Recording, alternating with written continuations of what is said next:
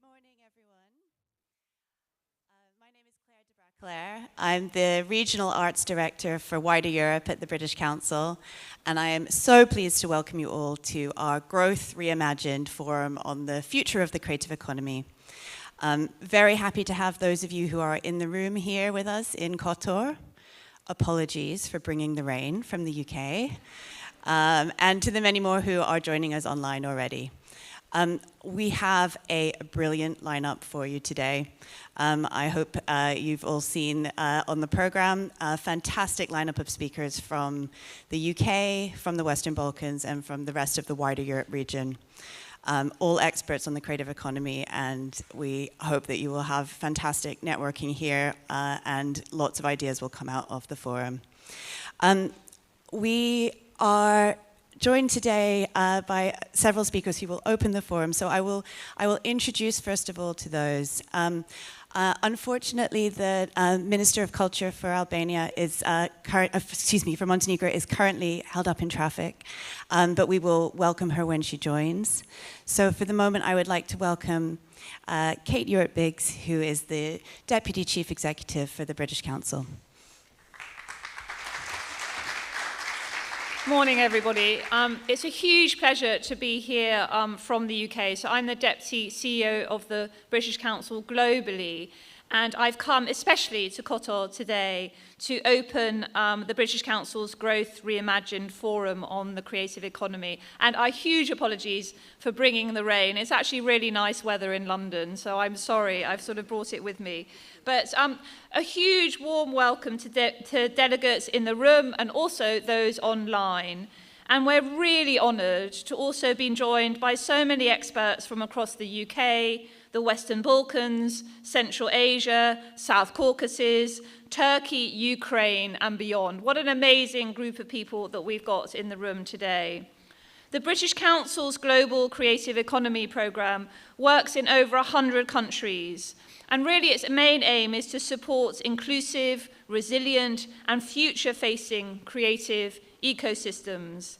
We collaborate with cultural leaders, with governments, with institutions to design interventions that respond very much to local needs, whether that's through leadership development, research, policy reform, or really practical enterprise skills training that is so needed across the sector. Because we recognise that the creative economy is one of the fastest growing sectors worldwide, set to create millions and millions and millions of new jobs globally by 2030. So Growth Reimagined is our theme for today, exploring a fundamental shift from simply economic growth to a more inclusive, sustainable, growth driven by people's creativity. The UK was, in fact, the first country to define the creative industries. And over 25 years later, I'm really proud that the creative economy continues to strengthen the UK's standing on a global stage at a time more necessary than ever in our history. I heard firsthand yesterday from ministers of culture from across all of the 6 Western Balkan countries how they link the importance of their creative sectors to a wider social and economic development. Because I know that the creative economy is a critical agenda across wider Europe, and where the British Council has played a really critical role in sharing UK experience, but also learning from the experience that is developing. And today, in today's forum, we have, amongst others, brilliant case studies from policymakers, academics, and sector leaders in Georgia, Kazakhstan, Turkey, and Ukraine.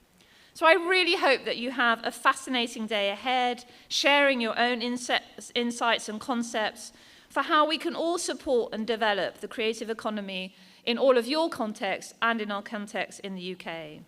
The event is in collaboration with Beyond Studio from the UK and the CIM Forum here in Montenegro. So I extend a huge thank you to them from the British Council for all our collaboration. The British Council always works in partnerships with organisations, with partners, with governments, institutions, locally and from the UK. So this is a really good example of that.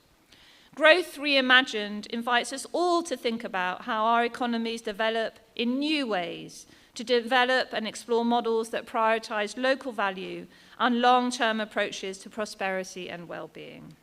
And because the British Council is here for the long term, we have been in existence for 90 years and will continue to develop and be fully committed to supporting ideas and partnerships that have emerged from today's forum in order to really continue to strengthen the real power of the creative economy in the world today. So thank you for being here. I really hope you enjoyed today, and I'm so looking forward to hearing all the insights that you bring from your respective contexts. So thank you again. Thank you, Kate. And I could please introduce Dawn McKen, the British Ambassador to Montenegro.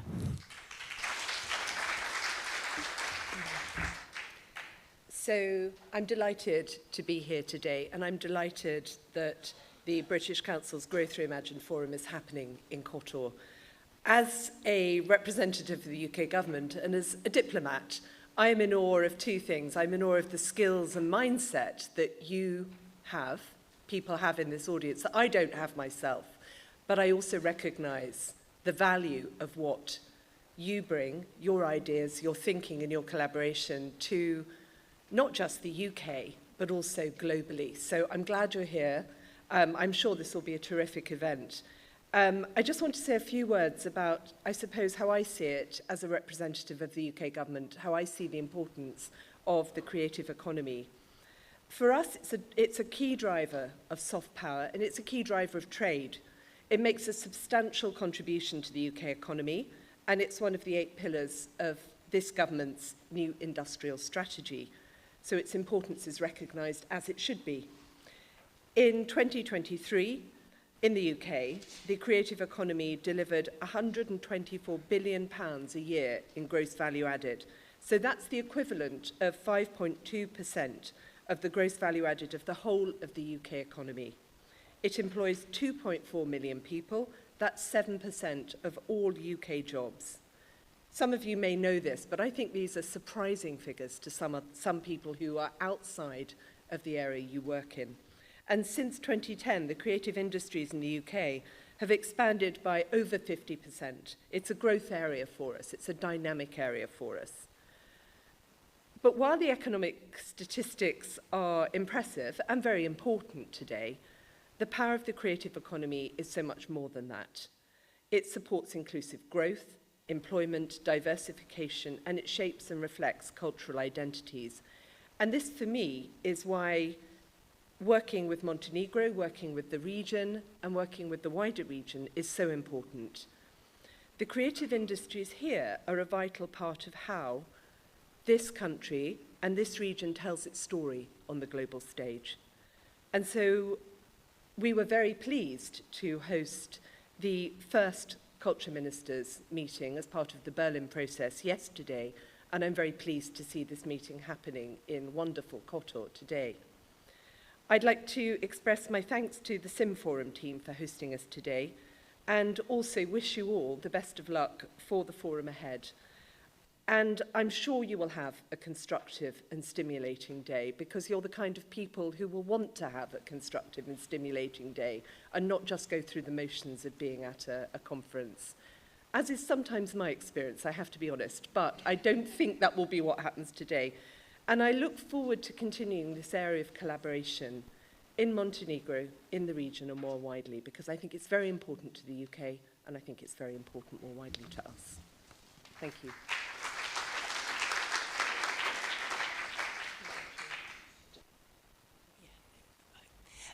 Thank you so much, both Kate and Dawn. I know you may need to get on with the rest of your program, so thank you for being with us, and I hope you'll get the chance to meet with some of the rest of the delegates over the course of the day.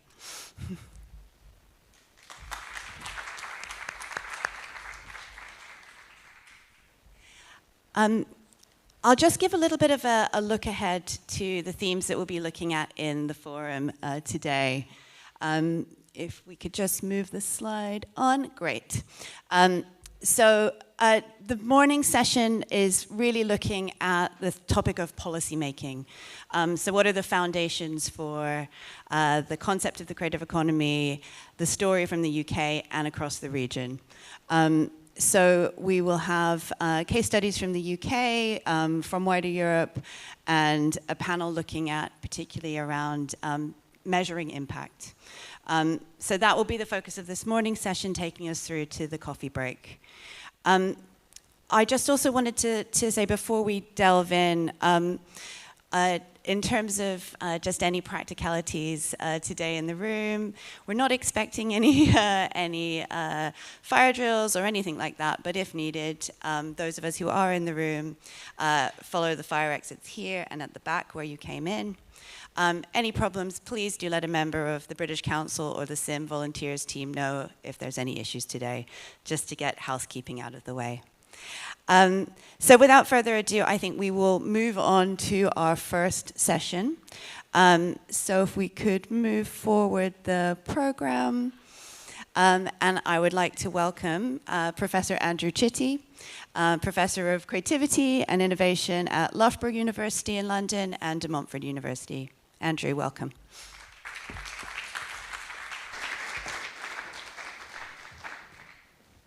Thanks, Claire. Look, it's lovely to be here. I've got 10 minutes to try and talk about the creative economy of the UK. So this may be more like an animation than a set of slides. Although this session's about policy and advocacy, that's not my background. I'm a producer who's strayed into this area of policy from a kind of industrial perspective and trying to argue with government about the fate of the creative industries, or the particular sector I worked in. So, as I think a previous two speakers, I think Kate said, it's more than 25 years since the creative industries became a term of policy in the UK, and I wouldn't dream of trying to map out how that happened, since some of the people in the room were actually involved in it right at the start. But since that point, it's become a familiar policy instrument internationally. So this idea of the creative industries, that there's an industrial sector that's concerned with creativity, has been picked up across Europe, globally, in South America with the idea of the orange economy. I'm sure there are people who understand why the orange economy is the orange economy. And recently, even in India as well, this is a report published by my research group with UKRI and the Indian research partners on mapping the creative industries in India. So I'm going to say that there's a few things that mark out the success of this policy and advocacy in the UK. I think the first thing is the recognition of the sector. Then we've got analysing the sector, understanding data about the sector, branding the sector, so making that part of the marketing of the UK has become very important in policy terms. And I think what I'll try and get to at the end is that the more recent understanding of the creative industries as a sector of innovation and the new creative growth sectors that come from that and creativity's entanglement with technology. So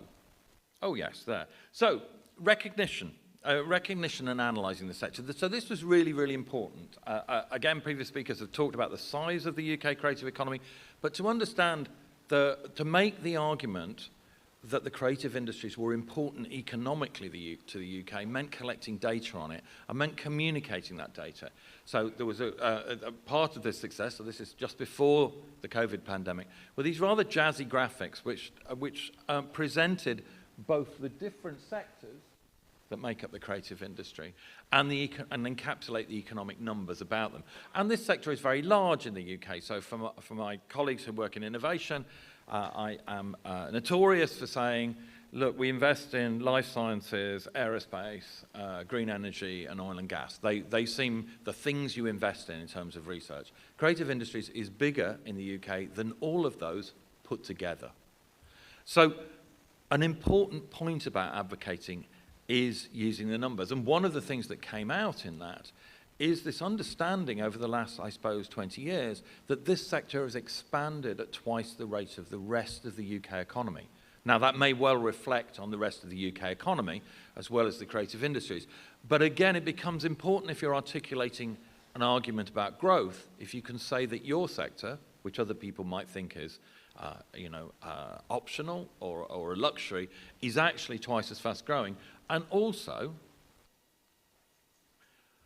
involves a lot of jobs. So we're talking about 6-7% of the UK economy, about 2 million people working in the creative industries and working creative professions in other industries.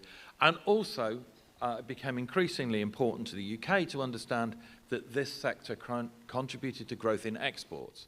And this, you can see this is led in the UK sense by some of those biggest sectors, so IT, software and games, advertising, film and TV. Again, these are pre-pandemic figures.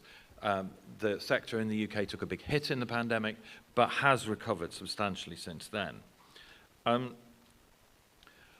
this allowed, I think then, when the UK started to think about how to market itself internationally, which is not something that we're particularly good at, I think, in the past, is that creativity then became part of this UK branding, whether it was based on individuals, so Thomas Heatherwick and his studio's Expo Shanghai Pavilion, or whether it was iconic bits of IP like Harry Potter, or combinations of IP and location like Game of Thrones.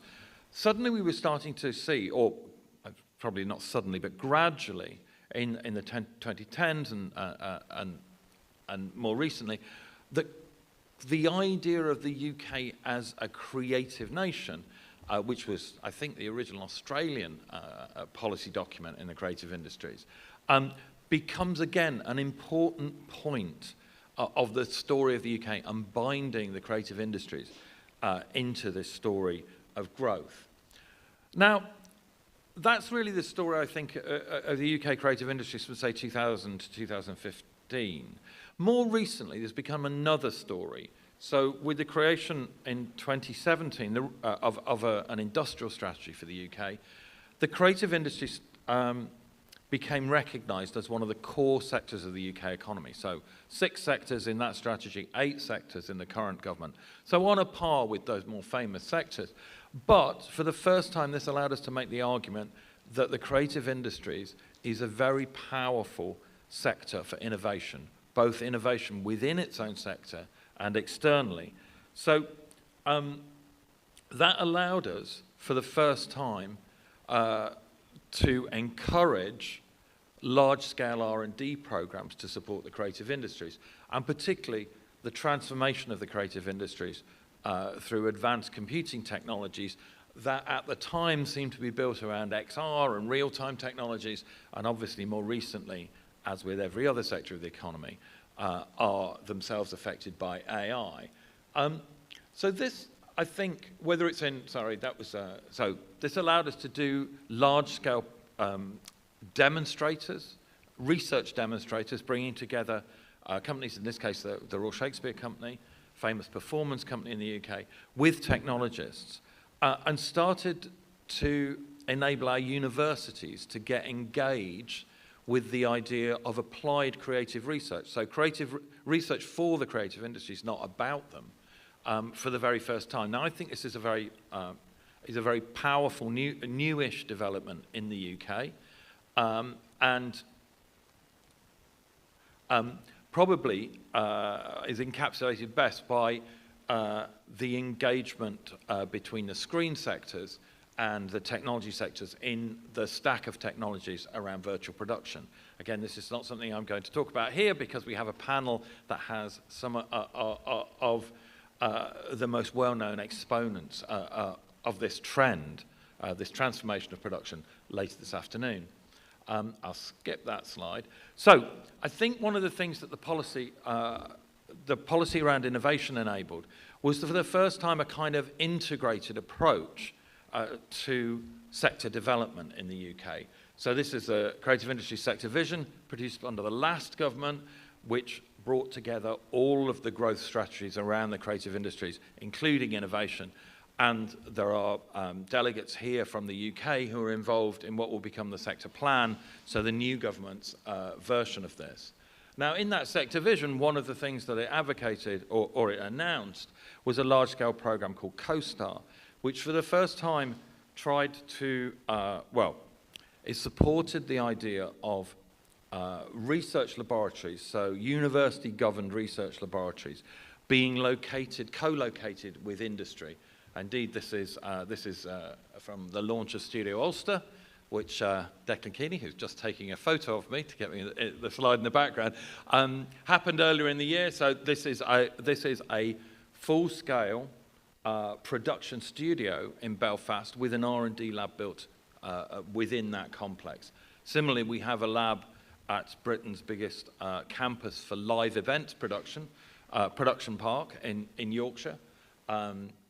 And they have a live lab, an R&D lab, funded by UK Research and Innovation, inside that laboratory, in that production campus. I think that in the future this will lead to much more exploration of where the creative industries meet architecture and the built environment.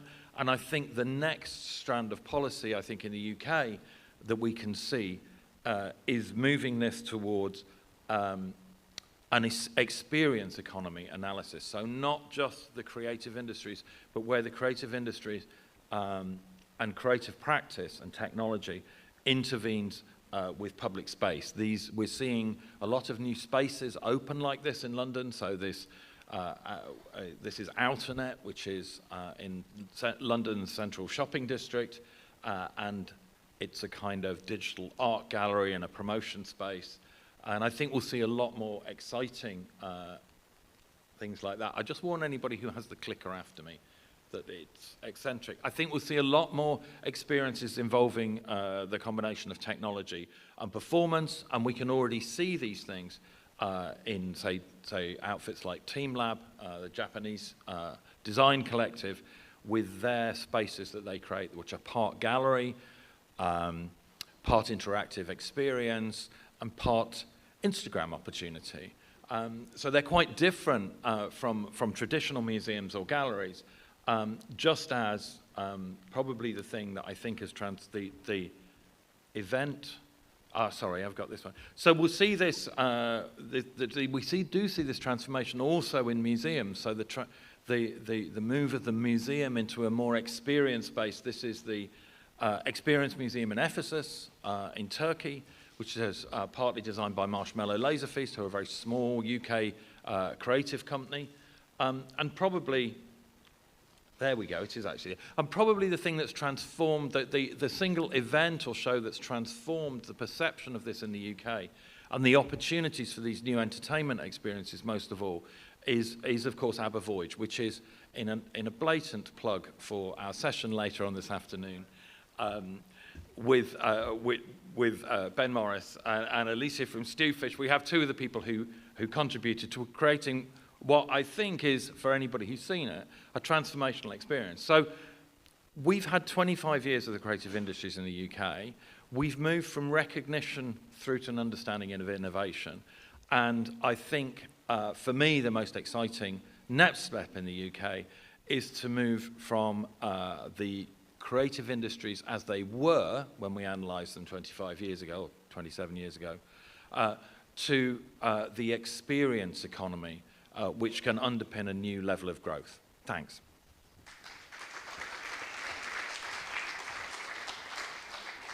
Thank you so much, Andrew, for taking us through some of the history there and queuing up so many of the themes that we're going to cover today. I'm great pleasure to see that Dr. Tamara Vujovic, the Minister of Culture, has arrived. Welcome. Please, can I invite you to the stand to come and give your welcome? Thank you.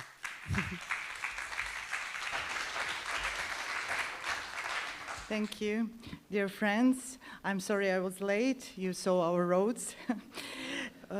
It is my great honor to welcome you all in behalf of Ministry of Culture and Media of Montenegro in our beautiful city of Kotor, a place rich in cultural heritage and history, interwoven with the contemporary challenges and the potential of the creative industries. Today, creative industries, creative economies represent one of the most vital sectors of the modern economy, particularly in the context of post-digital transformation, cultural diversity, and knowledge-based post-industrial development. They are recognized as a strategic area that contributes not only to the economic growth, but also to the preservation of cultural identity, inclusive development, and international cultural cooperation. Montenegro, although a small country, is intensively working on the development of this sector, recognizing potential both in domestic and international context. With its rich cultural heritage and growing creative potential, Montenegro can become a model of entrepreneurial and sustainable development based on cultural resources and contemporary creativity. And we promised to do so by adopting a joint declaration about creative economies by all ministers of culture of the Western Balkans yesterday.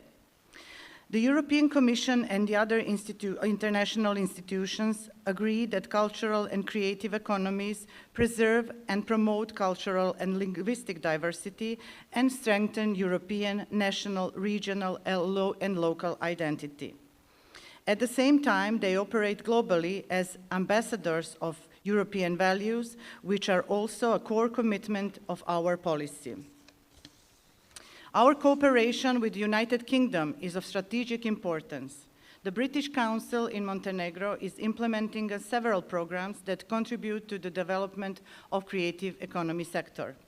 Podgorica Creative Encounters 2024 focuses on the digital transformation, the creation of creative hubs, and make them sustainable, and development of digital skills.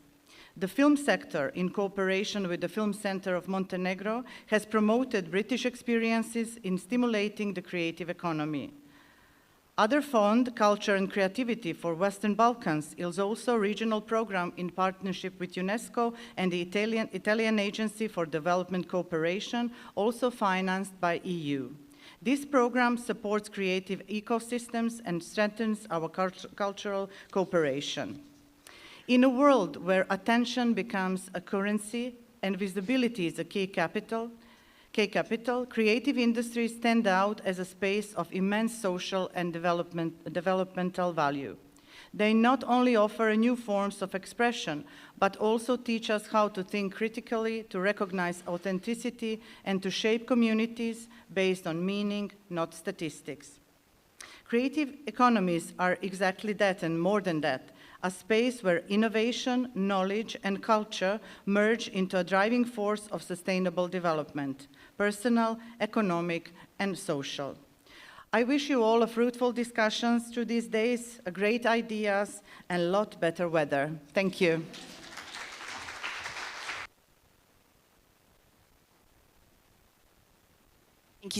Thank you so much for the warm words, particularly on the UK-Montenegro relationship, and we really support that. We will now move on to our next session, and we will hear a case study from elsewhere in the Balkans. So I would like to welcome Claudeta Krasniqi, who is the Chief of Cabinet to the Minister of Culture, Youth and Sport at the Kosovo government, who will give a case study of moving from vision to policy. Claudeta, over to you.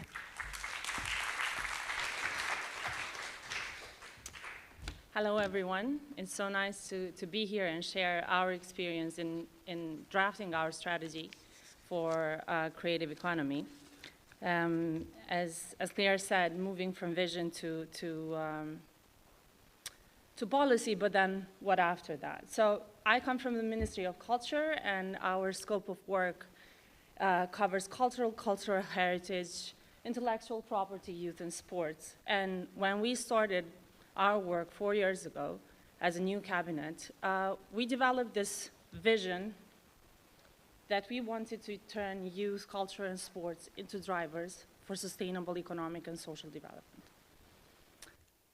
And so we started a number of very deep legislative reforms, going through each of these components and trying to create the right enabling environment for these sectors to thrive.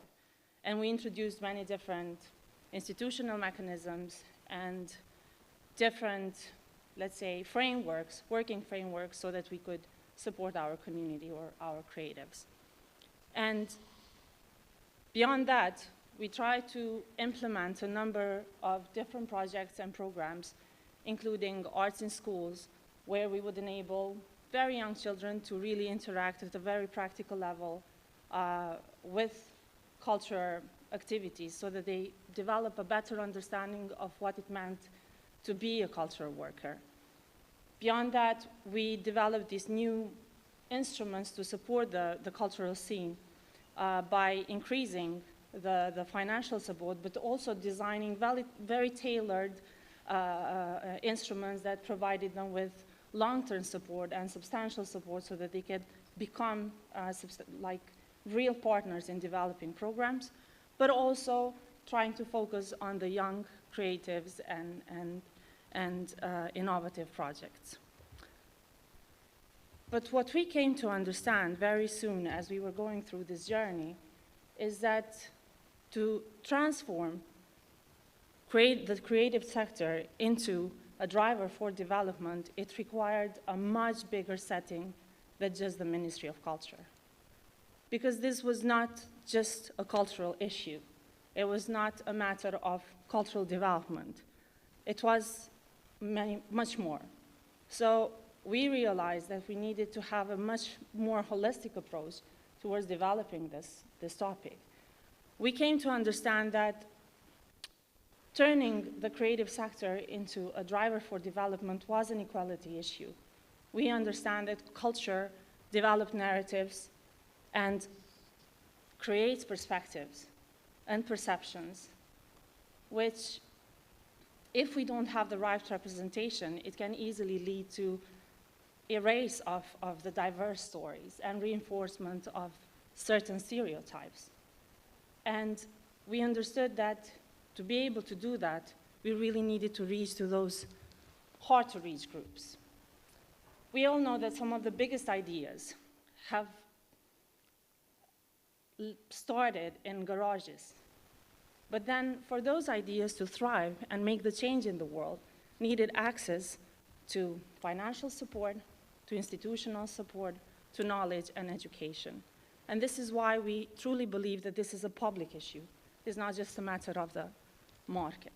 We really understand that this is a spatial issue because the creative activity happens in space, be it digital space or physical space. And no matter how exciting it is to have all these digital platforms to bring us together and share knowledge, we still need the right physical spaces for us to come together and co-create for places where we can trust, places we feel safe to express ourselves, and places that can help us build each other's ideas. So we understand that we need a different perspective when it comes to shaping our cities and shaping our spaces. It is a educational matter. When we were doing arts in schools, we realized, we brought together, we were piloting this project, and we realized that out of 200 children that were coming from both urban and rural areas, only 180, so only 20% actually, ever went to the theater and went backstage just to see that, you know, there was much more than just what you see.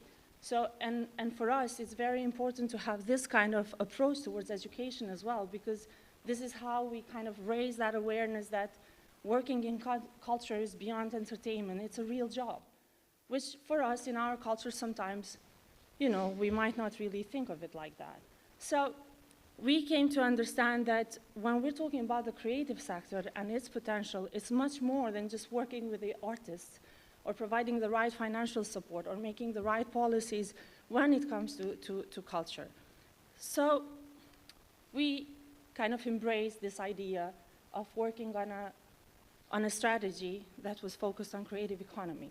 And this was not just because we thought it was a fancy term, you know, that was so hot at the moment, but it came to be as a necessity to develop a joint vision across the entire sectors to make sure that we were having these coordinated efforts across the different sectors, and also, based on that, build the right and effective partnerships.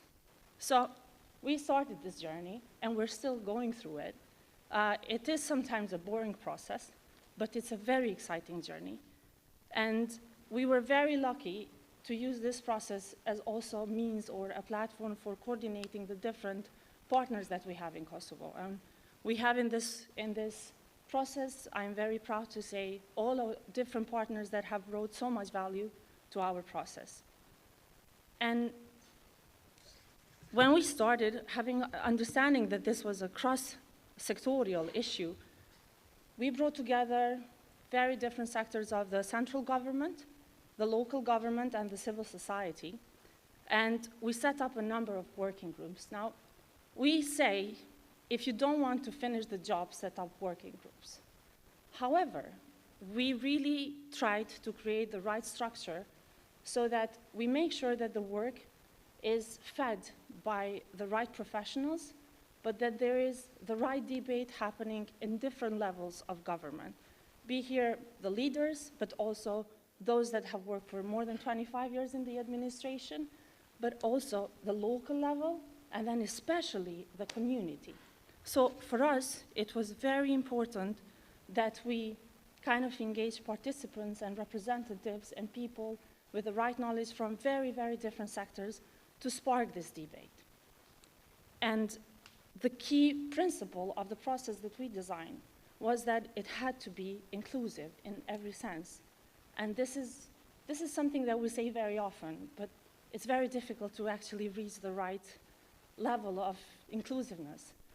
And we tried different tools, and we're still trying different tools, just to make sure that we are voicing the different needs and priorities of different sections of the community.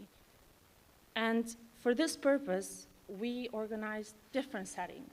And we focused on having the civil society part of the process, the business community, the locals, the diaspora, which is a very, very big resource for Kosovo, but also the different public institutions from very, very different sectors. So we used different tools to reach this point. We used a number of conferences which showed commitment from the different, at the highest level, at the highest political level, so that we can also start this discussion at the public level. We had a number of conferences very, very similar to this one, where we brought professionals from different spheres to discuss on how the creative economy could enhance Kosovo's international profile. How does creative goods and creative services stand between each other in Kosovo, but also how can they help each other grow even better, and also what the institutional role should be in this process. So, and then we had a number of dozens of interviews and workshops where we sat and discussed each of the issues that concern different fractions of the community with regards to the creative economy. And finally, it's these huge groups of officials where we could go back and forth and discuss the different findings from all these different activities. And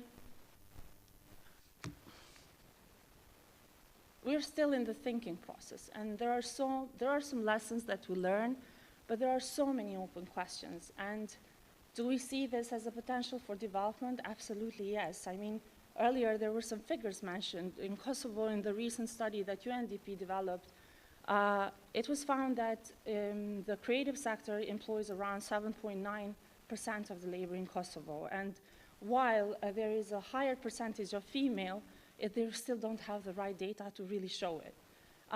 We see that throughout the years, the share of the contribution of this sector in GVA has changed.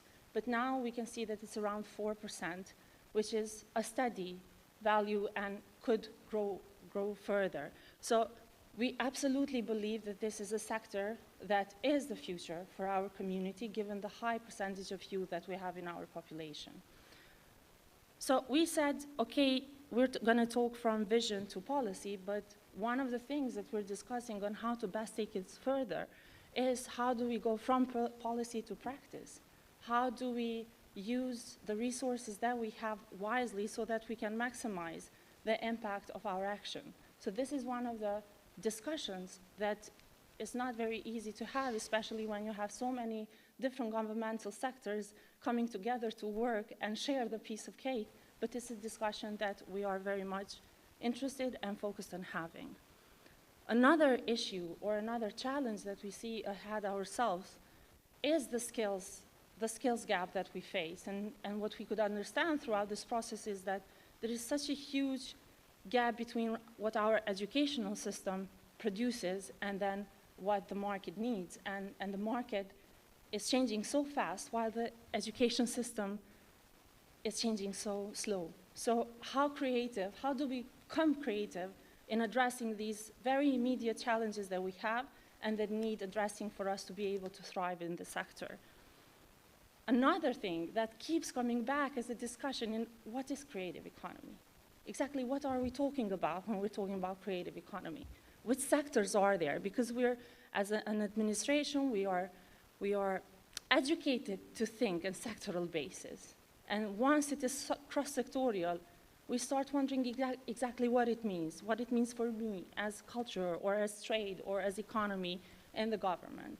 And this is one of the topics that keeps coming back. And every time we think that we are close to defining it, a new idea comes along, and then we see that maybe it's more than that. So I think this is one of the things that is a discussion, and I think is going to continue for some time. And then finally is data. Also, data is a big discussion in every policy discussion.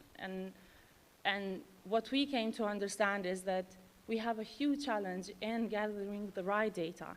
We have a statistical agency that uses the system of UNCTAD and Eurostat and everything, but when we see the different institutions, we see that there is still a very low level of understanding on what creative industries are, what kind of data should be collected, how do we present this data in order for them to make sense to this process. So there is a lot of work to be done there as well.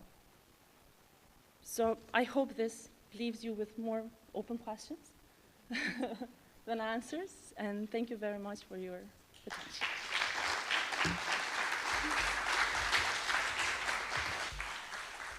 Thank you, Claudetta. And data, I think will be picked up in the, the panel this morning when we look on evaluating impact.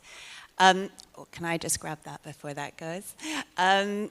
Before that, though, we will travel to another country in wider Europe. So we will go north across the Black Sea, and we will travel to Georgia, where we will hear a little bit of that experience, very much picking up on what you've just been talking about, Claudetta, in terms of taking strategy to policy and beyond. So I'd like to welcome Elena Tordze, who is the director of the Creative Clusters Alliance, and Gail Craig, who's a policy advisor to the Creative Industries Council in the UK. Gail and Elena, over to you.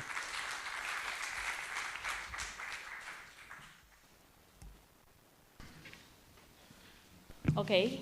Hello, everybody. First, I'll just introduce myself. I'm Elena. As Claire said, I'm Director of Creative Clusters Alliance of Georgia.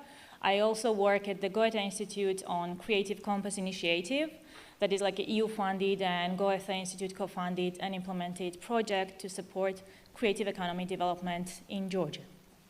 And I'm Gail Craig. I have a kind of background in working in creative industries policy development. I worked on the development of the creative industries sector vision in the UK, which Andrew showed previously, and I've had the great pleasure of working as a kind of consultant for the British Council with Georgia. Can I get a clicker? Sorry. Yeah.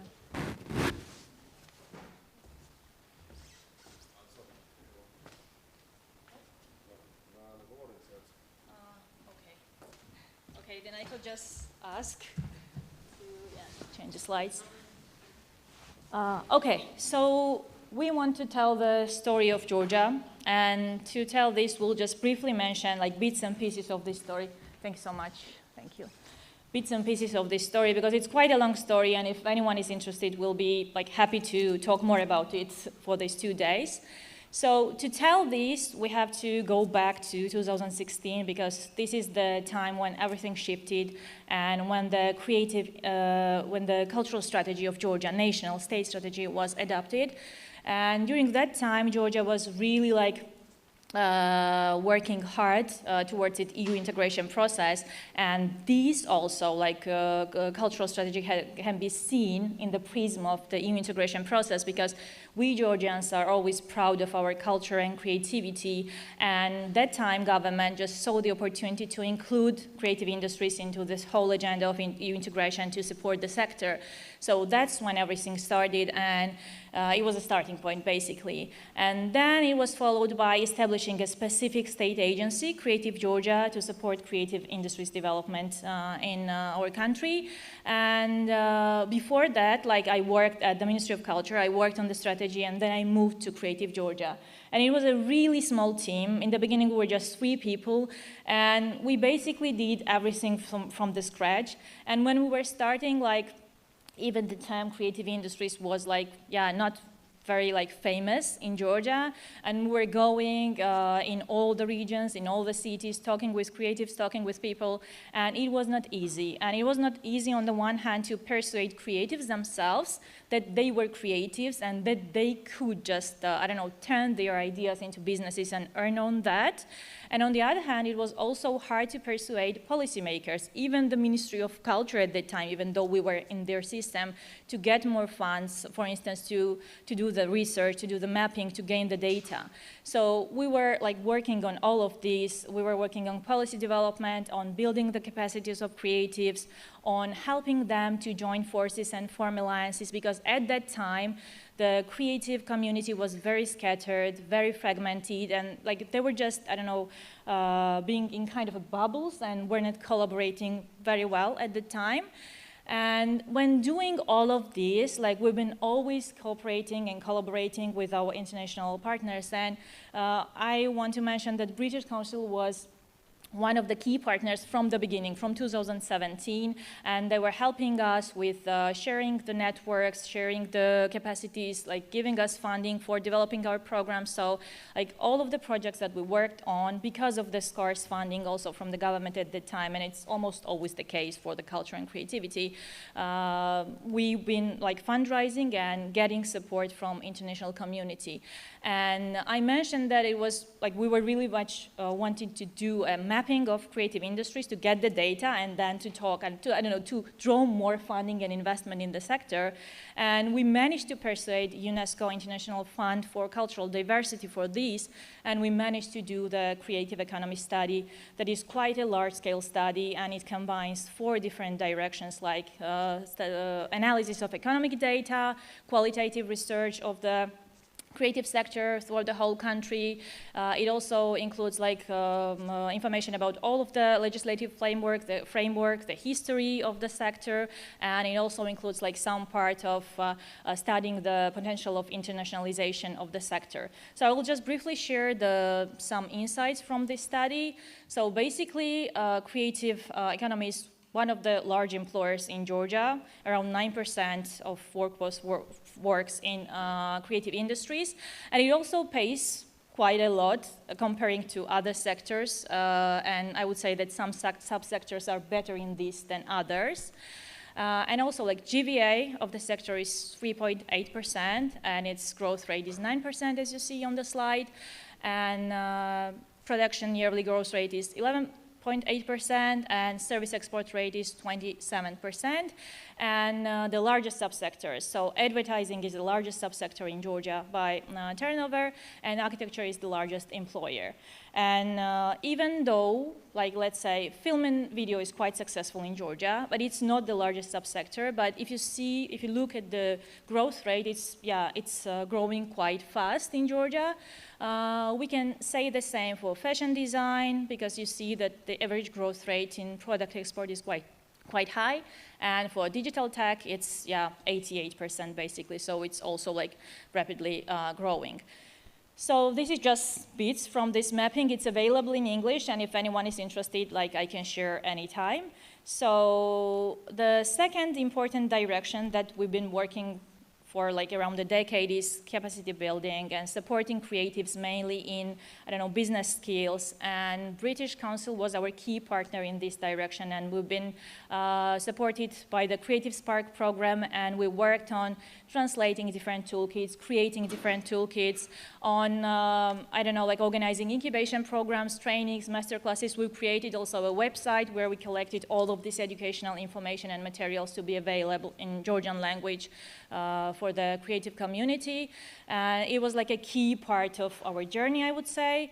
And the next direction that will just give us opportunity to also continue with the Creative Clusters Alliance. To tell the story about that is how we happen to work on creative hubs, spaces, alliances, and helping the sector to find spaces and helping the sector to just unite the forces. So there was a really high demand in the community to find affordable creative spaces to work, to meet. And on the other hand, there was abundance of these vacant and unused spaces. And I will just show you like several slides of the buildings from the study we funded at the time. So we had these like old Soviet era industrial buildings or cultural houses. This is just in the capital city, Tbilisi. But actually, this kind of study was done in 35 municipalities last year in Georgia, and I can share, if anyone is interested too, by Goethe Institute. So drawing on this, we thought that it was really important and key to work on creative space hub cluster alliance development. And we had the support from the UNESCO and European Union at first for this. We created the policy paper, we created the multi-stakeholder council, and we organized lots and lots of meetings, and we brought people from like different stakeholders, people from different creative spaces and who didn't have spaces.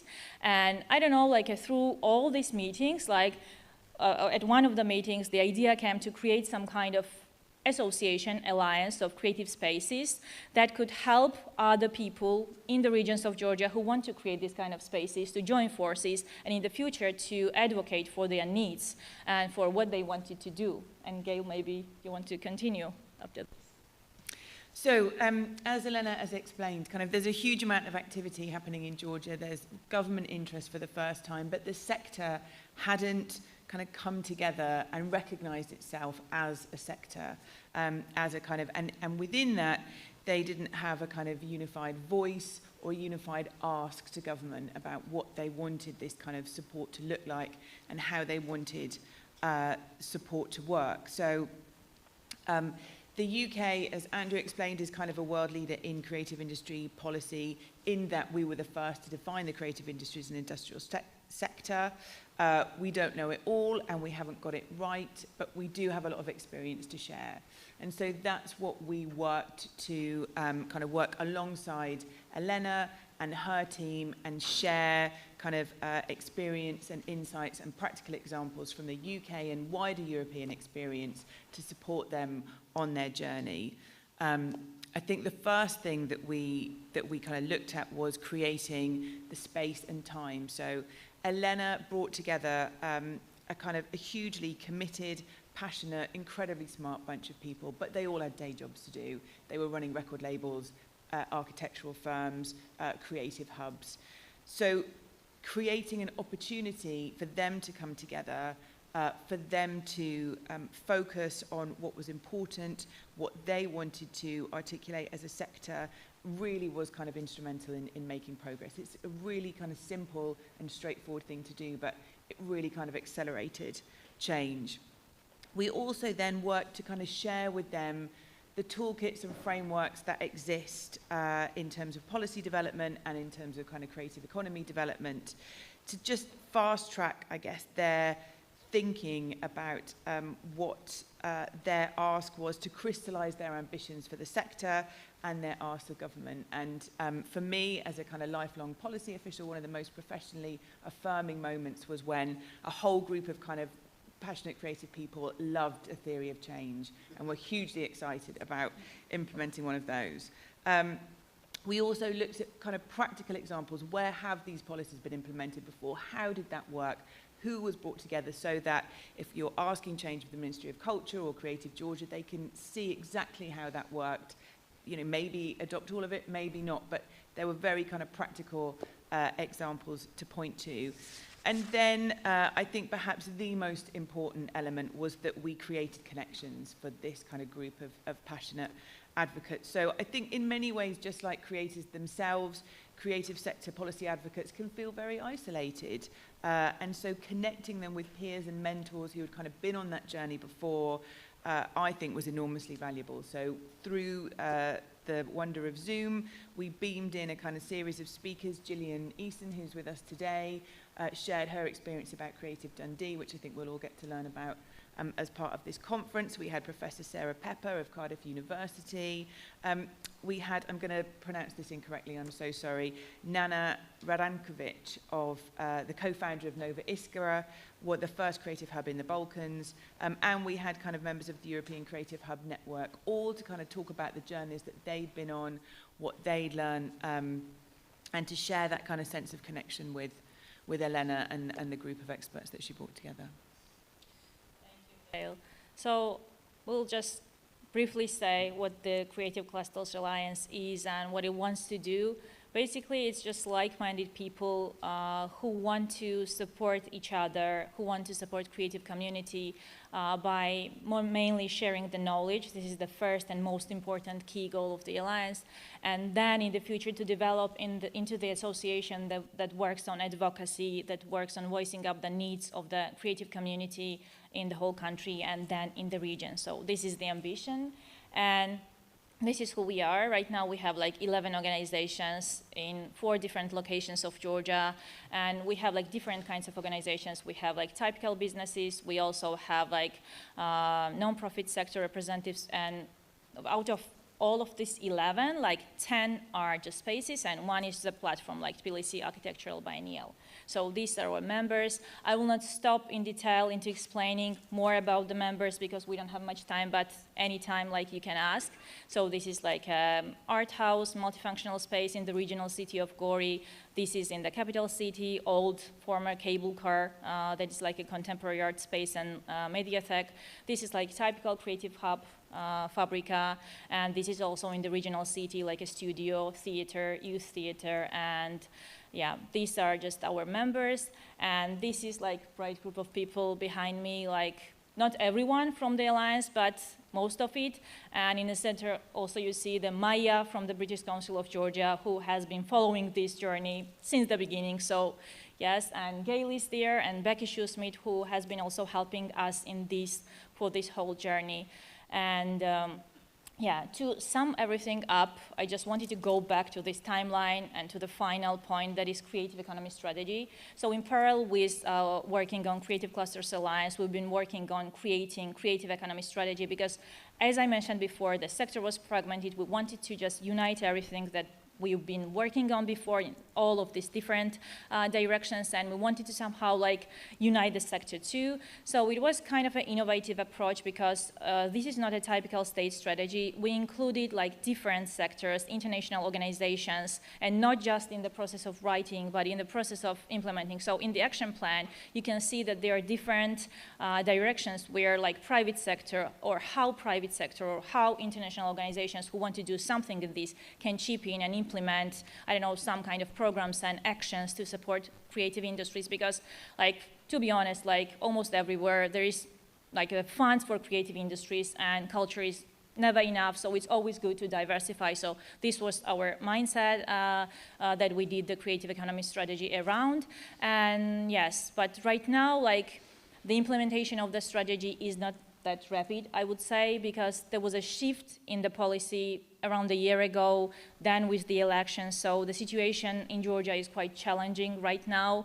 And yes, that's why the I don't know, development of this direction is not that rapid as we would anticipate it to be. Gail, maybe you also wanted to say 1 or 2 words. So, yeah, the latest engagement that we've had with Elena and the team is, so the creative economy strategy, I can say I didn't write it, Elena did. It's an incredible piece of work. It's a really all-encompassing kind of visionary long-term document, but in the current political context, implementing something that kind of requires such widespread partnership and change is really challenging and very difficult. So what we have worked to do in working with government officials, in working with Elena, in working with the British Council team, is to identify kind of practical but foundational actions within the strategy that can help the kind of development of the sector. So looking at education, looking at data, and that can kind of maintain that momentum in a kind of quiet way in a context of very significant change and challenge.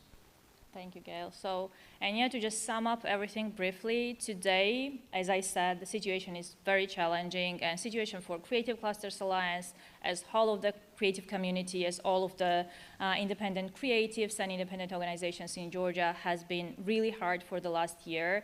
It was really hard also to sustain international support, and all of the programs I mentioned before have been done with the support of our international friends and communities, but right now it's getting under a lot of scrutiny, and it's really hard. But the surprise is, like, for me to see that right now, like I said that creative community was very fragmented. Right now, creative community is the strongest, and it's a surprise for me. They are just in the forefront of all the development, I don't know, like all the processes, all the civic activism, like artists, creatives, like theaters, and the ones who couldn't join forces before, right now are the strongest, and are the key into the development of Georgia, I would say right now. So it's a cool thing about creativity. So in the time of the challenge, they just managed to just unite forces and are stronger than ever right now.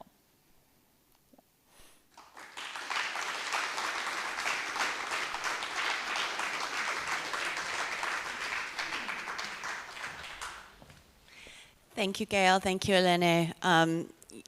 Yeah, we have tracked and collaborated with the team in Georgia on this work for over 10 years, and there's a rich amount of experience to share. Both Gail and Elena will be participating in workshops tomorrow, so if you want to delve into more detail, please do join them there. Now we'll move on to our first panel. On the very critical topic of how can we effectively measure success in the creative industries and why does it matter? Let me introduce Ian Bennett from the Fifth Sector, Gillian Eason from Creative Dundee, and Duygu Yagir from the Ministry of Trade in Turkey. We were meant to have a fourth member of this panel. Unfortunately, Dana Shaikmet from Kazakhstan, from the Creative Industries Alliance, her flight was cancelled, and so she had to get on a flight this morning. I think she is unlikely to get to the panel in time, but she will be joining us at some point later today, and she will be joining the sessions tomorrow. So we will make sure to build in the chance so you can hear from her. But Ian, over to you. Thanks very much, and welcome to Kotor. As a native of Manchester, I know how healthy for the creative soil constant drizzle and slate grey skies are. So I'm very pleased to be here in some properly English weather. This topic sounds like the driest thing that you're going to do during your 2 days here, but I promise you that we're going to endeavour to make it more fun than you can possibly imagine when you're thinking about measuring in metrics. So don't worry, there'll be no sort of algebra on the screen. There's going to be no equations and methodology here. But what this session is about is really about bringing to life and making visible the different ways in which we provide evidence of how culture and creative industries can transform communities and places. And I'm really pleased to say that we've got two quite different but really complementary approaches represented in our panelists here. And basically, my role here is to introduce those things, let the dialectic emerge from the conversation and shut up. So I'm going to do just that, and I'm going to invite Gillian first to talk a bit about Dundee's sort of ecosystem-driven approach, if you like, if I can characterize it that way, and how you have used qualitative insights to drive that change. Okay, thank you. So it's an absolute pleasure to be here, and certainly hearing from the last two speakers as well. I just knew that just in the right place, so totally delighted by that. Creative Dundee, a blog that I set up in 2008, so I appreciate there's lots of creative countries, creative cities. I find it increasingly hard to define what Creative Dundee is. It's a network organisation We have a mission to centre creative practitioners as powerful catalysts for collective good and citywide growth. Dundee itself is a really exceptionally different city. It's a very small city, but it's got exceptional creative density. So the creative and digital industries are by far the largest sector in terms of turnover, double the amount, for example, of tourism. We are a grassroots organisation, which I find quite interesting. I think it maybe means we're small. So there's 5 of us within the team at Creative Dundee. So that gives you a sense of scale. Over the last 10 years, I've built it to become a social enterprise and charity now. And I'll be talking more about Creative Dundee itself later. But we use data all the time. So I don't want to say that we don't use quantitative data. We rely on quantitative data, but we don't have ready access to it. And the data that we do have access to is not perfect. For example, you know, I think we'll all know that there are just some real challenges about how the creative economy data is collated and collected, certainly in the UK, for example. The standard industrial classification model of how you count jobs doesn't include, for example, further and higher education jobs. It doesn't, you know, things don't count the number of creative students that make our cities and our places really vibrant. So there's lots of challenges with the data we do have. So we really prefer a more qualitative approach, which we have ready access to through our incredible community. We have ways of having a kind of rapid feedback loop with those in our community. And just by way of a couple of quick examples, we co-designed Dundee's first creative industry strategy very much with the sector, with those in the sector and those who support it at a local and kind of Scotland level. We also developed We Dundee, which was a platform that crowdsourced residents' insights into current Dundee and what they would like to see happen in future Dundee. And that led us to become, well, that was part of the application to become a UNESCO City of Design, but also post-COVID, during COVID. That was really critical for post-COVID government plans. And that was just a simple way of people sharing their kind of statements of what they would love to see happen in the future. So I think our role at Creative Dundee is as a translator, an advocate and a translator, as storytellers, so using creativity to absolutely articulate and demonstrate the impact of the creative industries is a big part of what we do, because I think numbers often miss the real stories. Thank you very much. In comparison, however, our other panelists can demonstrate how important the numbers are and just how diverse the sources of numbers are and how many branches of government can be influenced by selective and precise application of those numbers. So, Doigo, don't shy away from the numbers, is what I'm going to say in introducing this section. About our export numbers or other as institution numbers, thank you very much, and thank you, British Council Wider Europe, for inviting me such a delightful event, and being a part of this event is very great thing for me. As we have talked before, Turkey now is among the top 5 countries within terms of some subcategories of the creative industries, namely especially in the content sector. According to the Economist magazine, last year's edition, Turkey is now ranking the 3rd country which is now producing the most content in the world, just after following the US and UK. And this is very important for us. And also in gaming industry, Turkey is, of course, very developing. And according to the UNCTAD's economic view report, Turkey is also among the top 5 in terms of creative goods production. And Turkey's export in creative goods production as of the year 2023 has reached to $15 billion, which is a great amount for us, and which is also having the share of 6% of our total export, which has still its own path to develop. But when we come to the global data, we see that the share of creative services is increasing more. So as Ministry of Trade, we are very closely observing both global data and local data together.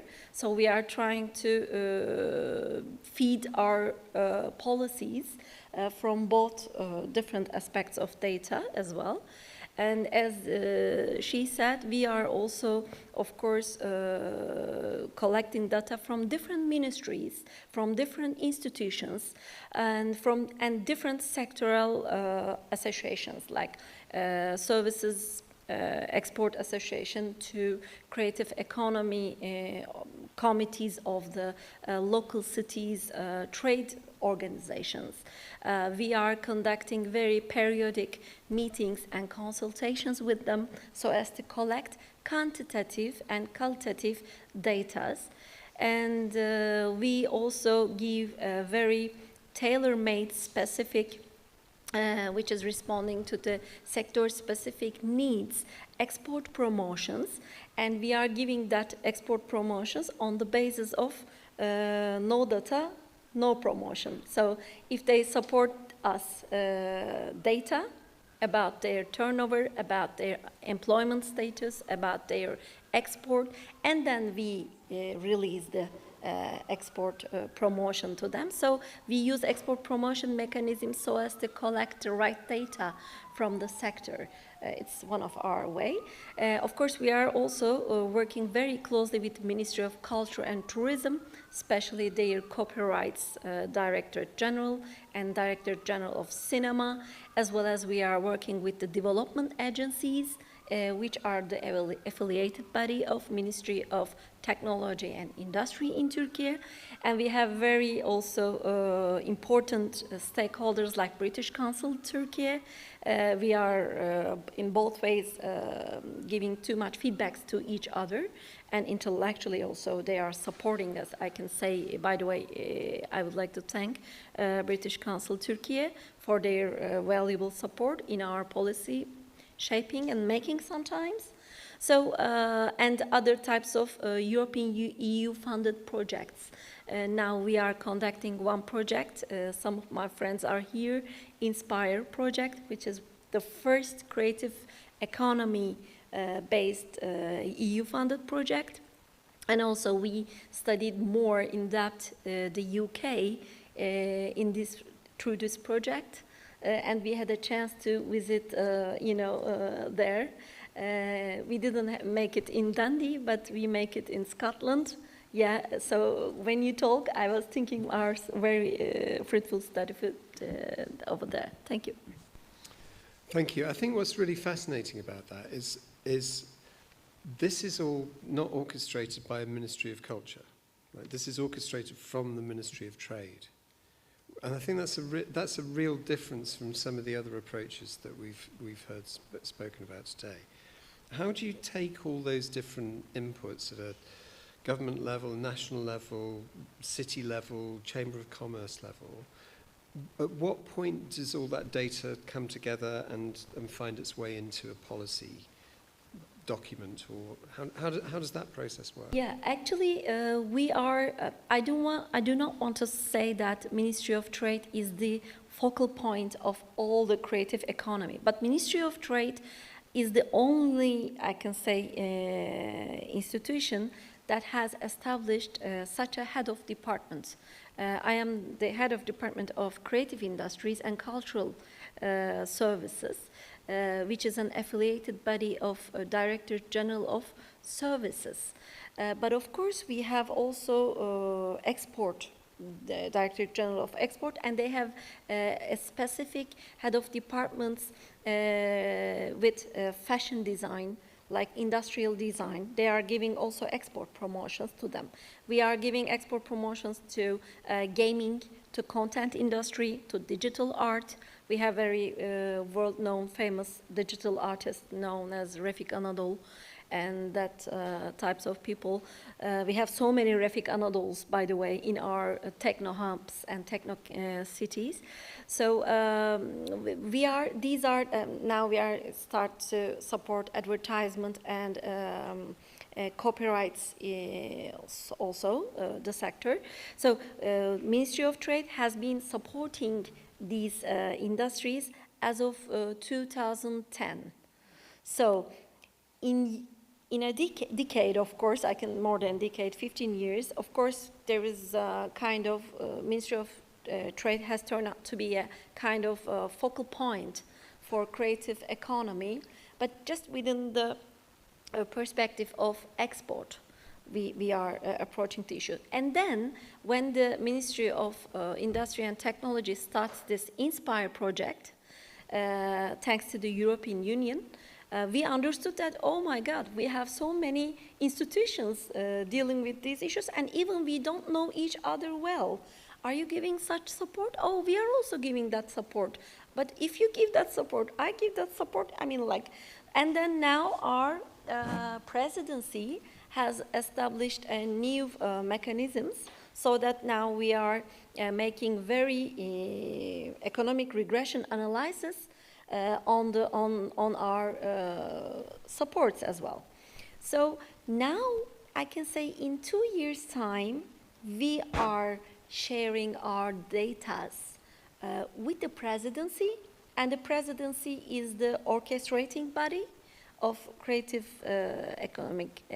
creative institutions, related institutions.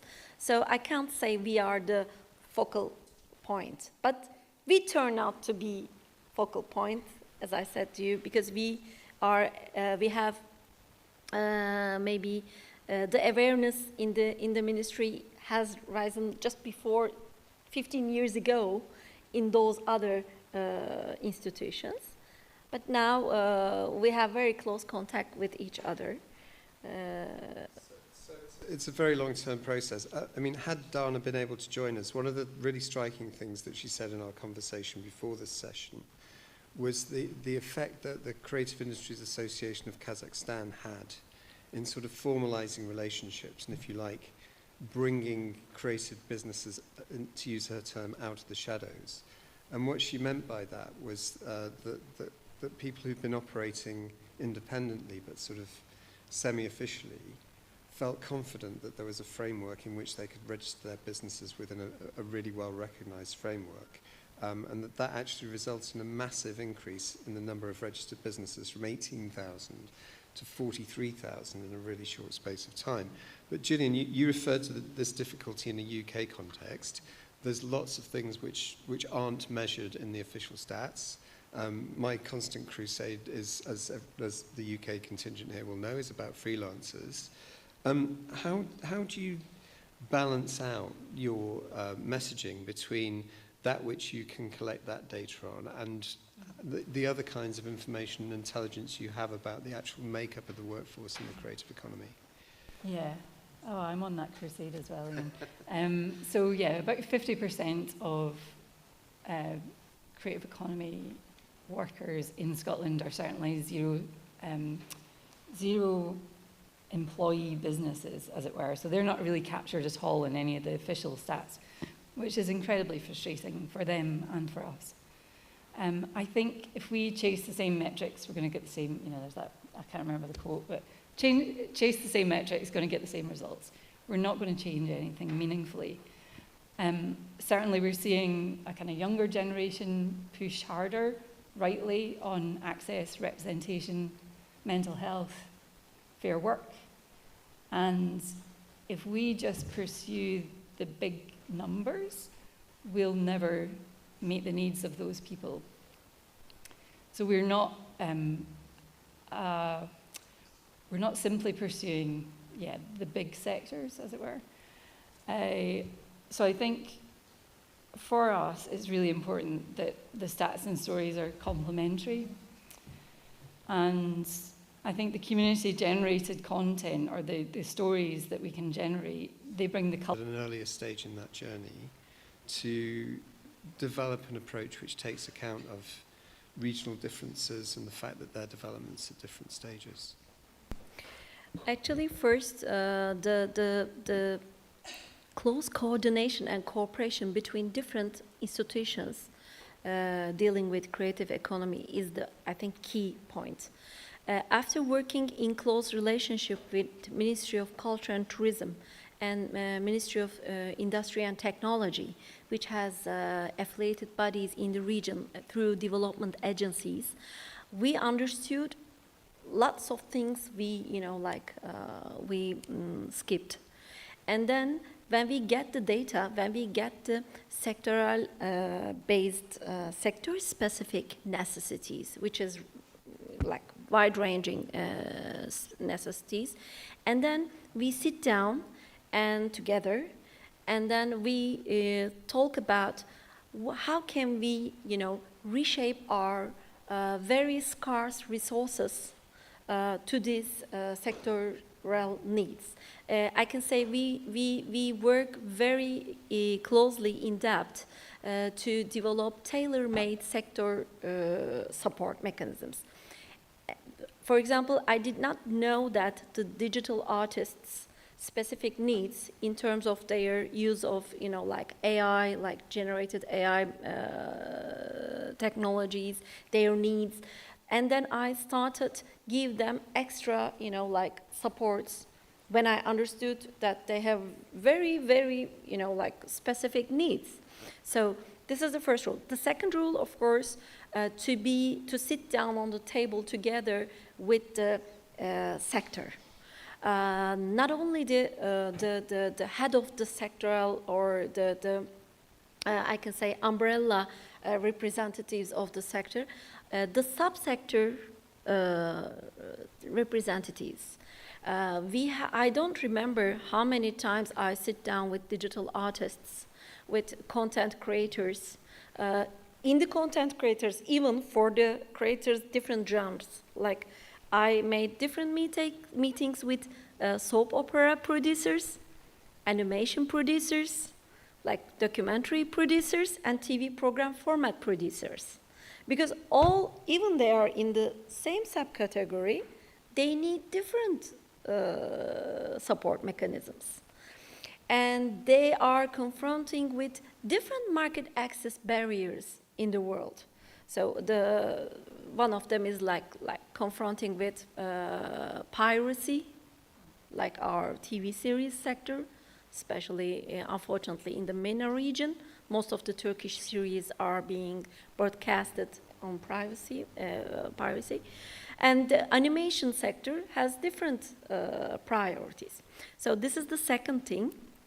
And the third thing, for countries like Turkey, like developing countries, we have very scarce resources, and our sources are not infinite. So different institutions should sit down on the table again. You give this support, I give this support. Oh, this is the same support? Then you give it, I will give another one. So that different types of subsectors can benefit from that scarce resources as well. And I think another two actor is very critical. We have also some connections, but not close connections with them. Ministry of Education and Ministry of Workforce, Social Security and Workforce, because they are also the main resource generating bodies, supporting bodies. Just a couple of months ago, we managed to establish a creative economy committee within the universities association, namely in YÖK in Turkey. So now we are getting very close with the university departments, especially the animation sector, for the animation sector, for the content creation sector. So these are the three main things I can recommend from our... Thank you. And Gillian, just to sort of bring this to a close, because I know that we're all now waiting for coffee. You've had that practical experience of the creative economy system in Georgia. do you have any recommendations for maybe other West Balkan nations who are also on that journey, which kind of brings together that sense of partnership and how you make that really effective? I think in many ways we can learn lots from our Balkan friends. I mean, it's incredible to hear about, scarce resources, but it sounds so coordinated and cohesive, which is wonderful. So I think they're already on their way, absolutely. And in terms of that seat at the table that Jacob mentioned, I think that's really important. I'd love to see more cross-policy implementation of culture being at the table, across education, health and well-being, and multiple other drivers. That's certainly where we've seen that, by building that case for investment, it's a driver for all those policy goals. So, yes, that's that. Great. Thank you very much. I don't think we've got anything further to add than yes.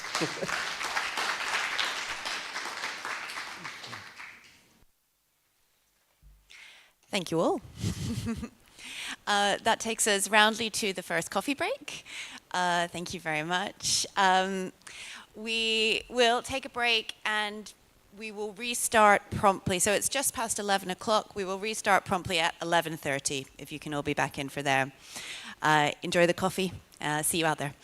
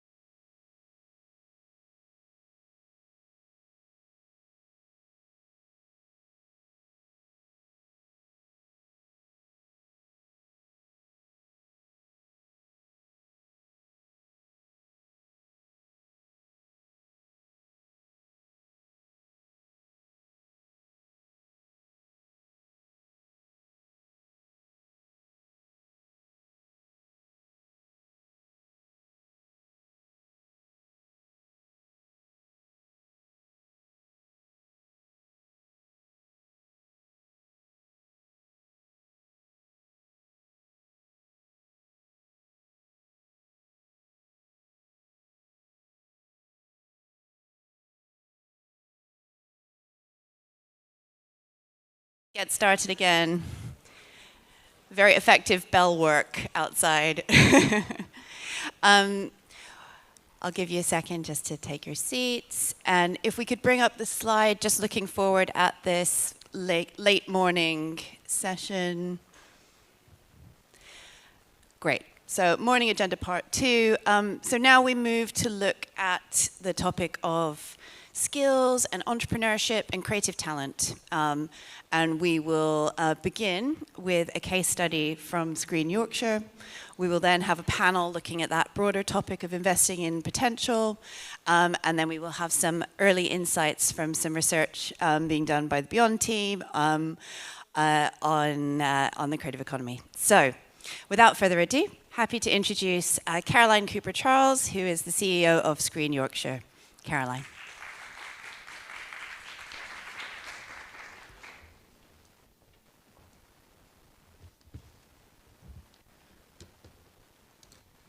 Good morning, everybody. Not better. Everyone's slightly taller than me. Good morning, everybody. Thank you for the introduction, Claire. Lovely to be here speaking to you all today. I'm Caroline Cooper-Charles. I'm the Chief Executive of Screen Yorkshire.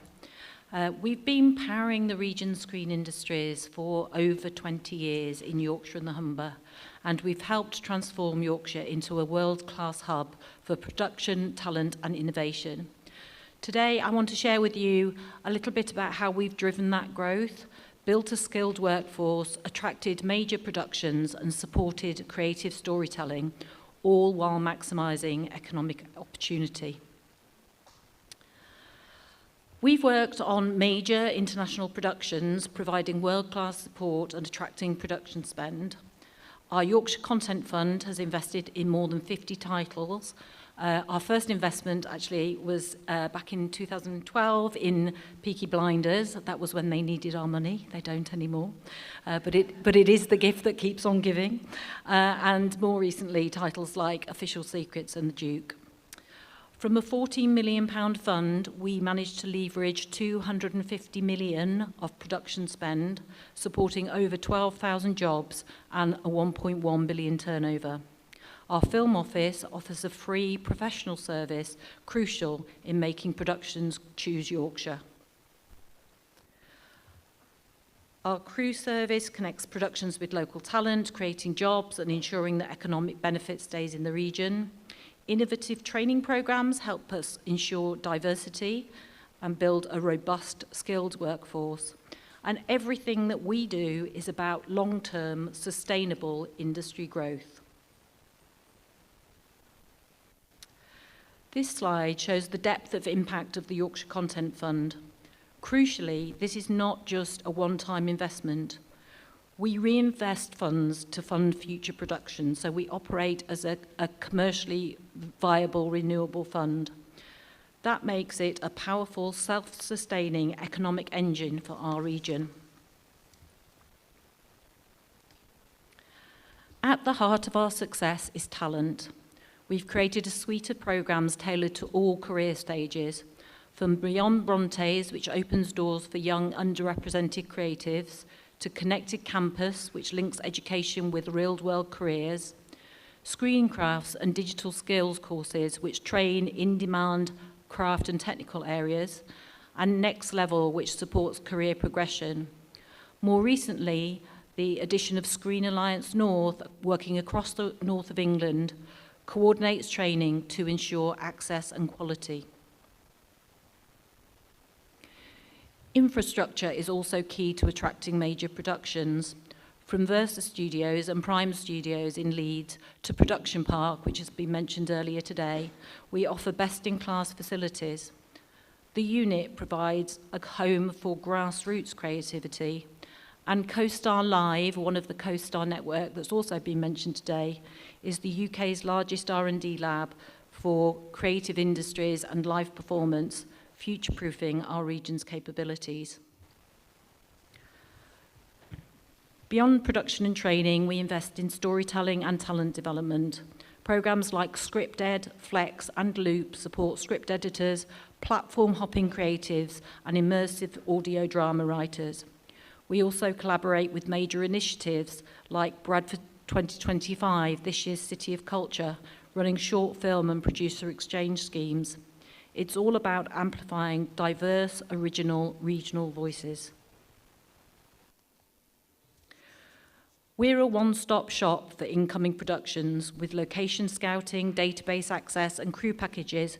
We help shows like The Crown and Mission Impossible 7 and Bridgerton run smoothly. Our crewing service ensures these big productions create local jobs, and they drive screen tourism, bringing visitors to Yorkshire locations seen around the world. First formed in 2002, we stepped in to fill the gap left by shrinking regional broadcast. We launched the UK's first and most successful regional content fund, and our Screen Industries Growth Plan, backed generously by the BFI, has driven long-term strategic growth in the region. And here's some of the results. We've helped generate over £1.1 million in turnover, supported 12,000 jobs and boosted tourism across the region. These aren't just stats, they represent careers, communities, and the sustainability of our industry.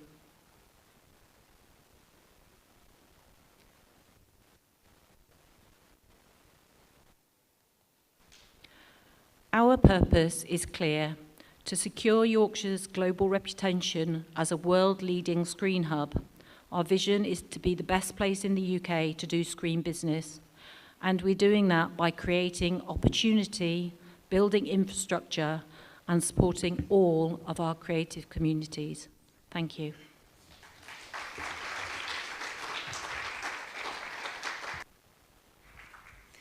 Thank you, Caroline. Thank you for setting the scene, and I mean, some obviously incredible statistics and achievements there. And Caroline is going to stay on stage here and chair a panel for us, which delves into the topic a bit more broadly in terms of investing in potential and growing creative talent. So I would like to invite the rest of the panelists on stage, please. Declan Keeney from Studio Ulster. Milivoje Gogovic, excuse me on my pronunciation, we haven't met yet to be able to fine-tune that, from FX3X, Anush Ter Kacharyan from Creative Armenia, and I will hand over to Caroline to begin the conversation. Thank you all very much.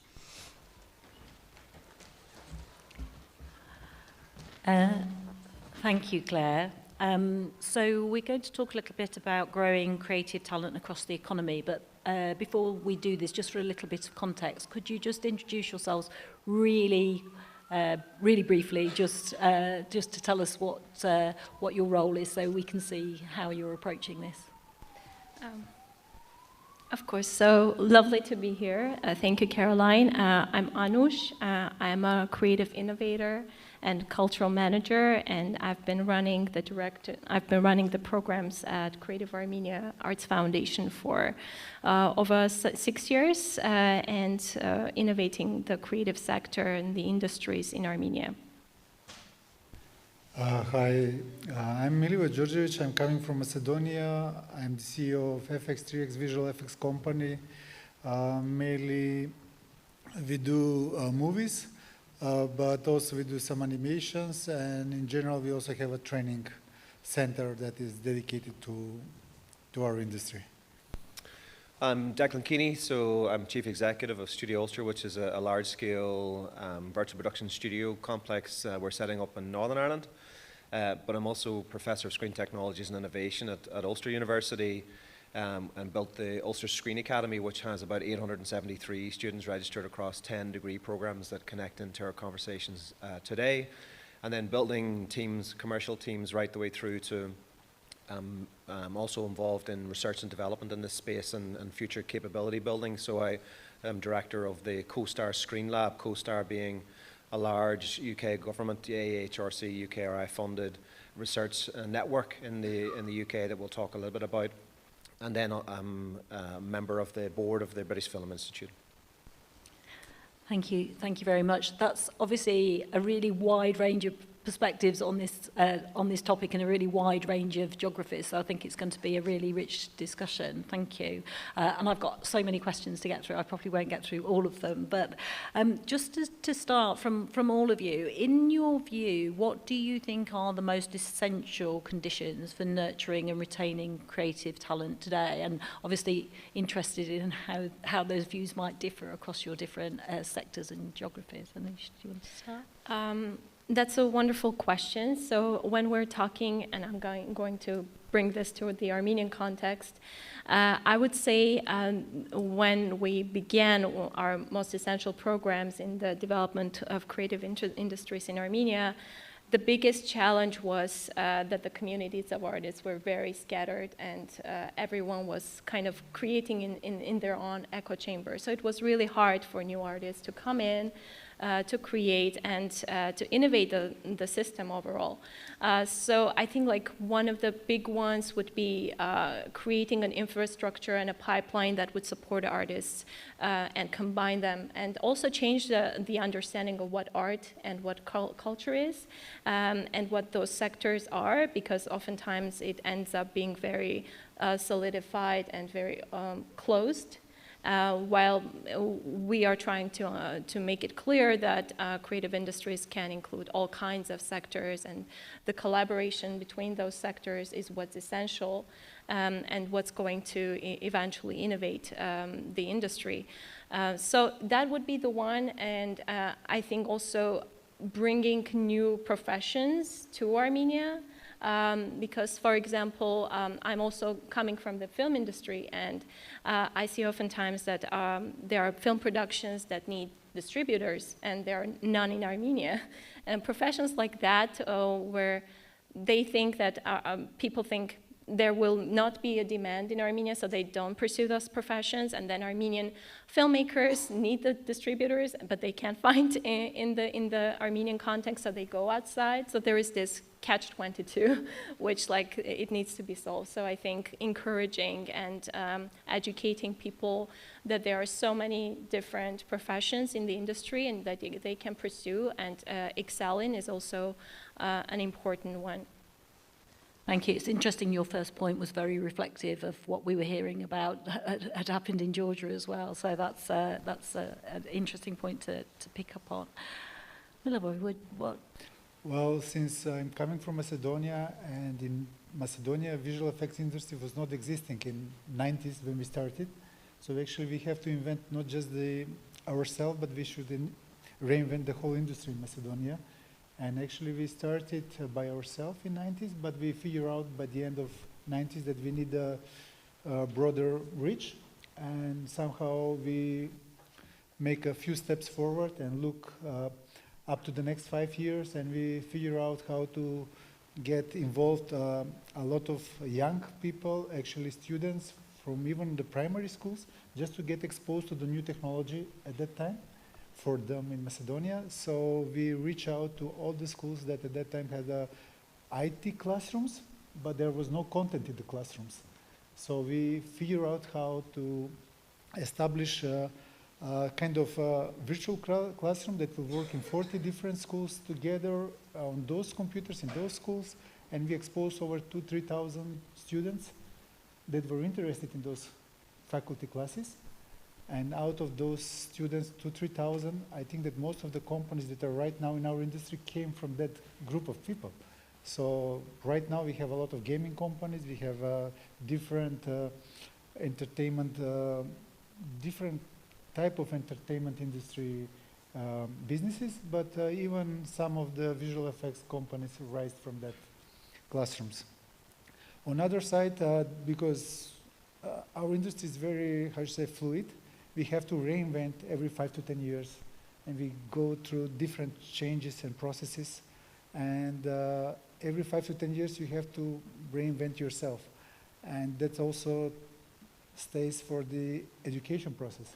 If we were teaching people like 20 years ago about the primary skills, now we start using some virtualization processes, and now we are talking, as you said, like virtual production was very active, but now it's augmented reality was in one time, but now it's artificial intelligence. So we are doing a lot of investment in our studio just to keep the pace. And at this moment, like 3 years ago, we also invested in one stage, like 400 square meters just for visual production. But it's more like experimental that we are using it, because we are going through that process, integrating artificial intelligence with virtual productions and motion capture techniques and everything, just to see the first steps to be a bit upfront of the whole industry, at least as much as we can. We have a good opportunity to work to the greatest studios in the world, and we are happy that we started really early on our path working with Industrial Lights and Magic. We have Ben here from that studio, and they were the founders of our industry. So they're like godfathers in visual effects industry. And we learn a lot from their teams because we worked with them since 2007. So actually they somehow established all these procedures and helped us to go through the processes and teach us a lot about the processes. And we are grateful for that. And on the other side, we try to implement all these things that we learned from the business to transfer it to our training center, because there is no training center in Macedonia on that level, so we have to do it and produce the students and produce the capacity for all the industry by ourselves. So we are trying to implement everything that we learn, every new process or every new technology that's coming in, to just transfer. And every few years we have to redo our curriculums and changing it to be a little bit different than the previous. And in today's environment, we see that artificial intelligence is growing rapidly fast. And let's say that in the last, like 3 years ago, there was 0% of artificial intelligence involved in our projects. We get to like 25% this year. So it's going, but it's going slow. You should see like progressing like 5–10% a year. But it will get from this point, I think the next point will be like 40–50%, and the next point will be 80% in a few years from now. So we have to be aware. I think your point about reinvention within the creative industries is something that we all recognise that we have to deal with on a regular basis, but we're maybe going to have to start reinventing ourselves a little bit more quickly, I think, in the context of AI perhaps. And I mean, that's an incredible story about the going from the classroom and essentially building your workforce from for the future, which all those people are now working in the industry. That's a great example. Thank you, Declan. Yeah, I mean, I think that a lot of what has been said resonates with us in Northern Ireland, and I think Claudetta talked about it earlier on as well. There's an infrastructure piece here where, excuse me, where it's about people. This is an industry about people, and we don't have stories, we don't have ideas without people, and we need to realise that our real value is in the IP, or the intellectual property that people generate. And so, but to create a workforce, to retain a workforce, there are a lot of different lines of attack. And so in Northern Ireland, we've actually introduced opportunities at school level with cinema clubs. We have a unique ecosystem for screen education in Europe. And this is something that the BFI identified in sort of a pan-European study. We have also unique qualifications at secondary school in moving image arts, for example, that connect animation to film. But then it is about thinking about all of the various prongs of the industry. So you have to remember that you have a workforce. You have to look at making sure that they're tooled, not just for the future, but that they're actually tooled to work in the way we need them to right now. And that isn't always taken for granted. And so we need to build a lot of opportunities for training and development in the existing workforce, and then looking where the challenges are. So in Northern Ireland, for example, in new technologies like artificial intelligence, looking at complex scanning and virtual production and all of that as an umbrella term, I realised very, very early on that we needed a long game as well. And so we set up a thing called the Ulster Screen Academy that connects to university. We've grown that from about 100 sort of graduates in about against 2 degree programs into 9 or 10 degree programs, many of them endorsed by companies like Epic Games and so on. Because convergence is a real thing for our industry right now. We see this very definitely in the virtual production studios that we've built called Studio Ulster. where we have C++ programmers, those who are 3D designers, now working alongside set builders and you know, the art department and DOPs and producers and directors. We don't necessarily need all of those people to retrain and suddenly speak the language of visual effects, but they need to understand what the tool is and how they can tell stories with it. And I think that this is something that we're looking at across the industry. To get people into this industry, I think there's a number of things. They need to see an infrastructure. They need to see an industry. They need to see it as an opportunity. We need to identify real careers in that space.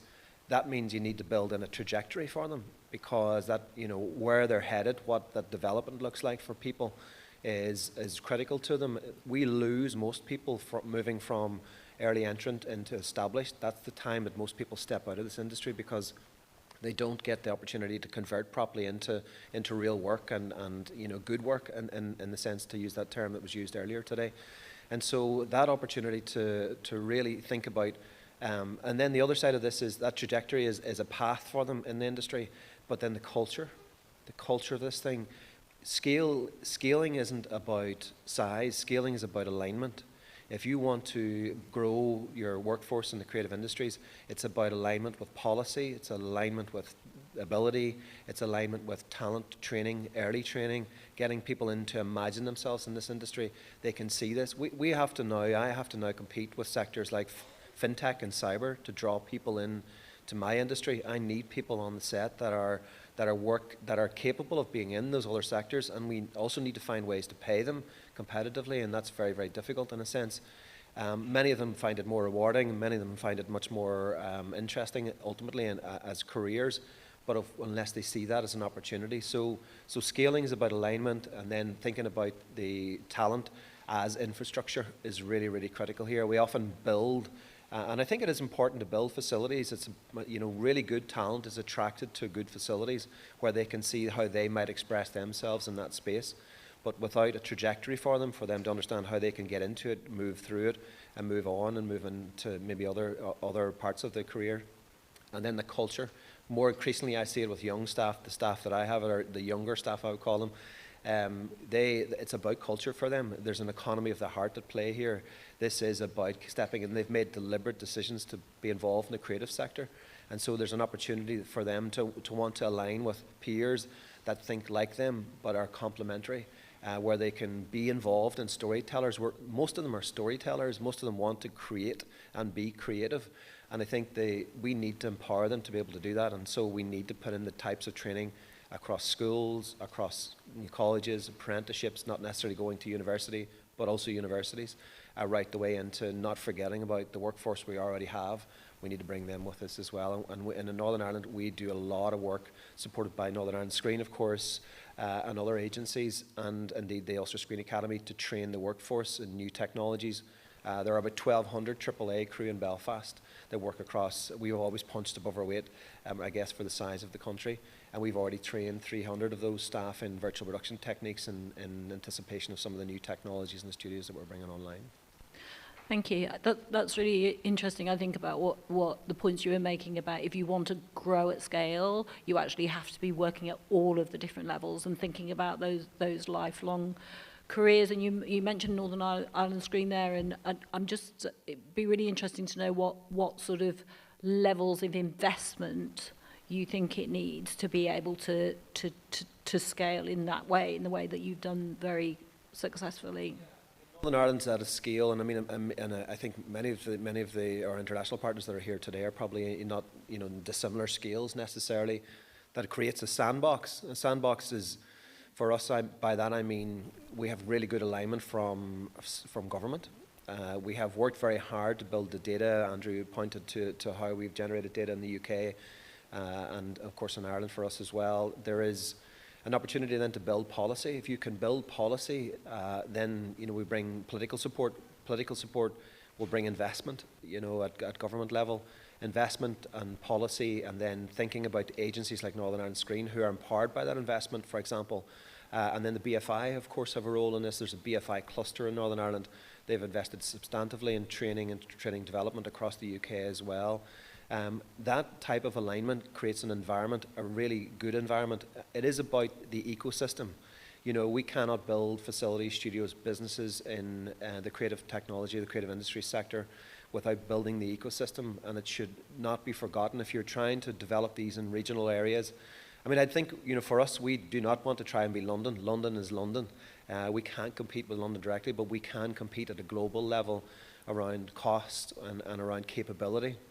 And I think we build Northern Ireland, you know, for us is a very different proposition, but it is that difference that actually makes us attractive in a way, being able to regionalise. We should embrace our regionality because we can bring different locations, different types of people, a different experience for productions nationally and internationally.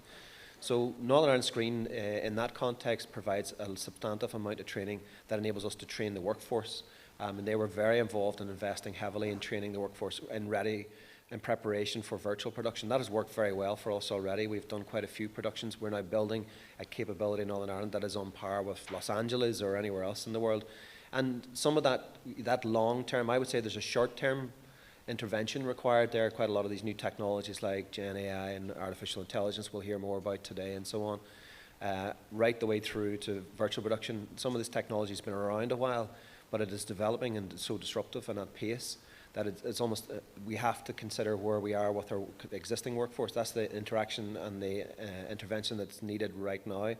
But we also need to play a long game. I need a sustainable workforce. I need a mobility in the workforce. You know, right now we have in our industries what I would call digital unicorns. There are certain people that float around the different companies globally that are very, very hard to find. And because of convergence across game engine technology, across visual effects, they're becoming increasingly required across other sectors also, digital twinning, architecture, and it's becoming more and more difficult. That pushes costs up, that pushes labour costs up. We want people paid well competitively, but we need mobility in the workforce. That isn't just on the island of Ireland, in my case, that is internationally. And you know, that for us, we have to bring people to Northern Ireland to pull in the level of experience. Studio Ulster can work at any level, it can work at AAA, but also right down to building small, micro and SME companies because of the investment in research and development. So alignment with key agencies, I think Claudetta talked a lot about this, so I think was really interesting this morning, alignment with policy, investment, and then looking at the commercial sector. The commercial sector, we can't, it's not a question of dictating. You design facilities, you design infrastructure with talent, not for talent. And I think that's a really critical piece from our perspective. Yeah, I think that's a very, very, very good point to note. Thank you for that. Anush, can we come back to you? So with Creative Armenia's incubators and Art Box accelerators, how are you equipping the emerging artists to, you know, towards that success, and how do you identify and support high potential talent that doesn't necessarily come from a traditional background? So with Artbox, the journey started actually with because that was the first incubator, creative incubator in Armenian context. The journey started right from the beginning to develop the system, the ecosystem that would embrace and kind of help the industry experts and the artists and different stakeholders to understand what this is. In the very beginning, I think like 4 years ago when we started, artists didn't even know what the creative incubator would help them do. So it started with teaching and explaining, holding info sessions and breaking it down. But beyond Artbox, there is the other component where we were also equipping the artists with trainings in IP law, because that's also something they needed to learn how to kind of hold and understand their intellectual property rights, as well as the export and import of artworks. And with Artbox, the way that we, in a nutshell, the program is a 8-week incubation with workshops with international mentors. And the mission was to have these mentors come from international background to break the barrier and to help us innovate also the perspectives of the artists, and to help them think bigger, because oftentimes they end up working only in the local context and not really competing or collaborating with the international markets and fields, stages. So that was the purpose of it. And then all throughout the 8-week workshops, they developed their business plans and realized at the end the projects that they worked on. And how to identify the high kind of potential, the potential project is, well, first of all, do they come with their own teams? Do they have an idea that has a potential to reach the market, to have also profitability, which is an important component that we were working on to bring the projects that would have profitability and in a more kind of fundamental way, make it clear that art is not just a consumer of the resources of the country, but it can also provide and produce and secure a great turnover. Yeah, choosing the projects and the businesses that have that potential to then generate income and revenues and have strong teams and clear idea and a very future-oriented looking. So that's a clear kind of a green light for us that, okay, these are the teams and these are the projects that can go far. And another thing we were really looking deeply into is how to create the sustainability for these projects, because yeah, you can have funding and you can, and I know we will talk about it later, I know about that, but you can have funding and you can help projects kind of take ground and move on, but it will all kind of end at some point, the funding, and then what? So it was also important for us to create a system that would encourage the sustainability and for them to think about it from the very beginning. So yeah, we're doing this, but what's the next step and how we can create a system within our work that would make us our work continuous. And on that particular program, were there key international markets that you were focused on in terms of particular territories, or and you know, were your mentors therefore drawn from those markets, or was it a little bit more responding to the creative drive and then trying to find the markets for those ideas? Which way round did you approach that equation, I guess? On the European market, so our mentors were coming. The way we chose them, the criteria was, we didn't want just people who were workshop leaders. We wanted people that were coming from the practical field of like doing the job, and so that was our approach. We focused on the European market. So the UK was one. We had Denmark. We had a professional from Lego House. We had France, Belgium, Latvia, Litva, and countries like that. So it was all spread throughout Europe. Yeah, and our criteria was choosing people that would have a strong experience in the creative industries and would be on the forefront of innovating it, and so could bring not just theoretical knowledge and just a blueprint of how to do things, but would help and guide these teams and these projects to really succeed at that time. Thank you. Lilvo, you talked a little bit earlier about obviously how you kind of had to build everything from scratch, pretty much, and have very, very successfully done that. And we sort of touched on AI. What are the other sort of gaps and opportunities you're seeing now, kind of within the talent pipeline, you know, in Macedonia and for your industry in particular?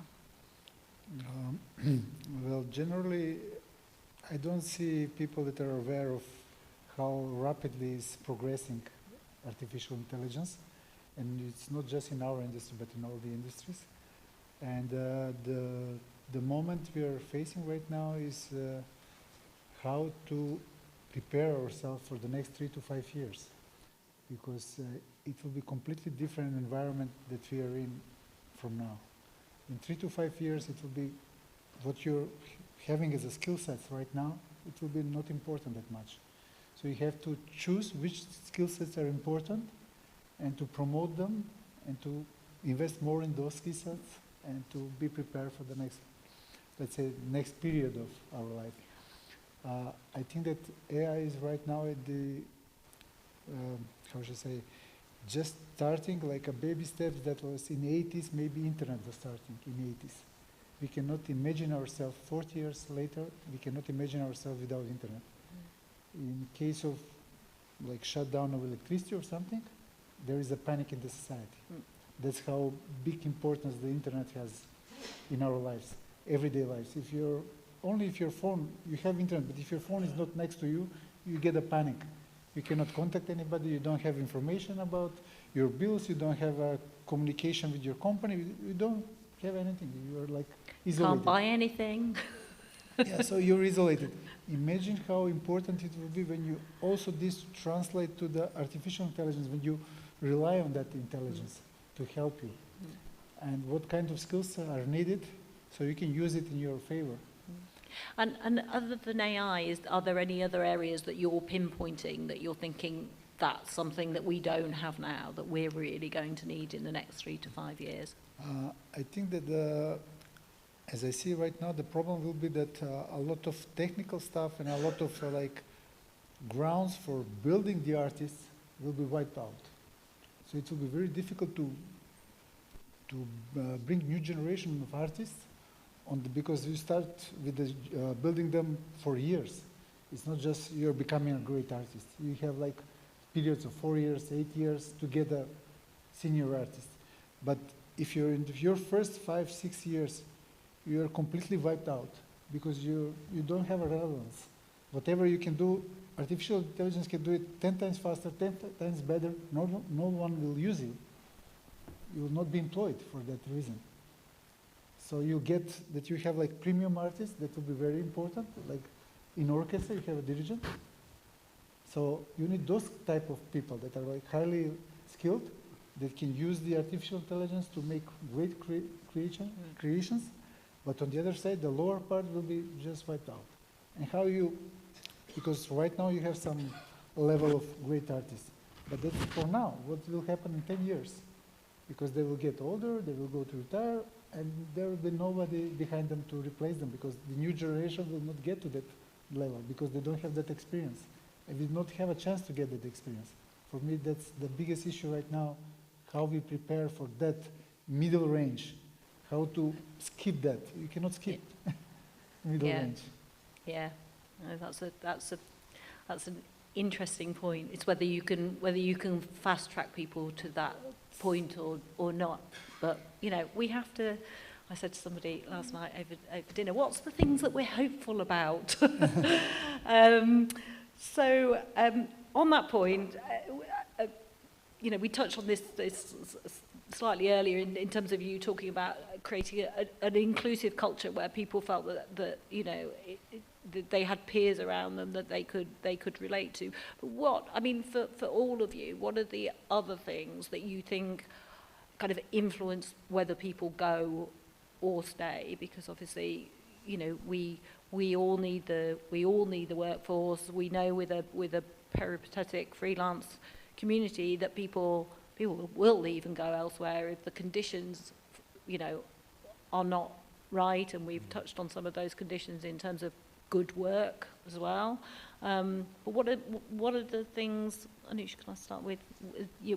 What makes people go or stay? So, in the context, you mean the experts and the workforce? In terms of creative talent in general, I guess, you know, what are the factors that attract somebody to a certain place or and retain them, which is obviously critical. Well, I think like the opportunities in the Armenian context, if there is a certain level that you excel at, and then there is like the industry doesn't hold any more opportunities for you, that's when those people would leave. But on the other hand, if you have more entrepreneurship skills, those would keep you in the country. And so there is, I would say there is a lot of potential for creative entrepreneurship. If you have that in you, you would stay and you would be the leader of a certain industry. So there is a lot of that. But how to keep them, how to retain that is to always invest in the innovation.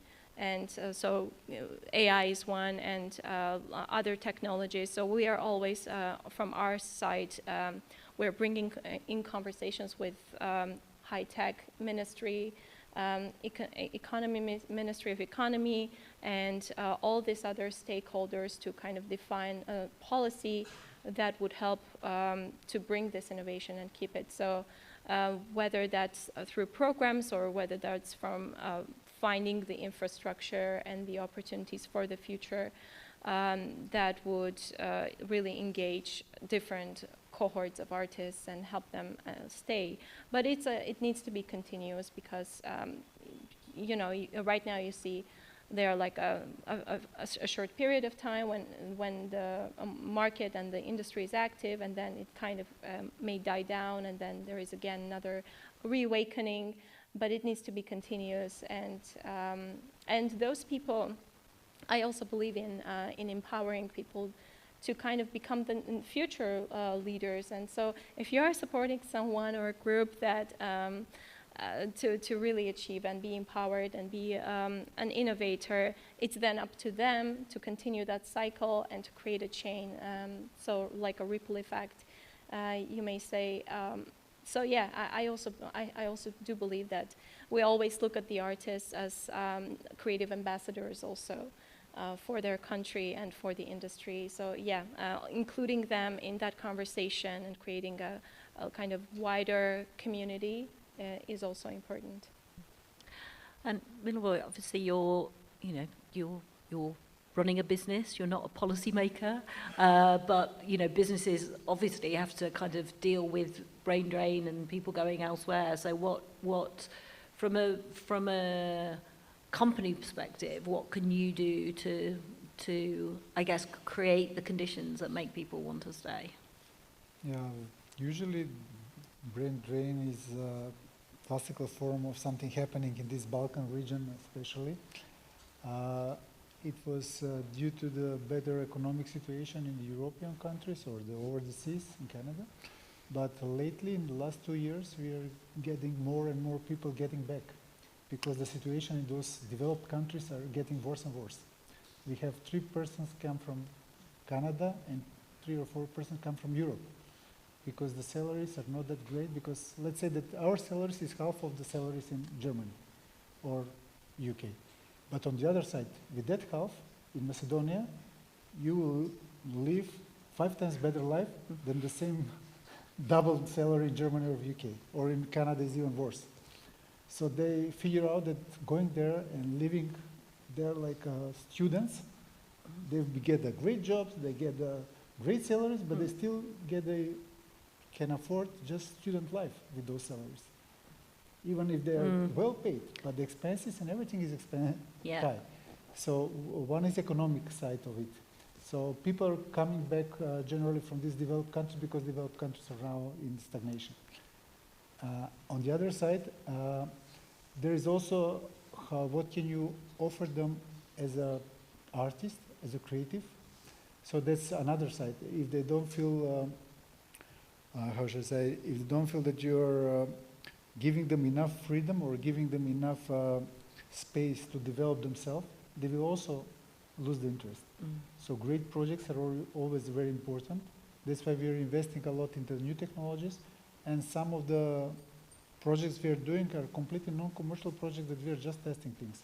And they're more interested working on those projects than actually on the projects, because we are making money on the commercial projects, but we are keeping the people on these creative projects that are actually investment in some future education. So is balancing the in the industry. Yeah, if you're running a business, you have to balance.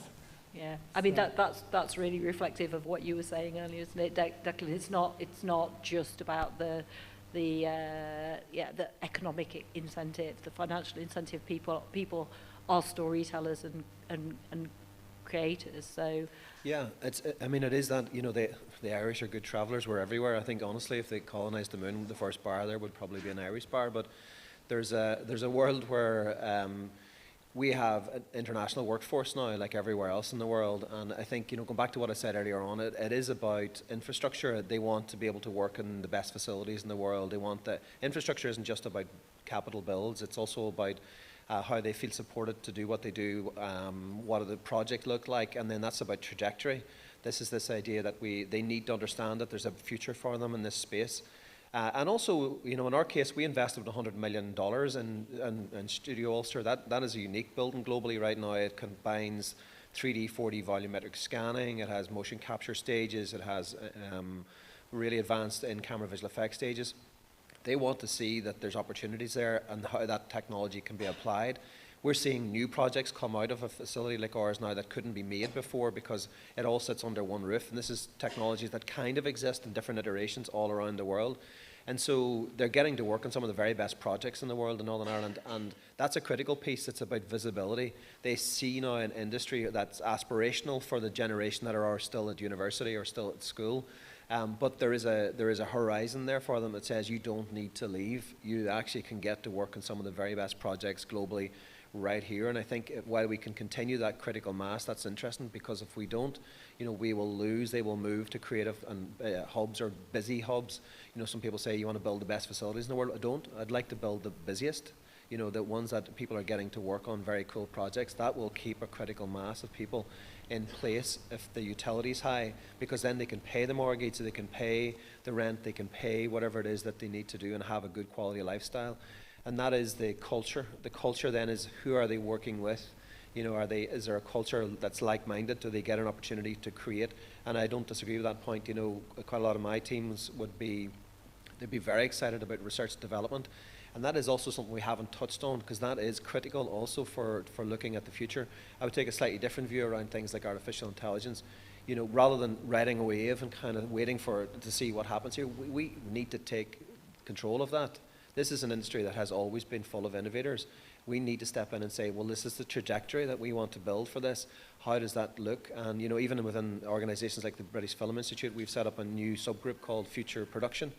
That is about creatives. Rather than saying we don't want to deal with this and we don't want to see this happening, is actually, where are the opportunities? What is the thought leadership around that? How do we, as an industry, shape this? There are huge opportunities, and much of it points towards empowering creativity.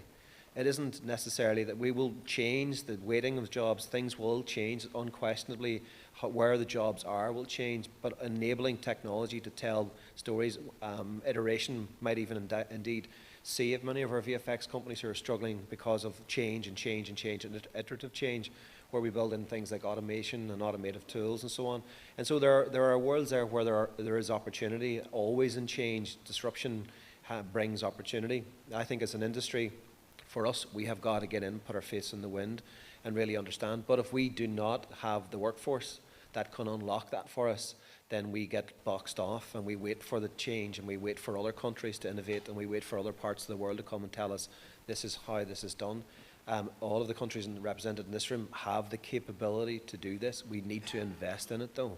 We need to build strong training programs that are not necessarily about what it will look like. I'd back into the workforce that had to step away. That's also then thinking about, and something we've touched on already, sustainability. How do we sustain this industry, and how do we sustain the growth?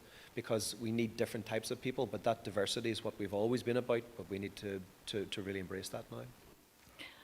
Thank you for that. I think that's a brilliant point to finish on. I know I've not got through anything like all of my questions, but I think we're probably out of time. But I think that challenge of, you know, we've heard some incredible stories of how people have grown the sector, in some cases from nothing, you know, with the investment support, with you know, new and innovative models. But I guess the challenge now is for all of us, how do we take that next step forward, the next step in growth, and how do we take control of the future proofing of that, not letting other people come in and tell us how to do it, because that that regional focus and knowing that we're working with and representing our communities is absolutely key.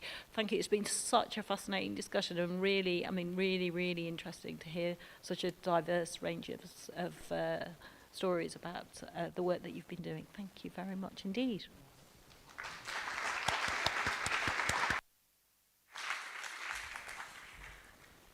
Thank you all, really. What a rich conversation. And I think we are, wherever we're working, we are nothing without people and creative talent, and all of your stories said that very loudly. And I think segues very well into what Sam Michelle is going to come and talk to us about.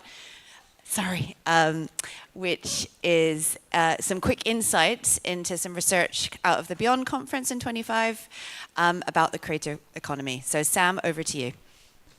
Thank you very much, Claire. Thanks everybody for coming. I put the timer on because I realised that I am the last person between you and lunch. So I will definitely have an incentive for all of us to keep this very quick. I'm one of the directors of Beyond Studio. We produce the Beyond conference, and I've seen some people here who have visited us in the past. And I would love it if some of those who haven't been before would like to come next year. We're in Salford from the 24th to the 26th of November.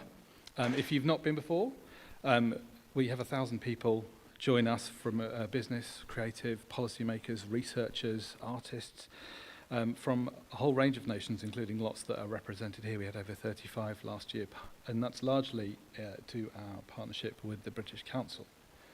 We work very closely with lots of UK-based research institutions. If you want more info, there's a QR code. We love a QR code. There's a QR code with a report of lots of information about Beyond on the screen. In previous years, we've covered things like AI and sustainability and creative cities. And I wanted to tell you a little story about what's happening this year. So we were looking around, casting around, working out what we were going to cover, what themes would resonate the most. And my kids inspired me slightly. They don't watch TV. They're on TikTok. They're on YouTube. And when I look at their friends as well, their media consumption is completely different from anything that I consume. And they talk about people I've never heard of who have huge followings. I'm like, what do you refer to these people as? And they're influencers. And the first thing that comes to mind when I think of an influencer is somebody, posing to a camera. Get ready with me while I do something. Or some stunt where I'm pouring ice water over my head. So I thought, I know what. Where do you go to find out what someone is online? You go to a large language model, and you ask it to draw you a picture of what it thinks content creators are, because that's the average of everything, right? I'm not sure that's very good, and the guys in the corners look really cross. So I tried again, and it got even blander. So I thought this doesn't really represent the breadth of content creators. There must be better, so I went for language instead. So Adobe have a report out in 2020, and they were talking about content creators, a very generic description, and then Wikipedia has a very generic description. And then I thought, what I'll do is I'll ask ChatGPT to look at those and add in creative economy, and it comes up with a third one, which I think is probably a good description. And then pondering it a little bit more, thinking, that's weird. That sounds a lot like everybody who works in the creative economy, artists, people working in film and TV, and where do these worlds coincide, and what size are they? So we started looking at the research, and this is what we found.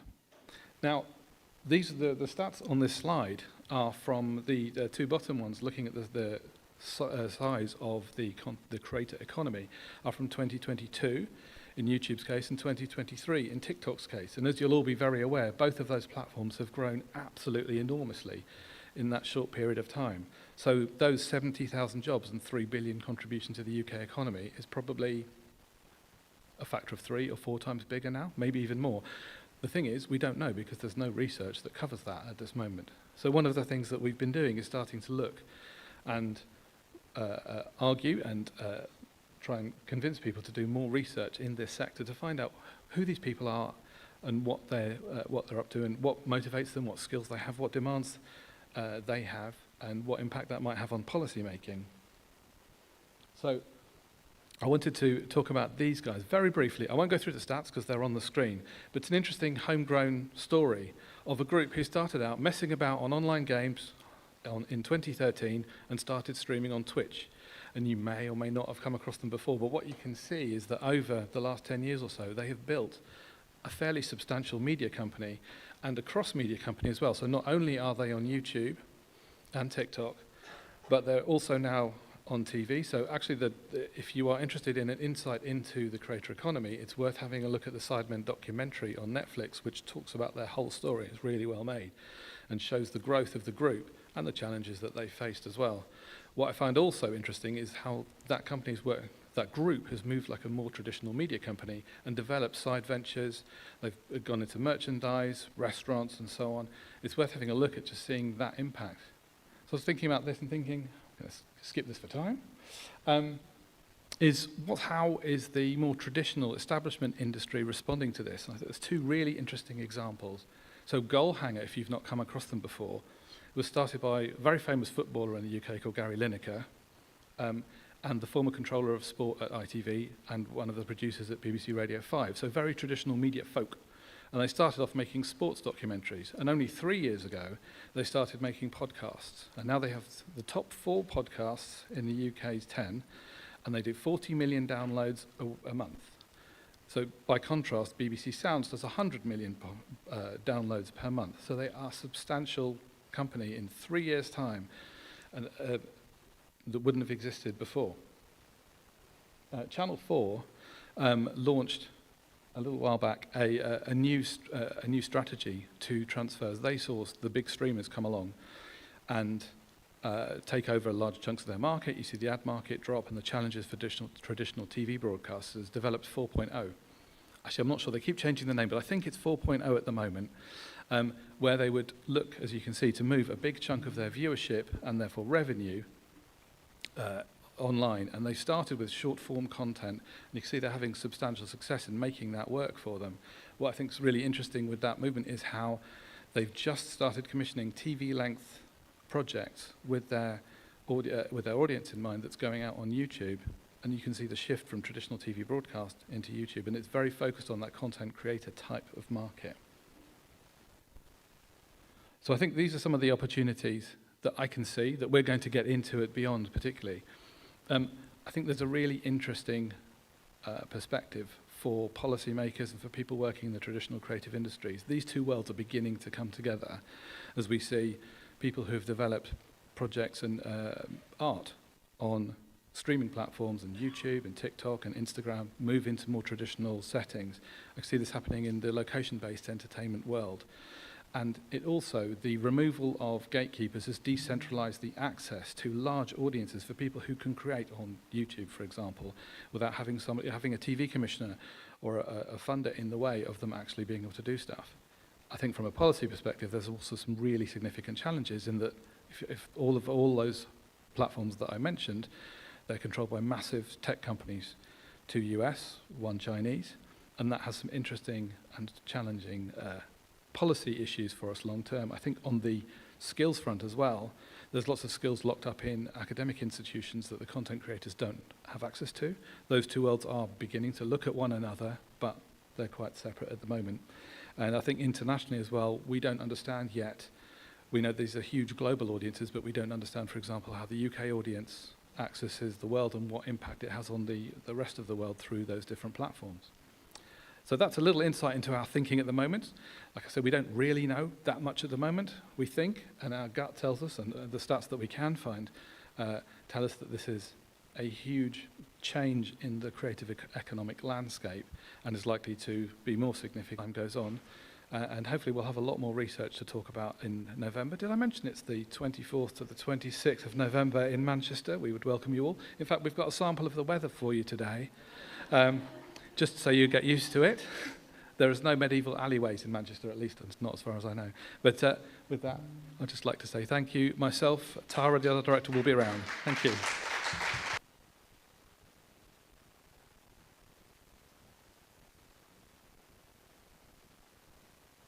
Thank you, Sam. Right, that leaves me with the task of just wrapping us up before lunch. We bring up a new slide. So for those of you who are joining us tomorrow, there is a much deeper chance to delve into these topics through workshops. So the QR code there, I'll just get out the way,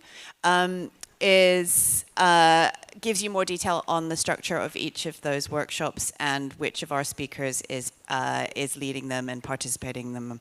So there are also some printouts outside, and there's a chance over lunch we can kind of circulate and make sure everybody knows a little bit more about the format. But basically, please do sign up. There's 2 sessions on each of the key 4 topics of the conference. So policy, around innovation, skills, entrepreneurship, around placemaking, and around sort of digital technology. So those will be the 4 key themes, and you'll get the chance for a much more conversational approach than we've had so far today. I think that is all I need to say on that. But please now join us for lunch. We are at the City Restaurant. Those of you who were there for dinner yesterday, it's the same restaurant as our dinner.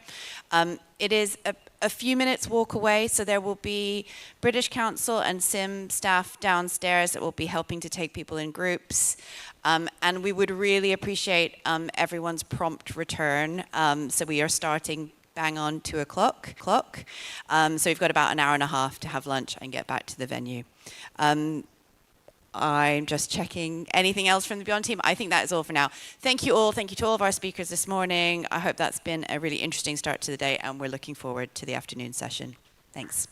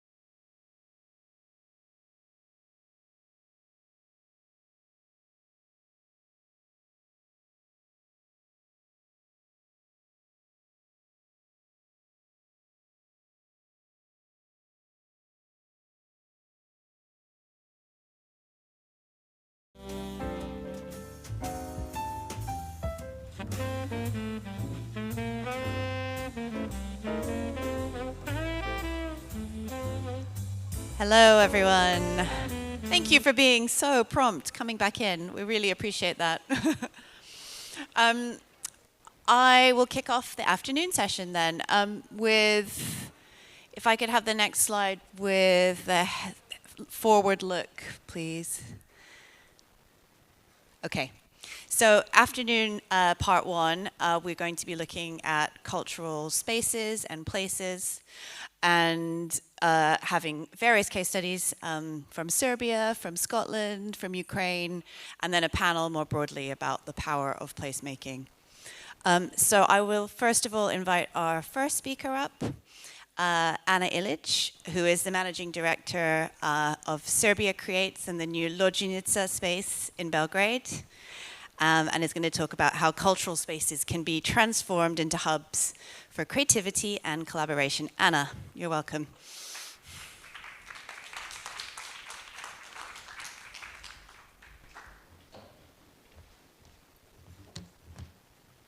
Thank you, Claire. Thank you, everybody. It's a pleasure to be here with you today.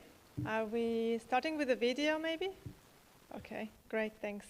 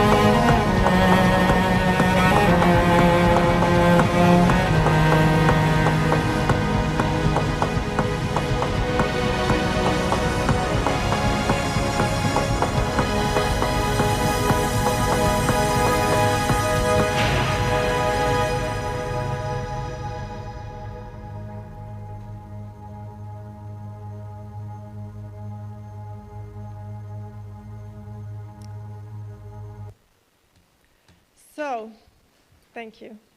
Lođenica is, let me explain the name first. It's actually a name for a place that's a railway depot.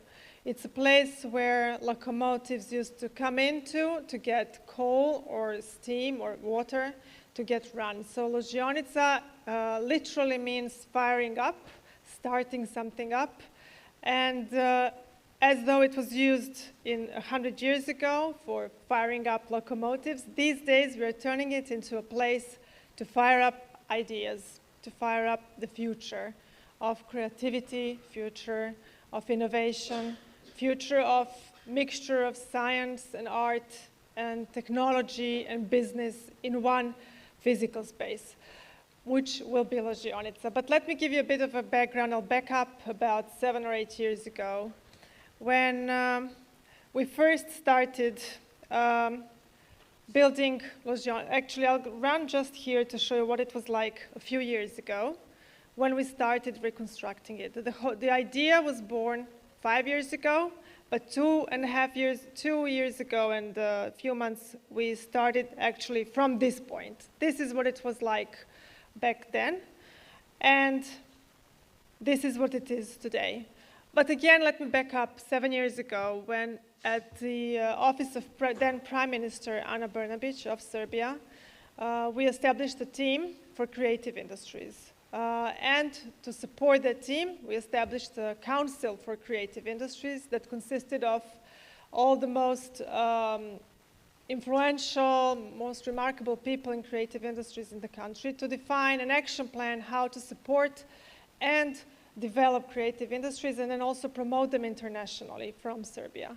You see, in Serbia, there were a lot of different initiatives artists, creatives, but it was all scattered. It was all over the place. It was never called as a unified sector of creative industries before. It was all arts and culture, but then separately architecture, and then separately IT, and then media, but it was all over the place. Nobody looked at it as a whole one sector. And then we took the first serious look, in-depth look into it, and we did an economic assessment of its economic impact on the economy of Serbia. And we realized that they actually contributed 7% to the economy, to the GDP of Serbia. They employed over 120,000 people. Nowadays, it's already more than 150,000 people.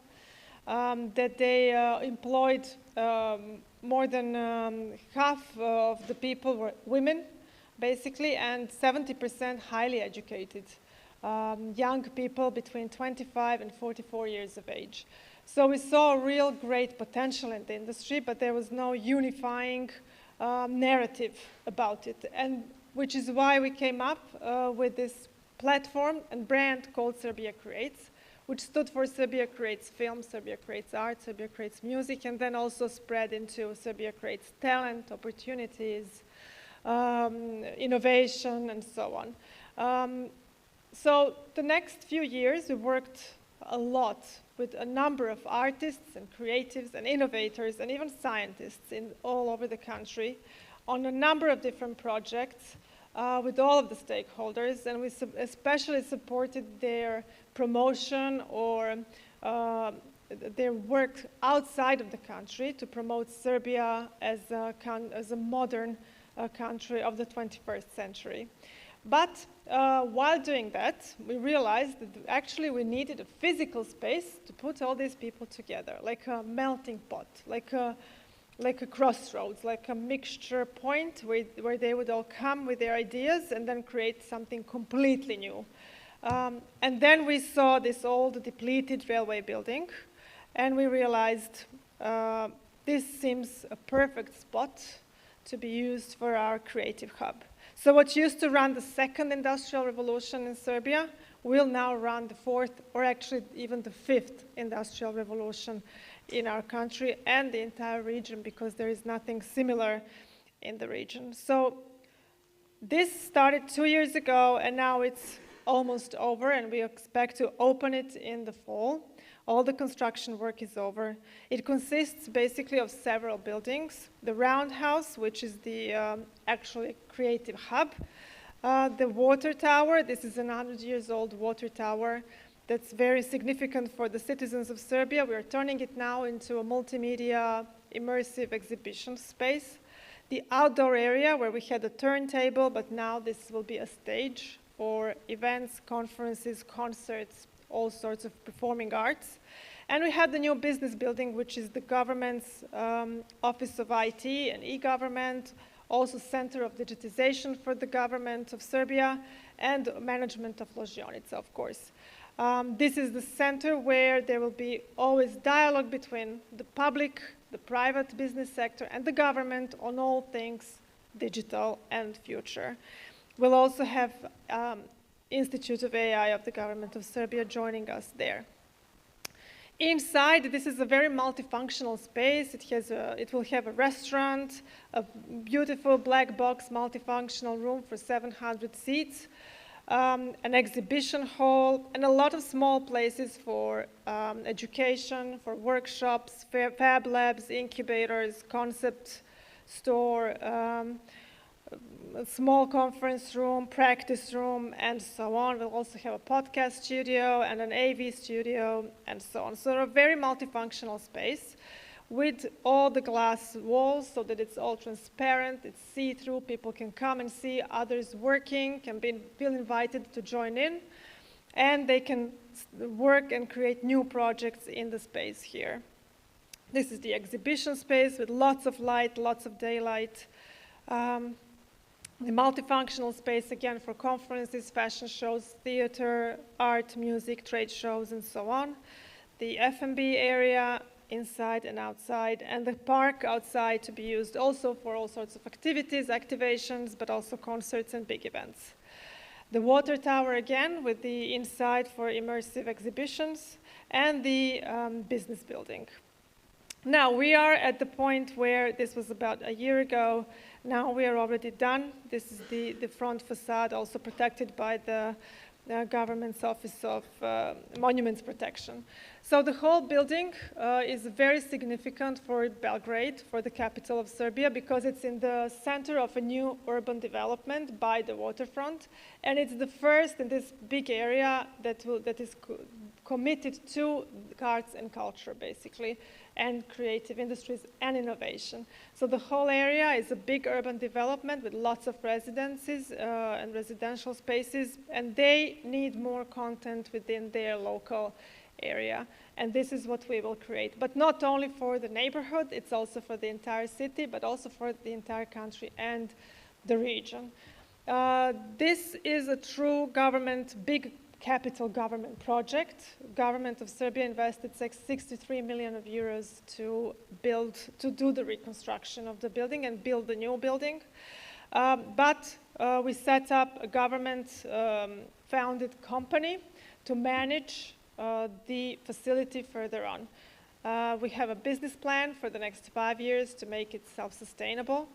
And it will be run by an experienced group of people, mostly Serbia Creates team, to make all the programs and work with a number of partners. Our idea is to have tenants that are not just using the space for their business, but also to be partners and to contribute with their programs to our overall program and vision. And the vision is to make this a melting pot, really, of arts, culture, creativity, IT or tech, business and science. So there are no real lines between those sectors and those activities, but they all work together here and create something very new and create the future of Serbia and drive it, basically. It is also crucially important for us to be very well internationally connected, which is why we've worked with the British Council from the very beginning of the entire endeavor. We will also have a big partner inside, which is the American Research Center of the American Embassy in Belgrade. We're doing programs together, and they'll have their own little space inside. We're also working with the French government and the French Center from Paris, Center of 104. They're our partners and mentors, currently transferring their knowledge to us, helping us set up the business and run programs in the future. And we are very also proud of having established last year a regional network between Western Balkans countries, Serbia, Croatia, Bosnia or Republika Srpska, Montenegro, Albania, and did I mention Slovenia? I'm not sure. But we all established a network of similar initiatives and spaces to work together, exchange artists, experience, and knowledge.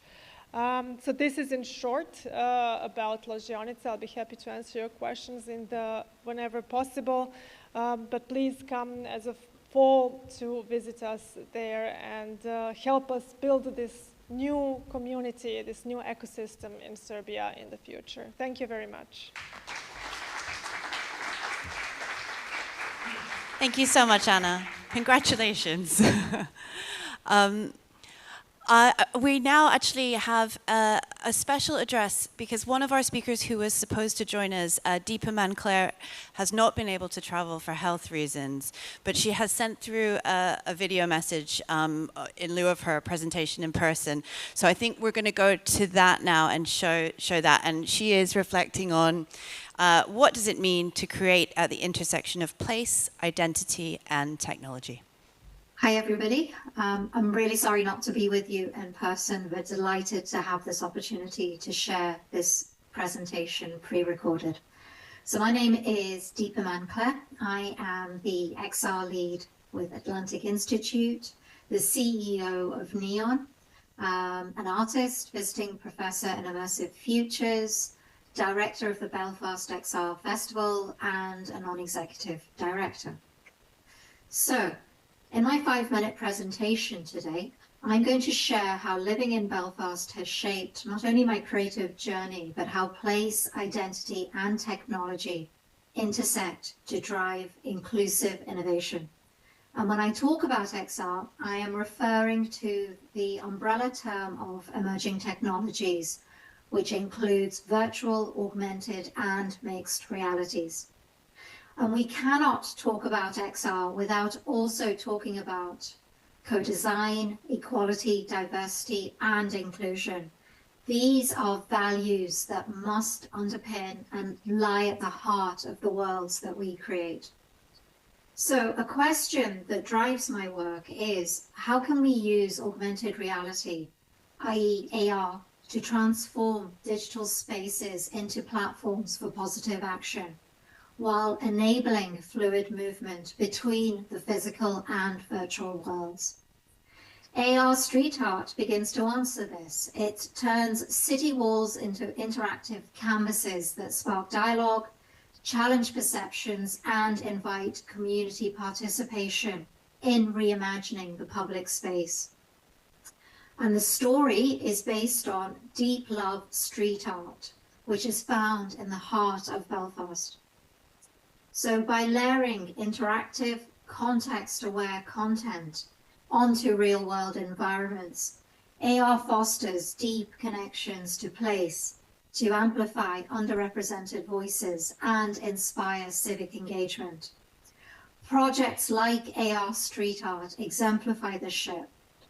They turn static urban services into dynamic canvases for storytelling, for protest, and cultural expression. Now, these digital interventions not only animate public spaces, but they also invite participation. They reimagine the streets as inclusive, evolving forums for dialogue and collective imagination. And now AR street art has been integrated into live street art tours. And this has enhanced the traditional tourism experiences. So visitors using their phones to reveal hidden stories, animations, and soundscapes embedded within murals. They bring the city's walls to life and offer a deeper understanding of local histories and social movements. So AR Peace Wall is a twinning project between Belfast and Hiroshima. It uses the crane, a global symbol of peace, as its central motif. And the experience commemorates the profound human and environmental loss of the atomic bombing, which claimed the lives of 650,000 people. And it commemorates the Troubles, where 3,000 lives were lost. But before explaining what AR Peace Wall does, it's important to understand why it was created. Now, in Northern Ireland, space is a deeply contested and politicized concept. The peace lines, also known as peace walls, are physical barriers that separate Catholic and Protestant communities, a legacy of decades of conflict. There are 97 peace walls which stretch over 21 miles across Belfast and Northern Ireland. And they symbolize both division and the complex journey towards reconciliation. So AR Peace Wall explores peace building digitally. And it tells the story of a little boy on the morning of the atomic bomb. And at its core, this story explores the diverse paths taken towards peace building and the extraordinary resilience of life, even in the face of heat 40 times greater than that of the sun. It is ultimately a story of survival and hope. But what excites me most about AR is its ability to transform how we remember history in public spaces, shifting power by capturing and sharing collective memory. AR offers new ways to engage with the past, democratize space, and foster deeper education and connection in the very places that we move through each and every day. But with no current regulations defining ownership of digital space anchored in the physical world, AR remains open and accessible to everyone. This makes it a really powerful tool, especially in the realm of social justice. So thank you for listening today. Please take a note of my email address, Deepa at Discover Neon, and reach out if there is anything in my presentation today that resonated with you. And please enjoy the rest of the conference. Thank you. Hi, everybody. We're so sorry not to have Deepa here in person, so if anyone does want to connect, please do let us know, and we can help to make that connection directly to her. We're going to travel now from the north of Ireland over back to Scotland and invite back to stage Gillian Eason from Creative Dundee, who's going to talk to us about Dundee's creative ecosystem and that connection between community and policy making. And Gillian, the stage is yours, please. Hello again. It's lovely to be back. So I thought I'd bring our community, some of our community with me today, so welcome to Creative Dundee. I'm going to tell you a bit more about what we've been doing over the years with the organisation. And here's the temperamental clicker, it's all good. So just very briefly, a bit about Dundee and myself. So yes, it's a city that's on the northeast coast of Scotland. I'm not going to read this all out word for word. It's got a really vibrant video games cluster, so had the first video games course in the UK about 35 years ago, and it still continues to be a really great location for games businesses. We are the UK's only UNESCO City of Design. We've got big old V&A Dundee based here, and yeah, as I said earlier, the creative industries are the key sector in the city. So it's a really small, ambitious, Declan mentioned punching above the weight kind of vibe city. My background is in design, innovation, creative entrepreneurship, startups. I really got disillusioned with growth for growth's sake in about the financial crisis time. Giving out lots of cash investment to startups is great, but once that dries up, then all you're left with is people and a place trying to do their thing. So I started a blog called creativedundee.com and just started populating it with stories that were happening in my city. Now, I didn't do this at that point in time forever. I was doing this on top of my day job, but about 10 years ago, I started to, well, it was other people that started to say to me, that Creative Dundee thing that you do is quite interesting, maybe you should do more of it. So inspired by other people, I have been on a journey of establishing Creative Dundee, which is now a charity. And we are an organisation that is increasingly difficult to define, but we're a network organisation with some kind of whistles and bells now that we've been going a little bit longer. And we're increasingly working at the intersection of other big challenges that our city and our world is facing, so climate justice, future of our high streets, health and well-being, etc. So we predominantly run events, projects, and we have a digital platform, and I'm just going to briefly touch on them. So in terms of our public engagement, I think this comes up a lot about how do you bring the public along on the journey with you as a creative, in the journey of creative economy work. So one of the ways we like to do it is crowdsourcing. It's a really good way of us engaging with the public, quite a light touch way. And we've been producing this little guide, 99 Things to See and Do, for a number of years now. And it's just simply a Google form. There's no magic in it. It's just simply a Google form that we actively promote, get people to kind of contribute into, and then we curate and collate into this little guide. And it's a really popular little thing. So universities use it for new freshers coming to the city. NHS sometimes uses it to recruit, that's National Health Service, sometimes use it to recruit people to move to the city. The cultural organisations all stock it, and it's just a lovely way of boosting civic pride, which we find is really important at Creative Dundee. Another thing that you probably have come across, Pecha Kucha Night. So we run the largest Pecha Kucha in the UK, and it's basically a speed presenting format, a wee bit similar to what you're experiencing today. Again, a really democratic way of hearing from a bunch of different people on one night. So there's no keynote speakers, which is a joy. Everybody's got the same amount of time. Love it. And what I love about it is the audience is incredibly diverse. You've got purple here from one end of the age spectrum to purple here at the other end of the spectrum. And then we have our digital platform. So that is a really active place. That's our venue, as it were, because we're a very nomadic organisation.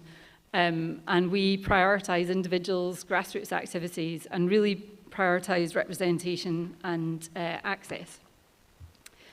So we like to speak about scaling deep. Yeah, you can scale out, you can scale up, but scaling deep, changing the culture of our place.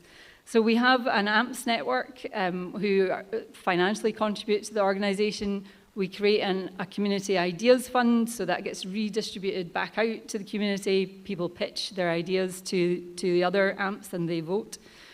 We run quite a significant fund for Creative Scotland, the arts funding body in Scotland, which is about establishing and enabling other existing creative networks to grow.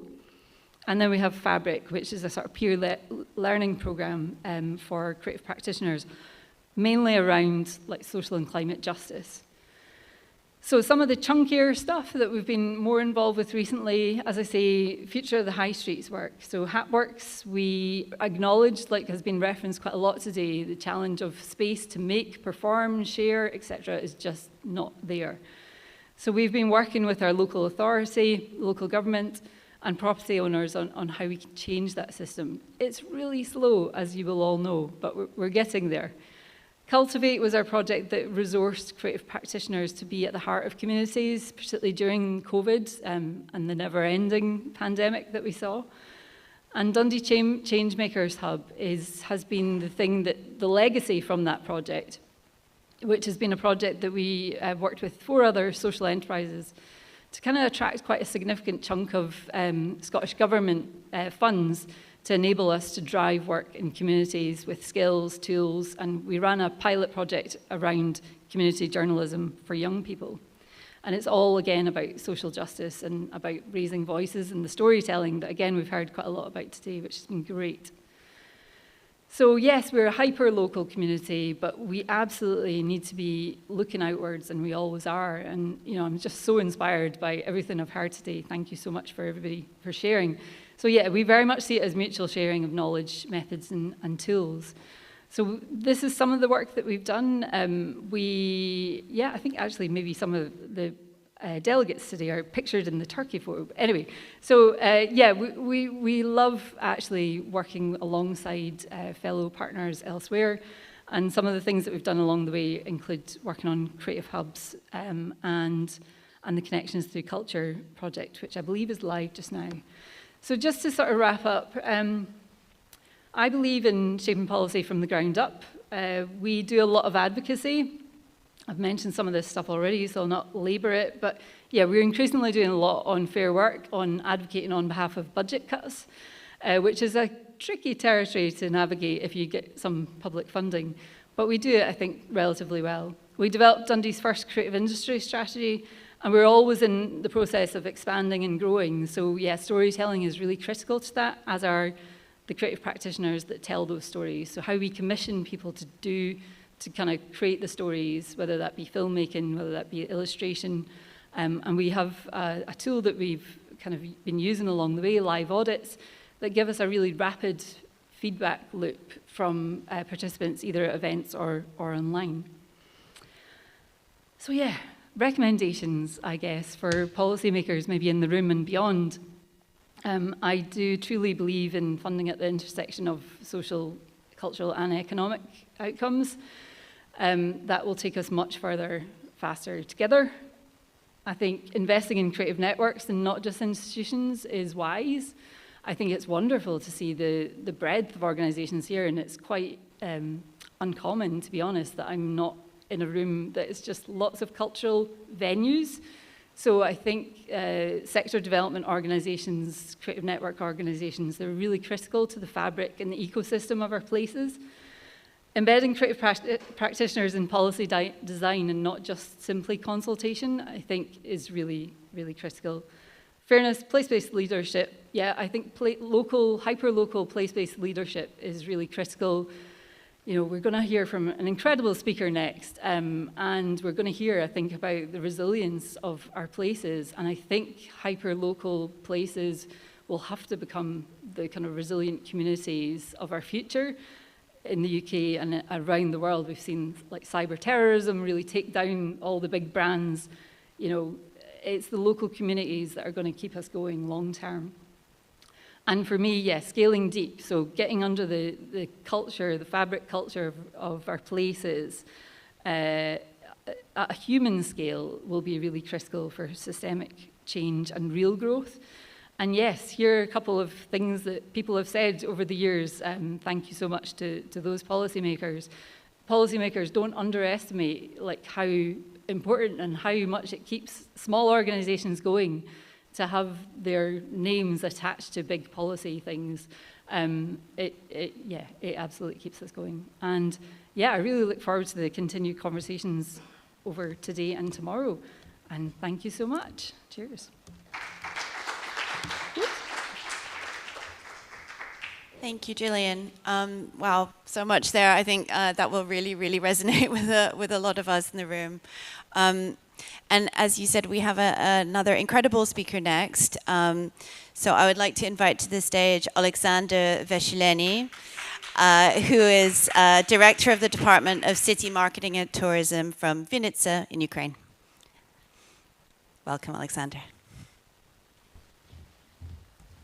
Good afternoon, and I'd like to thank to the British Council, CIM Forum, and the Beyond Studio for such an inspiring event, and for providing me and us, Ukraine, the opportunity to be heard from the stage.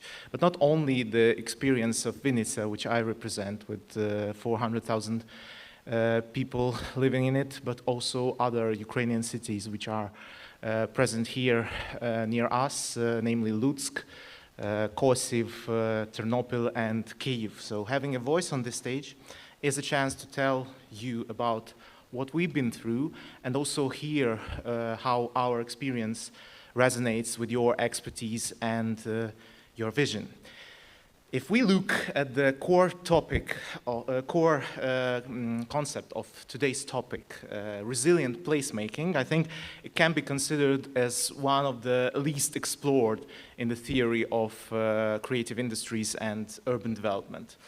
Globally, resilience often conjures images of preparing for disasters, social unrest, or climate changes, and it speaks to maintaining stability in basic needs, but also in a deeper human level. In the context of Ukraine, you might recall the images and the familiar events of the Chernobyl catastrophe or the destruction of the Kakhovka Dam. These disasters, alongside their immense humanitarian consequences, teach us also about what comes next with affected territories, the people, and environments. As we see in these cases, nature demonstrates greater resilience and ability to recover than the human soul. The reason for this probably lies in the rapid replacement of damaged processes and with new ones, sometimes very predictive, but sometimes very creative. So can our cities and communities prepare for challenges of such scales? The city of Vinnytsia, which is considered to be the cradle of decentralization in Ukraine, has become a leader in strengthening the role of local self-government during the past 2 decades. This is also reflected in a continuous tradition of urban development, planning and strategizing for over 10 years by now. To dispel the impression that this list suggests more multiplication of documents rather than concrete actions, here's just one eloquent fact for you. For 7 consecutive years, Vinnytsia has been recognized by its residents as the most livable and cozy city in Ukraine, which we are still very proud of. But at the same time, the comfort zone, let's call it, can lead to a decline in the ability to think outside the box and to innovate. So let's say coziness equals laziness. And as we embarked on a new strategic cycle aiming to brand Vinnytsia as the city of ideas, we confronted a vital question. What is the creative sector's true role in shaping our urban fabric, our economy, and the very bonds between the people? This led to our bold 2030 strategic goal, a vibrant city, to the path to transforming Vinica into a dynamic yet balanced and still very livable community through culture, tourism, and creativity. Our collaborations, public, civic, private, have propelled us onto Ukraine's creative and festival map, boosting the event, tourism, and also earning us multiple cultural and tourism awards. Nestled in the heart of Ukraine, just 250 kilometers from Kyiv, the capital, we became a magnet for artists, managers, and opinion leaders who seek new frontiers of the so-called cultural decentralization. However, the start of the invasion on February 24, 2022, plunged representatives of our sectors, as much as all another, into a profound existential crisis. But instead of shattering, our established horizontal connections became lifelines. So we sheltered war-affected Ukrainians, distributed thousands of tons of humanitarian aid, and rushed to impact sites to feed rescuers and clear rubble, just as I think most of those who sit here did also. The first year of aggression, with its relentless energy infrastructure shelling, taught us resilience at every agonizing step. So social cultural facilities were transformed into shelters and points of unbrokenness, having a chance to stay during air raids or blackouts, where people found worth, power, and vital community support. City tours, for example, became a tool for integrating internally displaced persons and later veterans, helping them return to social activity during rehabilitation. It's no coincidence that the biggest achievement in tourism for our city is the launch of the official branch of Camino de Santiago from Vinica, and over 500 pilgrims by now have walked it, finding mindfulness and healing on their journeys. These hundreds of initiatives erupted spontaneously, driven by a fierce desire to fill the void created by constant stress and existential threat.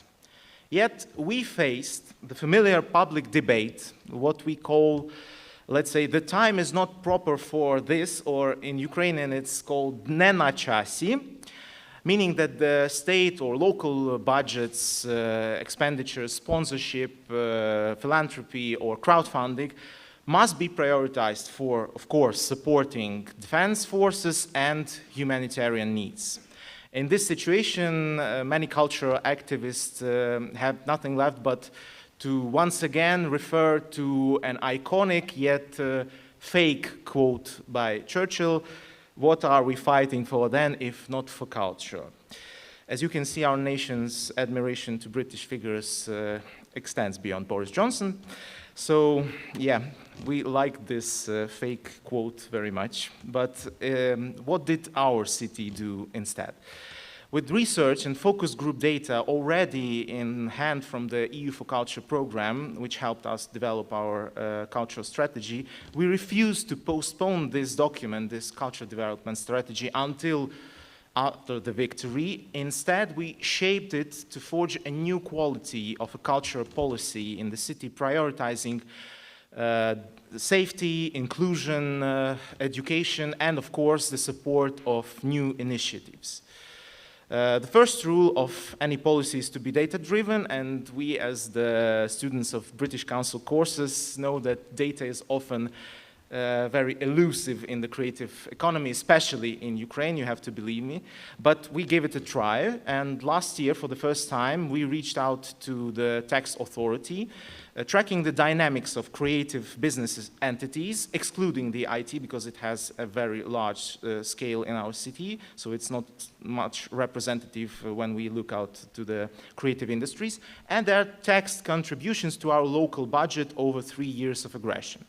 The results were not just surprising, they were exhilarating, yet still 1.5% of our budget, this is a visible growing presence in our local economy. So is the time not proper for culture?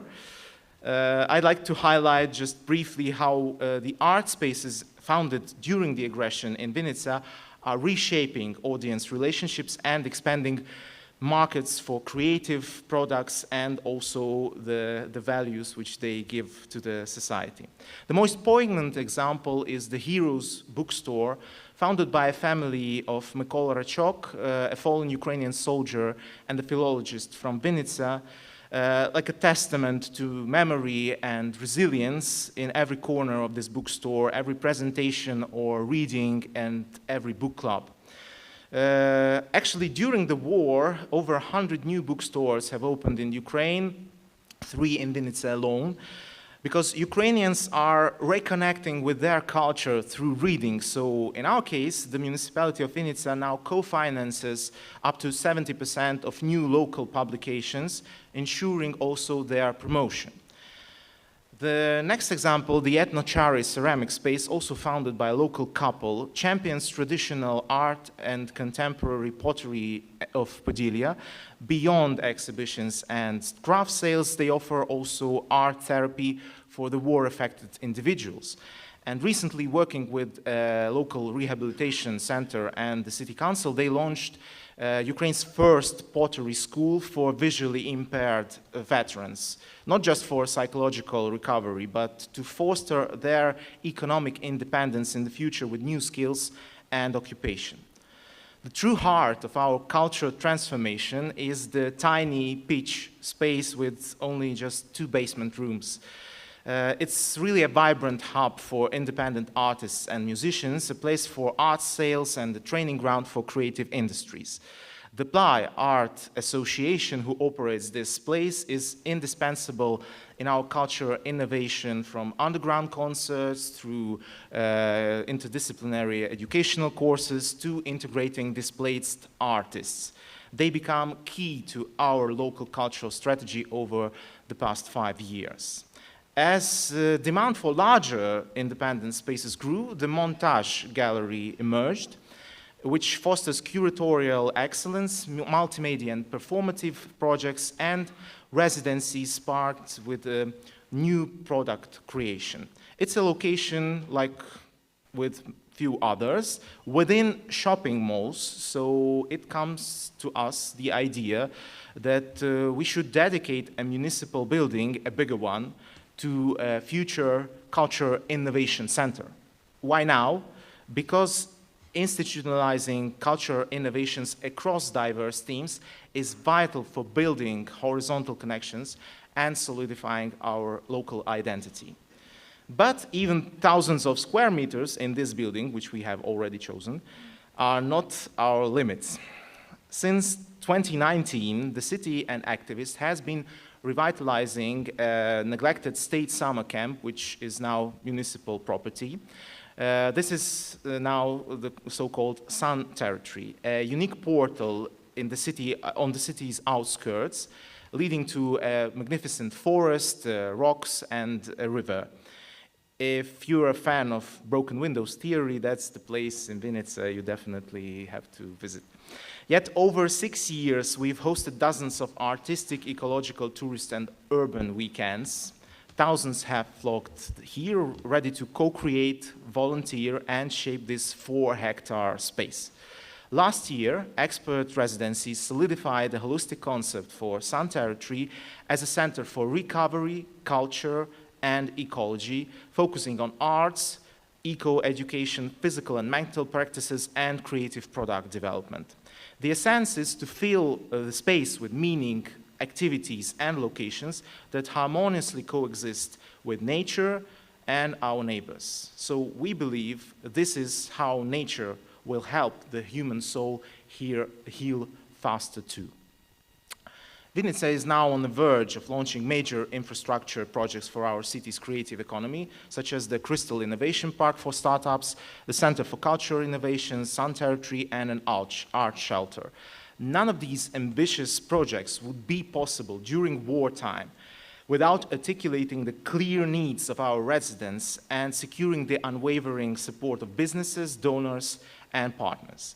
Their decision to invest in the unwavering support and these processes is a direct result of our unwavering conviction in the pivotal role of culture and creative industries in resilient placemaking within Ukrainian cities. Wherever you work, wherever you stand, you must be prepared for everything to turn upside down in an instant moment, for ambitious ideas to become impossible or to be put on hold indefinitely. But even in those moments, I urge you to remember the experience of Ukrainian cities during wartime, such as other countries and cities which are still fighting for their freedom. Continue to create, be brave, maintain your resilience. Thank you for your attention. Slava Ukraini!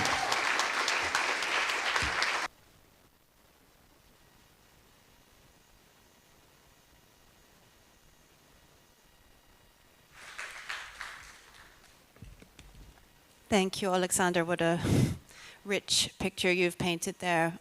Thank you so much. Were you just about to move this? Okay. We will move to the next panel then. And we will continue on the topic of placemaking. I'll just get out the way. So if I could invite Anush as our chair to come back, please, to the stage. And then we have a new panel for you. Errol Bilbiani from DocuFest. Kieran Sethi from Factory International in Manchester, who has just arrived on the plane. Kieran, great to see you. And Logan Koczyski from DFest in Macedonia. Please come up and join us, and Anusha, I will hand over to you to chair the conversation.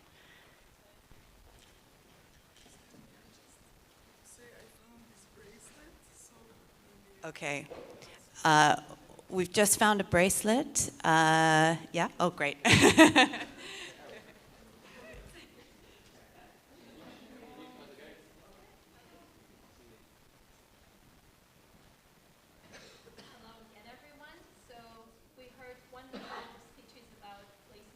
From our colleagues from Ukraine, from Northern Ireland, from Scotland. So now let's dive deeper into the power of placemaking and how it can shift the cultural identity, the urban life, and the innovation of a place. So to do that, here with me are our panelists.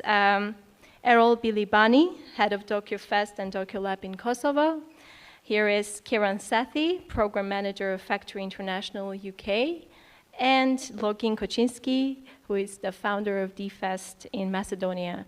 So before I jump into the questions, I would like to ask you each to speak about the work that you do, especially connected to the places that they are running in.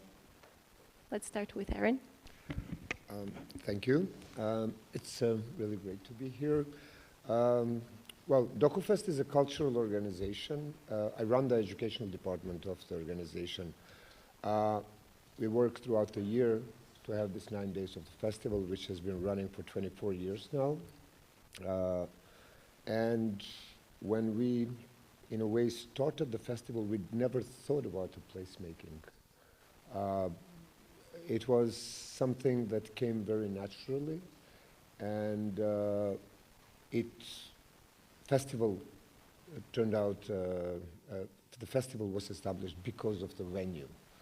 Because we had this very, very long tradition of cinema going until the late 80s, early 90s, and then, you know, a little bit before the war, and then after the war, the cinema culture kind of ceased to exist. So basically, we wanted to return our cinema culture back. There was this beautiful cinema, Lombardy, in the center of the city that became like our place where the community would gather. So basically, it was not something that we would, in a way, serve to the community, but it was something organizing together with the community. It was 20 films, 3 days, just local people, which in a way also created this sense of identity. And then fast forward 24 years later, it is one of the major film festivals, documentary and short film festivals in the region. It is a source of inspiration for a lot of young people, but most importantly, it gives this sense of identity to our local people. So, you know, I'm very proud to be part of it. And, you know, we have this saying in Prizren, we say Prizren state of mind because of DocuFest. Wonderful. That's a wonderful thing. Kieran? Hello. Thank you for having me. I'm from a place called Manchester. Has anyone heard of Manchester? Yeah? And what do you know about Manchester? What do you think the taxi driver said to me when I said I was from Manchester? Manchester United, or sadly now City. I am Manchester United. But I think the thing about Manchester is it's been storytelling for so long. The first industrial city, the first place to break the atom, the first computer. There's always been this narrative. And the company I work for really, I think, built on that. So the company I work for used to be called Manchester International Festival. Some of you may have been there before. It is, and still is, a festival that takes place every 2 years in Manchester, and one-of-the-kind art. We've had amazing artists come through. We had Yoko Ono in 2019. We had, more recently, Cillian Murphy from Peaky Blinders do a performance. We even had Kanye West in 2007, but we don't really talk about that anymore. But that still kind of shows that the level of like artists we brought to the city. So we started this festival. I say we, I mean I joined in 2020, but the festival started in 2007 officially and built off that idea that Manchester has so much to offer, but we need to bring the international community to our city to really tie it all together. So Manchester International Festival happened 2007 onwards, but then we got a pot of funding from the government to create a new building, a state-of-the-art building, which is now called Aviva Studios. Some of you may have been there. It's an amazing place, and really it was built to kind of rival London. So now our company is called Factory International, which runs Aviva Studios. And to add to the confusion, I work for Factory Academy, which is a department within it. And the whole point of what we do is trying to make art and creativity something which is accessible to people in Manchester. So the work that I do is about making education free, creative education free. People can join our courses, they can learn, develop personally, grow community, but also access space in the building, and hopefully, if they want to, of course, if they want to work in this industry, access jobs. So I've been there for the past 5 years, and I'm really proud to say, in those 5 years, we've had 1,000 people graduate from our programs, and over 150 of them have accessed paid roles at our company, and many more in the sector. So yeah, looking forward to telling you a little bit more about that today. Wonderful, thank you. Logan? Yeah, first of all, I will congrats to Manchester United for a great season. and I coming from Macedonia, country where 48 years ago was born creative industry, because my father was called me Login. So from then, I decided to follow the road what he showed me, and I opened the company name at Password. So this company, to survive in Macedonia, needs to work more deeper in a creative business, means washing money and stuff like that. So we organize a conference named PIN Conference, also very creative. And it's a conference, showcase conference, where we are coming around 400 or 500 delegates, talking about how to kill AI and how to make money without working. Also, we have 50 artists from 20 different countries who play on that conference, and to make closer our job to the audience, all the panels and concerts are free for the people, and they don't need accreditation like you here. So the older son of Password is a Taxirat Festival, which means bad destiny, because was born in 1999 when a lot of republics don't want to see each other from ex-Yugoslavia, and that was the first time when the bands from Serbia, Croatia, Albania, Bosnia was played together, and we want to show that the bad destiny can also be just a word. This year is the 27th edition of the festival, and probably is the biggest alternative festival in Skopje, Macedonia, where we have between 15,000 and 20,000 people per year. And our favorite son, it's named D Festival. D Festival because it's happening in Doiran, city forbidden from the government and from the God, where live only 500 voters. And let's say they call city, but from a small village, we make probably the best investment in economy, what can happen in one small city, bringing 10,000-15,000 people per day who come with a big wish to spend all his money on drinks and everything. So this is my short idea. Thank you. Thank you. Yes. Now, Jillian actually mentioned a really nice term, which is scaling deeper into the community. So doing that, I would like to ask you, each of you, to talk a little about how this placemaking has really reshaped your community. What is the one unique identity, like the point on which you kind of lean into when talking about the cities that you're working in? And how do you keep the balance between like embracing the heritage of the space, but also innovating it for the future generations? So whoever wants to start.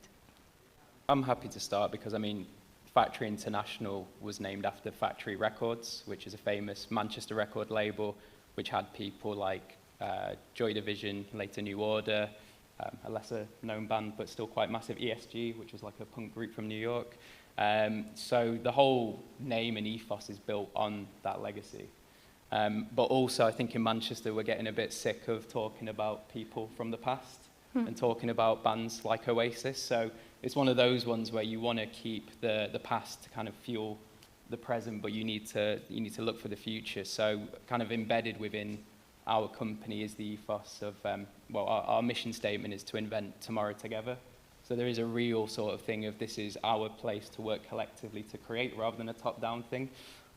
So for our organization, there's a lot of initiatives for artist development. So giving money to artists to make their art, giving space in the building for artists to bring their creations to life, creating educational courses to help people develop the professional skills, the networks and the ideas of what they can do, and then the opportunities to go into. So I think it's one of those, we use the place as the kind of like heritage to get people excited. And I mean, growing up in Manchester, before I knew I wanted to work in this sector, I knew that Manchester was a creative place. You hear the stories from your parents about going to the Hacienda. You hear about Manchester and all these kind of things. So it's definitely there, and it also attracts people to the city to want to be creative. So it's kind of built that legacy. But we do need to look to the future to make sure that it's not just that cinema was part of.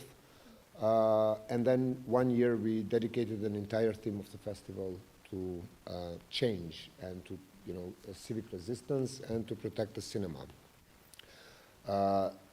Not that we managed to protect the cinema. Cinema was declared as a space of special interest, first by the municipality and then later a space of a cultural heritage. And it's protected by law now, so it cannot be destroyed, so cinema will stay there. And now our Ministry of Culture is also investing into reconstructing it and making it even more functional, so we are going to have a really, really cooler space than what we did, but maintaining its original interior. Prizren today has 16 cinemas in total, so basically, from a festival in a city without a functional cinema. We also started using, what city had to offer, the cultural heritage, which was in a way also a way to promote our cultural heritage, because it's an old city, from Byzantine Empire to Ottoman Empire and, all the way to date. So we started using the Turkish bath, the old hammam, as a space for discussions, for talks. We started using the river. We would build we build still a platform on top of the river, so you basically watch a film while the river goes beneath you. We have a fortress where we have 2 screens. We introduced music. We started creating spaces for music, so a lot of concerts, which in a way also diversified our audiences. So we had young and old, coming to watch films and music, and then somebody would take their grandma to a concert, grandma would take her grandchildren to a film. And, it was this cohesion, this amazing this amazing atmosphere that was created in the city. So basically, as I said earlier, people in Prizren created this identity, but not only in Prizren, throughout Kosovo, because this resistance, civic resistance to protect the cinema created emotion. So in another city, another organization started protecting another cinema, another public space. So it created this motion, and now we can say we have some spaces that can be used for cultural activities and for creative economy. And for the hotels to go back, today Prizren has around 50 hotels. It's a touristic city, so it shows like how a cultural event can affect the cultural tourism, thus bring economic development to a city. It's so beautiful to see how lack of conventional resources can become a space for innovation. It's great, thank you. Logan? Factory records, it was just made in abandoned industrial spaces. That's what made the aesthetic, made the music. That's kind of the interesting thing of you find spaces and then organically make from there. Whereas now our organisation has got to a point where we've done that as a city, but now we're purposely making spaces, which is quite an interesting one. Yeah, great. Logan, do you have anything to? Not really, because I'm in not good relationship with the cultural heritage. Because because Orthodox Church is very angry on me, because the last time when we organized the festival, we do a techno party in his place, and we was very open and say that we'll have a music, but they are angry because I don't say which kind of music. So yeah, it's a small just difference. tiny detail. Yeah, details. So, but if I speak about the festivals, yes, we have also a camp for 5,000 people, because the city is very small and don't have a capacity for everybody. We don't try to be just music festivals. We try to have everything what is possible. We try to don't take a business from DocuFest, but also we have a cinema stage. We bring around 30-50 NGOs, and we have sports. We have even the woman who can read your destiny in the future. Usually fail, but she trying with years to prove me that one day I will be very rich, but still not happen. In general, the city lives for this festival. It was very nice when one old man in a restaurant say that have 3 holidays. One is the Day of the Worker, 1st of May. The second is Independence of Macedonia, and the third one is the festival. So it's a kind of win situation for us. And I asked him one day to make a big club in a city and name it Saint Login. Which the church is also not happy about. Yeah. Or at least to have a name in some primary school. Yeah. As a compensation. Yeah. Yes. Oh, okay, thank you. Errol, now talking about DocuFest, you already mentioned how it's turning Prizren into this sprawling kind of beautiful cultural activity. So can you talk a little about, I know you have done a few projects, especially recently, How Do I See You, and also Breaking Borders. And in general, like, how do these interventions work for the everyday, like, people living in the Prizren? How do they engage with that? And how do they see their city changing as it happens? Well, our activity when it comes to spaces and locations is in Prizren, but our activities that we do are open nationwide, so throughout the country. These 2 projects that we have, one is an example of the regional collaboration that we do, especially when it comes to young people, bringing young people, because, as Logan said, after '99, nobody wanted to speak to anyone, nobody knew any books, and, through hatred in general, they were taught to hate each other. So basically what we did, we created a camp, an intercultural camp, bringing them together and just placing them in one place. and, you know, giving them the opportunity to cook, to watch films, to listen to music, to talk about their dreams, about their first kiss, you know, about love in general. And then, you know, whatever happens, happens. And then in the end, we gave them cameras, and we asked them to create visual portraits of each other. It was astonishing. I mean, you know, it was, all the results were like this space, this empathetic space was created, you know, in these videos, in these interviews. I will never forget that one of the participants said, like, I'm so happy that I left this space for my own opinion to create, you know, an opinion of the other, you know, just to have this space of mine and not listen to my grandparents, to my school friends, not to read the magazines, because everything is wrong. Everything is totally different. Once we come together and we start talking about real stuff, and we started from a human level, we realize that our dreams are the same. Our struggles are the same. You know, we live in the same region, we share the same air. It's the only thing is that history and this, you know, very, very biased narratives of each other in each country are in a way dividing.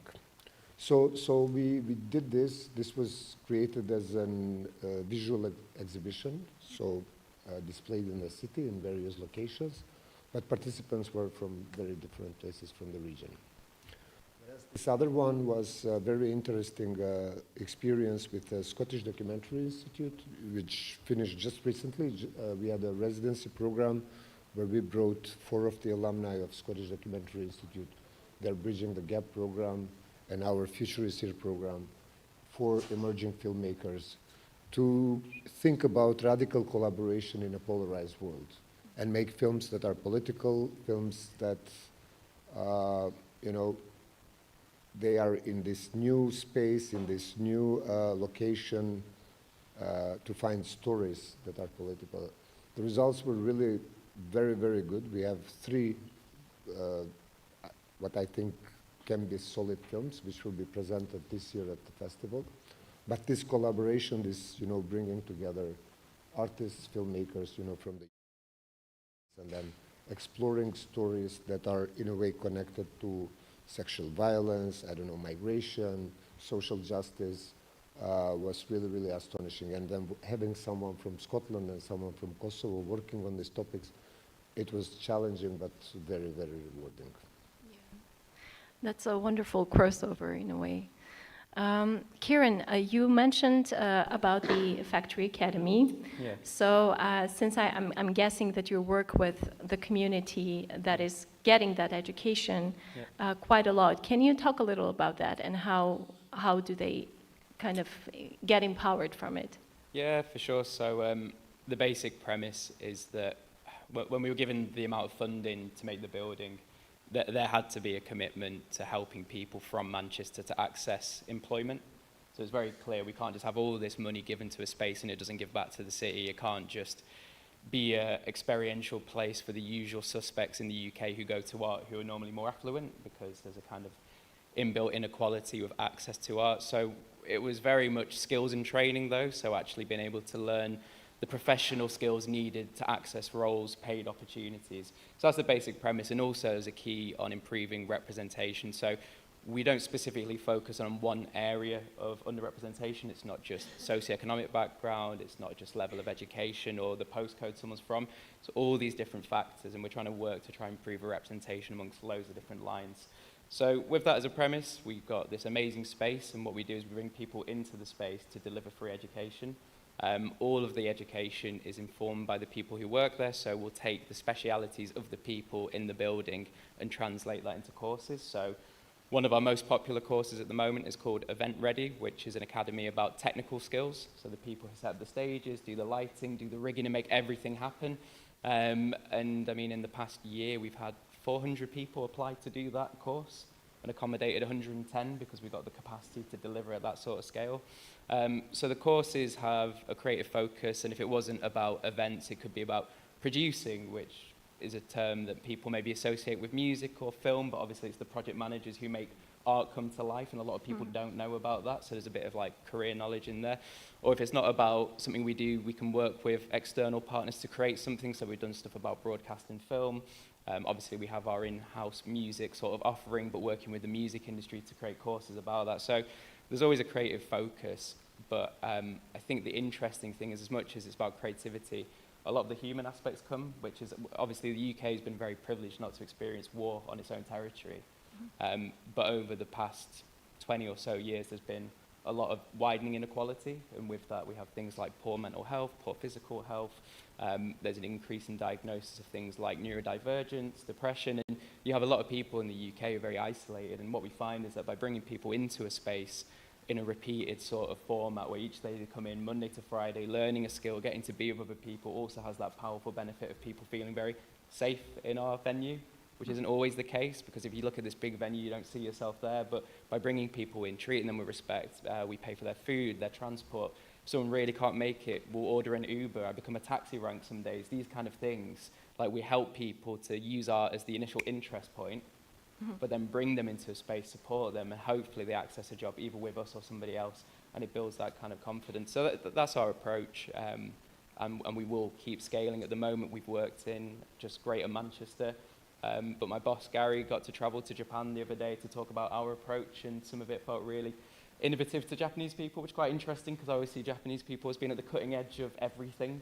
So it was very interesting that what we're doing in our space, when we take it and talk about it in other places, like, oh, wow, that's really interesting. So yeah, that's the basic premise: treat people with respect, free education, and then hopefully one of the main UN goals is sort of good, solid foundations of employment. Wonderful. It's great to hear that you have an intention to kind of spread the model throughout. Yeah, for sure. I'd be world. interested speaking with anyone who has any interest in skills training, education in their own city. I mean, it was amazing hearing about Dundee. That was a really interesting sort of case study about how you bring people together, train them up as creative practitioners, and have them at the forefront of policy. So, yeah, very interesting speaking with more people about that. Great. So, Login, you take roots in the punk music. And you're a founder of a few festivals, including the D-Fest. So how do you preserve the authenticity of the music? Because it's quite underground, and kind of bring it to these new places and work it out with the space. I heard already a really bad case with the church, but I'm curious to know. Half I understand you, so I will answer this half. So yes, maybe I grow up like a punk, but because I coming from Macedonia, I want to say that coming from hardcore, not from punk. Yeah. So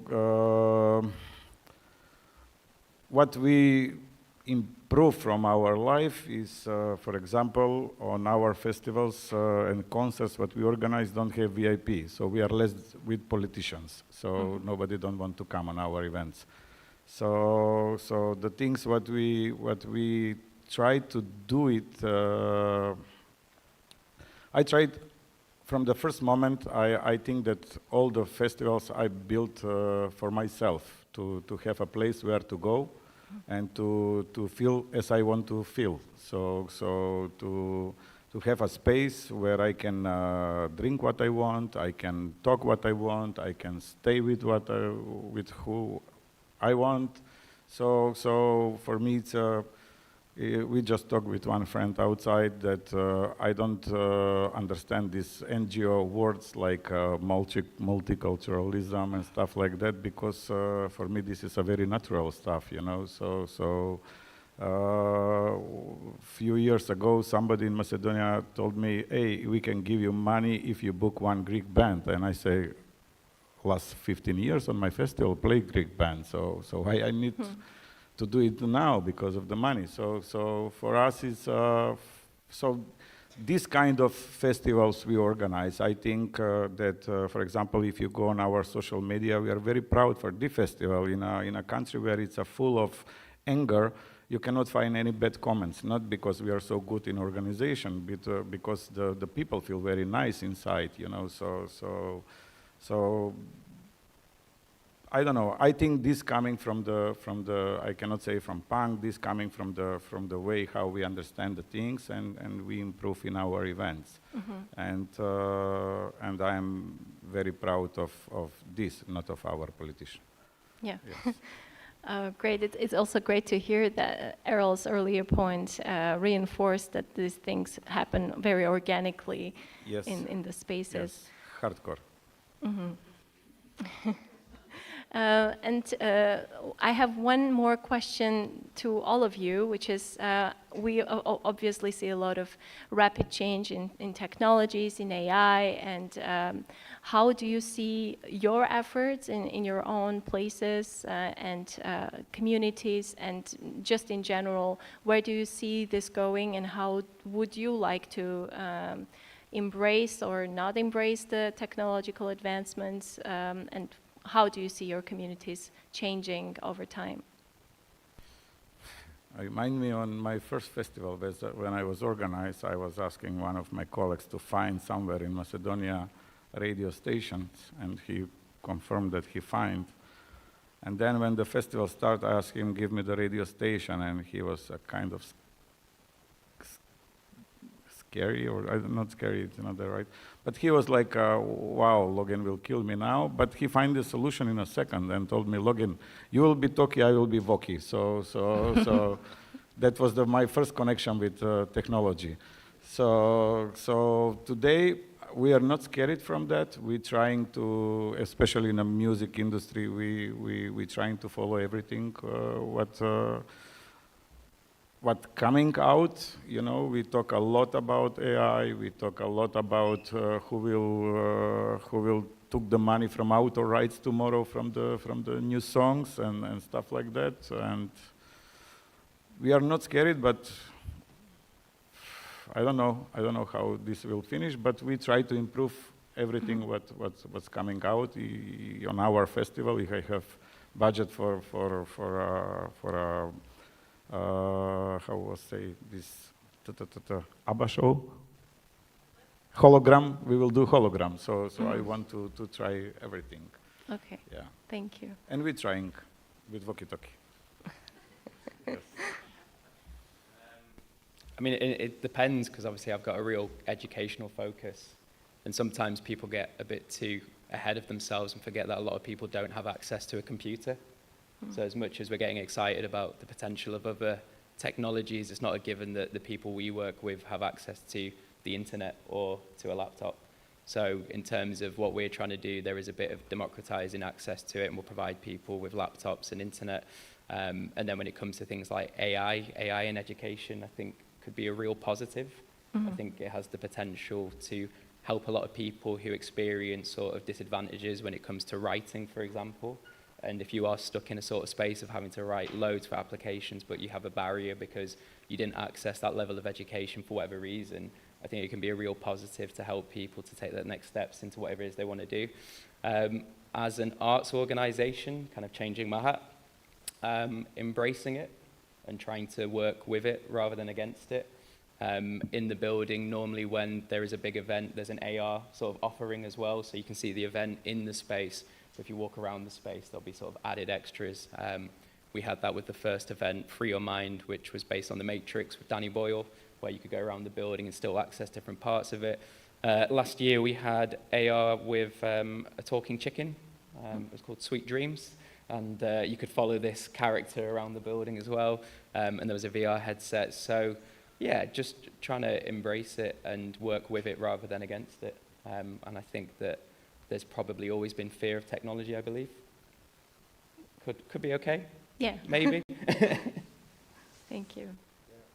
When it comes to us, we've embraced it very early. We even, in 2021, dedicated an entire edition to AI. And, you know, use of AI in creative industries, especially in film, because in 2021, 2022, there was a lot of discussions that started. Also in our educational program, we are trying to incorporate, but, you know, in a way, a bit more slowly, because people are, in a way, afraid of the AI, you know, the ways how to use it to people use it to create, not to learn from it. So we basically reversed the approach. We started, we have every year 200 young kids aged 12 to 15 who come to different modules of the trainings. The first training is creating content for social media, but also learning cybersecurity at the same time. So basically learning to be safe while having online presence because of this very delicate age and vulnerability at that age. And then the second phase, the second module of the training is they go into learning storytelling, so film language, but also learning skills, camera, sound, lights, and most importantly, working together, because we want to show them that film is a collaborative craft, and you know they have to work together. And then, of course, in the end, editing. So basically learn the film language, how to edit their stories. So they make 2 to 3 minute short films that are made within that day, within the training program. And then the last module, which will happen next week, in 2 weeks, it's virtual reality and augmented reality. And I'm really sorry that Deepa is not here, because I was really impressed by her presentation. So we tried integrating storytelling within AR last year. We created an app called Archipelago, which was implemented in Sarajevo, Mostar, Belgrade, and Prizren in 4 different cities, where we were trying to bring, you know, stories, post-war stories, you know, in our cities, but where you kind of direct your camera into a location where the story happened. But because of this delicate relationship that we have with our own municipality, we could not create these small QR codes, you know, like having small signs with QR codes saying that this place has a story to tell and point your camera here. And then these video stories that we collected through the archives pop up. So AR is going to be a bit more and more present. And next year we are also thinking of integrating AI and storytelling, you know, but not content creation, but rather using AI to help you into creating content, because content creation with AI, it's nothing creative in it. It's another generic content that's being created. So yeah, we've been integrating it. We are playing it with it ourselves as well. We are learning every day, and the best thing is that we are learning from our students, because they come and they tell us, you know, things that we don't know. Yeah. Wonderful. And I think that's a wrap for our panel. So I wish you all great success in the communities that you're working and advancing. You're doing a really great job. And I want to ask our audience to give a round of applause to our panelists, Errol Filibani, Kiran Sethi, and Login Koczynski. Thank you.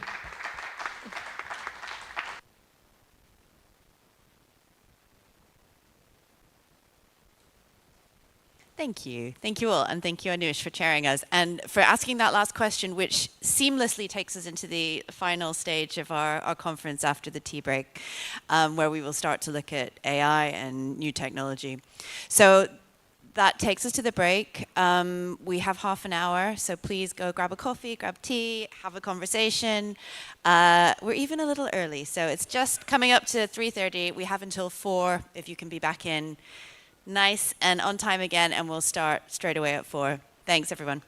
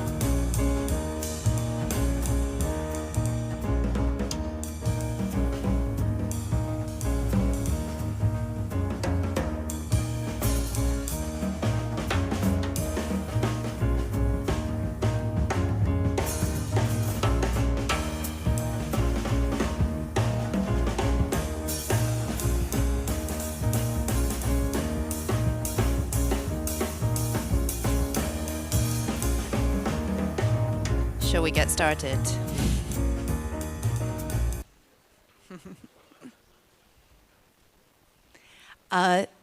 Welcome back, everyone. Hope you had some caffeine. Could we have the next slide just with the look ahead? Thank you. So we are there. We are in our final session of the forum, and we are going to be looking at new technology. I think Anush set it up really well in the last panel, as started us thinking. Everything from generative AI to the future of live performance, and then a panel kind of bringing all of that together. Fantastic. So let's get going, and I will invite Guy Gadney to the stage, who is the founder and CEO of Charismatic AI and has probably the best titled session, which is Wonder Panic, Creativity and Generative AI. Guy, over to you. Thank you, everyone. Dobar dan. Hello, everyone. Welcome. I hope you had a good coffee break. My name is Guy Gadney. I'm CEO and founder of Charismatic AI. And I want to give a quick sort of landscape of where we see the world and the work we're doing at the moment. Because apparently AI is quite important right now. And if I want to get an idea of who thinks it's important, probably he thinks it's quite important, who's our Prime Minister and wants to turn the UK into a great AI superpower. However, there are some downsides to this. Some people don't like it quite so much and says that Sir Elton John says he's very angry over these AI plans. But to give a bit of context of what's going on, it's important, I think, to go back a little bit and show what's going on with audiences and where the audiences are. So if we look at the moment of the difference between how many broadcasters and production companies are making video per hour, per year, it's about 15,000 hours of corporate video. Up into the creator video, in the creator economy, YouTube only, this is up to 250 million hours. So there's a huge shift that has already happened at this point. And interestingly, when you then look at the viewing hours, and this is UK across 4 screens, so it includes computers and mobile phones, and is for audiences between the ages of 16 and 34. So this is not just the kids or not older generations, it's that middle piece. YouTube absolutely dominates. And I think, you know, again, this is not a projection. So already the biggest challenge in marketing, as we know, is to change audience behavior, and this has already changed. And importantly, when we look at total TV usage, I promise this is not all stats, but it's quite useful to see. Between April 2022 and November last year, so quite current, the big thick line at the top is YouTube. The next one down is Netflix. So it's not just that this has happened, but it is accelerating. We're seeing more content onto these new digital platforms. The other interesting thing to put into this mix then is that it's not just about watching quality content. It's not watching high-end movies or dramas. This is changing the way in which these demographics look at quality, because what they're doing is that they're finding that they have more of a connection, sort of almost like a personal, emotional connection to social media creators. We talked about influencers before, but that terminology is changing now more into these creators for these channels than to TV personalities or actors. So there is not only a change in the platforms they're on, but there is a change in the way that these audiences are consuming content. And then here comes AI. So all of that I spoke about was before AI, and now here comes AI, and you can look at AI as being either the knight on a white charger coming in to save the creative industries, or one of the 4 horsemen of the apocalypse. Somewhere in between is where the reality lies. So if we look at how AI is being used and can be used, yes, there is potential to reduce cost, make the cost of production cheaper. This will result in more risk, more experimentation on the good side. It also impacts the changing of jobs that we've talked about before. To me, one of the most interesting things is the second one, real-time rendering, the idea that we can create a really small gap, almost a gap of seconds, between the idea of a piece of content or a story out into what the final version is. And think a bit like 3D games have already set the foundations for this. And then the bit I love is things like being unconstrained by physics, doing impossible shots. Hamsters coming out of people's brains seems to be quite a sort of popular one on TikTok at the moment. But exploring alternate realities, arguably you couldn't have made movies of the Marvel franchise or indeed Harry Potter without VFX or CGI. It would have been unbelievable. So what new IP can we generate with AI as a background? So our view is that this disruption could happen really fast. And it's because it's being put into the hands of creators in a really broad way. The access to things like ChatGPT is a lot broader than it was to Adobe, which was a lot broader than traditional edit suites in the past. So we're seeing that this is something that is not only, the audience has shifted, but AI is impacting more.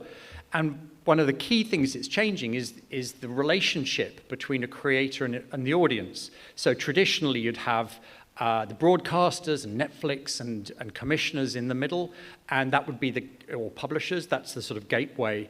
But now, the creator is the gateway, the enabling tools or the platforms directly into the consumer. So this is a fundamental shift and could actually come to fix the problem around getting money into creators' hands, which is, again, a legacy issue that goes back possibly hundreds of years. So what are we doing? We've just finished a year's project looking at the concept of story itself and the relationship between AI, generative AI, and story. And we recognized that this was going to be really controversial, but also that it needs development, it needs thought, it needs research. And that research should come from within the creative industries, not from a tech startup out in the Bay Area with a lot of VC funding. So that's what we did. We worked with Channel 4 in the UK and Aardman Animations, 4-time Oscar winners of Wallace and Gromit fame, and built up a platform that was looking at how far we could take it. So this is a quick introduction to what we have built, where, and I'll talk over this a little bit, where a writer, a creator, could come up with the idea for a kitchen murder mystery, for example. And then what Charismatic Platform does is it creates the first stage of those of that story. So putting in black and white imagery, almost like doing an animated storyboard of each project before connecting out into generative video. Critically, creators can edit. So if they want to change the location here from San Francisco to Los Angeles, then they can, and they can change the details of it, the characters. So you're exploring the creative vision early on and then running it again and then again and again. So we're seeing this as a sort of co-writer, almost like a writer's room for the writer, and creating these, simple animations, deliberately simple. We didn't want to go down the design side, and when they're happy with it, then we can send those out into the generative video systems that you've heard of, like this example. Jack, this is taking too long. What if he's hurt himself in there or something? Relax, Luca. We'd have heard him through the door. I don't think he's in there at all. I'm reopening the Marcus Cole case, and I'm going to need your help to crack it. We don't have much time as the boss wants answers. Something doesn't feel right about this, so be careful. I found Grigory Volkov's name in Henrik's logs. That ghost has haunted Interpol files since the Cold War. So either your intel was wrong, or we're dealing with resurrectionists. We need to split up. I've got the autopsy report, and that's odd. The report citing drugs in Danny's system was signed by Miss Blackthorne. Why's the funeral home lady popping up in a murder cover-up? And from anime, also tying into the new photoreal models like this one. This is using Google's model. I'm low on food, low on water, and it's so bloody cold. So, and those are, by the way, just in case you're wondering, all AI characters. So that's just, there are no characters in that. So, These are sort of big movements that are happening in the industry at the moment. Our view is that we need to solve for what's coming, and it is coming if it's not already here. We're working with the UK government, with a lot of the creative industries, to look at how we may underpin the work we're doing here with financial models that may be blockchain enabled.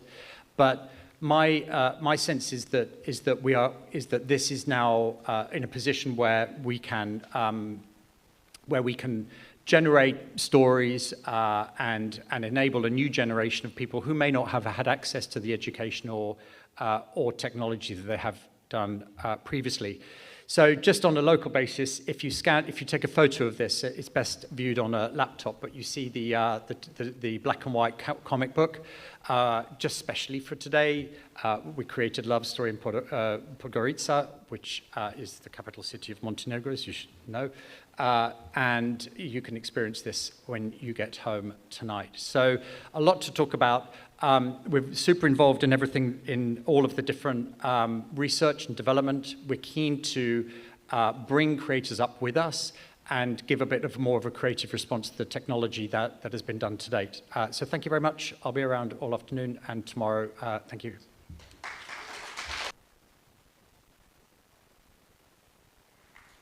Thank you very much, Guy. I imagine we might need more than 10 minutes to delve into some of that, but Guy will be with us tomorrow as well, and there'll be much more chance to speak to him.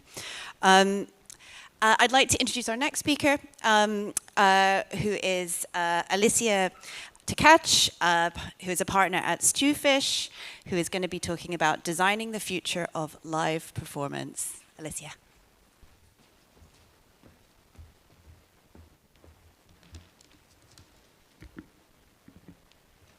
Hi, my name is Alicia Tkach, and I'm a partner and architect at Stewfish Entertainment Architects.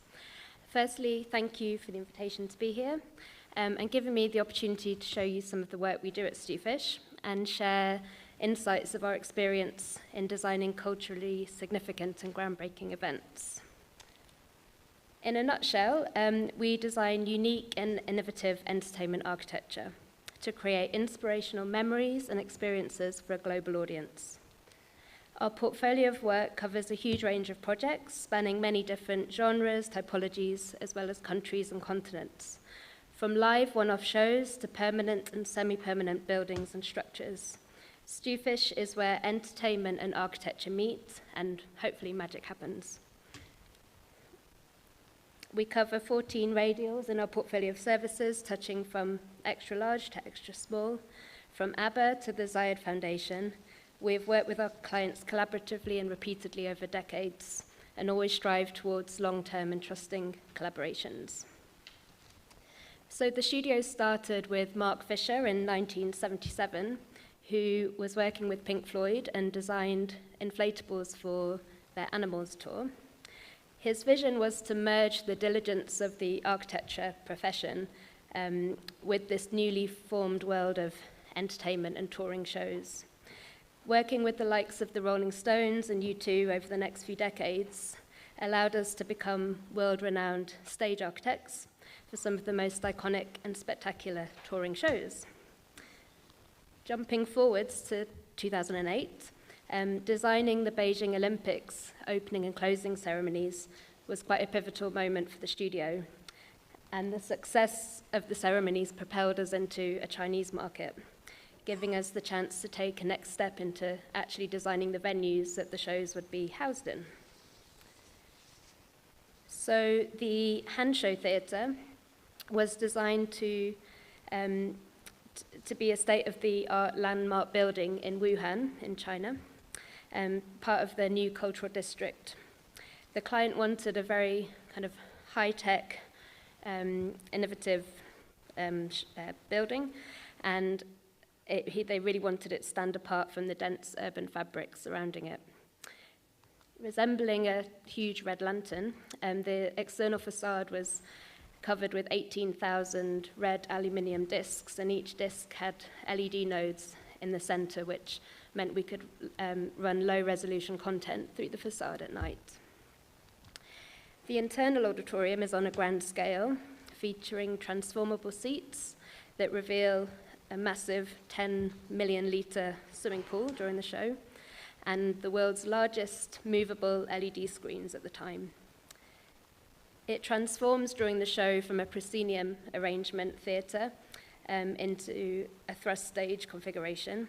So the upper seats actually move down 6 meters during the show with the audience on, and the lower seats swing around to create this performance pool. This very complex and highly ambitious project required perfect coordination between the show design and the building design. So it's a great example of the holistic and innovative entertainment architecture. Staying in China, the next project was the Dai Show Theatre in southern China, which in comparison was a lot more low-tech, but it was a similar brief in the sense that the client wanted to use this cultural building to kind of be a landmark feature within a wider development.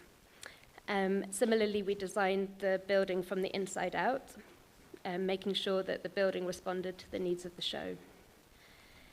This is a 1,200-seat auditorium and has the same tricks as the other one in terms of water effects, and the stage actually lowers down during the show to reveal an 8-meter deep swimming pool. Conceptually, the idea was that we would use the structure of the architecture to create a backdrop for the show, so the building and the show were completely holistic. It was important to the client that the show itself was culturally appropriate for the Chinese market, and they didn't want a Western show being kind of plugged into the theatre. Externally, the theatre roof canopy is supported by these kind of tree-like columns, and the roof canopy split into 2 tiers with air gaps in between, which provided an open air and naturally ventilated lobby, which was perfect for the tropical climate. So moving forwards again, last year we worked on Adele's residency in Munich, and it's a really good example of creating a groundbreaking event in a location where there's not really the infrastructure to house it. So instead of going into an existing stadium, the concept was to build a pop-up stadium for 80,000 people on the exhibition grounds, which were just outside of Munich city centre. So there was an extended Adele world, which incorporated hospitality, merchandise, immersive experiences, and a Ferris wheel. And the out-of-town location is normally used as an exhibition area for trade shows and expos, but it's very well served with transport links. And it actually, I think it's the largest temporary arena that's ever been built. So playing 10 shows only over 4 weeks, the entire structure took 2 months to construct and a month to disassemble, with most of the parts being formed from rental stock so we could put it back into the companies for future use. And we had a massive 220-meter LED screen at the back, which was certified by Guinness World Record as the largest continuous outdoor temporary LED screen.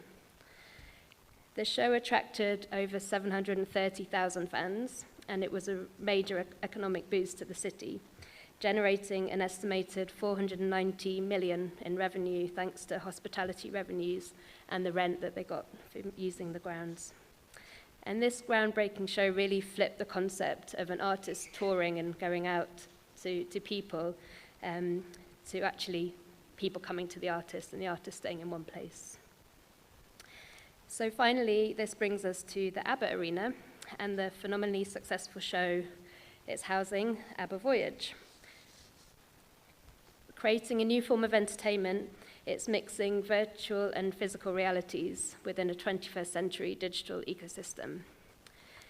To date, it's the most advanced example of entertainment architecture that explores the otherworldly potential of developments in experiential and digital technology. But really, it's putting the audience experience back into the center of this process. So the site, Pudding Mill Lane, is part of the Olympic Park in East London, and it's part of the legacy development. It's got excellent transport links from the centre of London, which was important to make sure we can get people to the venue. It's a brownfield site owned by the legacy development, and eventually it will be used for residential use, but ABBA hopefully will stay there for a bit longer. So the auditorium is for 3,000 people, and again, like the other projects, we very much designed it from the inside out, and this particularly needed to be like that because it was housing a very specific show. In essence, the structure encloses and forms the show whilst making the boundary between the real and the virtual permeable, and hopefully it's impossible for the audience to understand where the show ends and where the building begins. At the core of the experience lies an infusion of art and technology that's designed to manipulate audiences' senses and perceptions. The ABBA avatars are the brainchild of a team of legendary musicians, creators, producers, and directors. So ABBA's Benny and Bjorn, as well as Bailey Walsh, Svanna Gisela, and Ludwig Andersson, were in charge of taking ABBA's music and infusing it with the digital magic from ILM. Stu Fish began developing the physical part of the puzzle right from the beginning, because the digital and the physical had to meet to create this sweet spot. And the seating layout was crucial to get the right sight lines. Externally, the slatted exterior was the most efficient way of doing this was to cover it with thin slats of timber. And the whole building is designed to be disassembled and relocated elsewhere. And at the moment, it's just sitting on top of the car park with very minimal ground interventions. While the arena itself are fixed, the surrounding areas of the front of house and back of house need to remain flexible for future sites. And then we have two entrance tunnels which form part of the overall experience, acting as a threshold between the physical world of East London and then the digital world of ABBA. ABBA Voyage belongs to a new generation of touring shows, combining mixed reality with physical audience interaction within a very physical and virtual structure of show and building. That structure includes the technology that enables audience immersion in a show whose content is otherworldly. As we evaluate our experience and learnings from the success of the show, it is clear that we're moving towards a future where we will definitely be mixing virtual and live audiences and performers. And as entertainment architects, we do believe that people will always want to gather and share a communal experience of being entertained.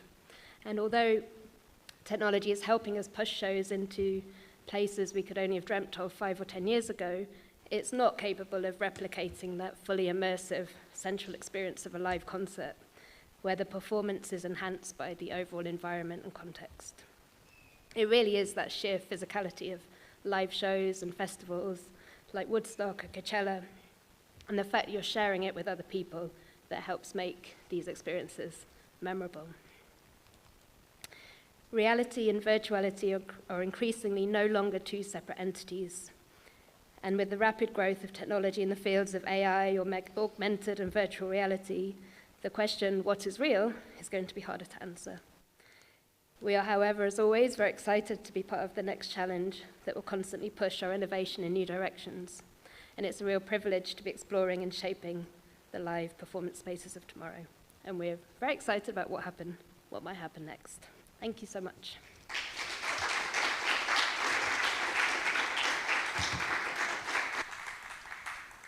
Wow, Alicia, thank you. Such incredible work. I'm going to invite you to stay on the stage and join the next panel and bring the rest of the panelists up. So we'll be joined or chaired by Andrew Chitty, who spoke earlier, as well as Declan Keeney, and joined for the first time by Ben Morris, who is the creative director of Industrial Light and Magic. Come on up.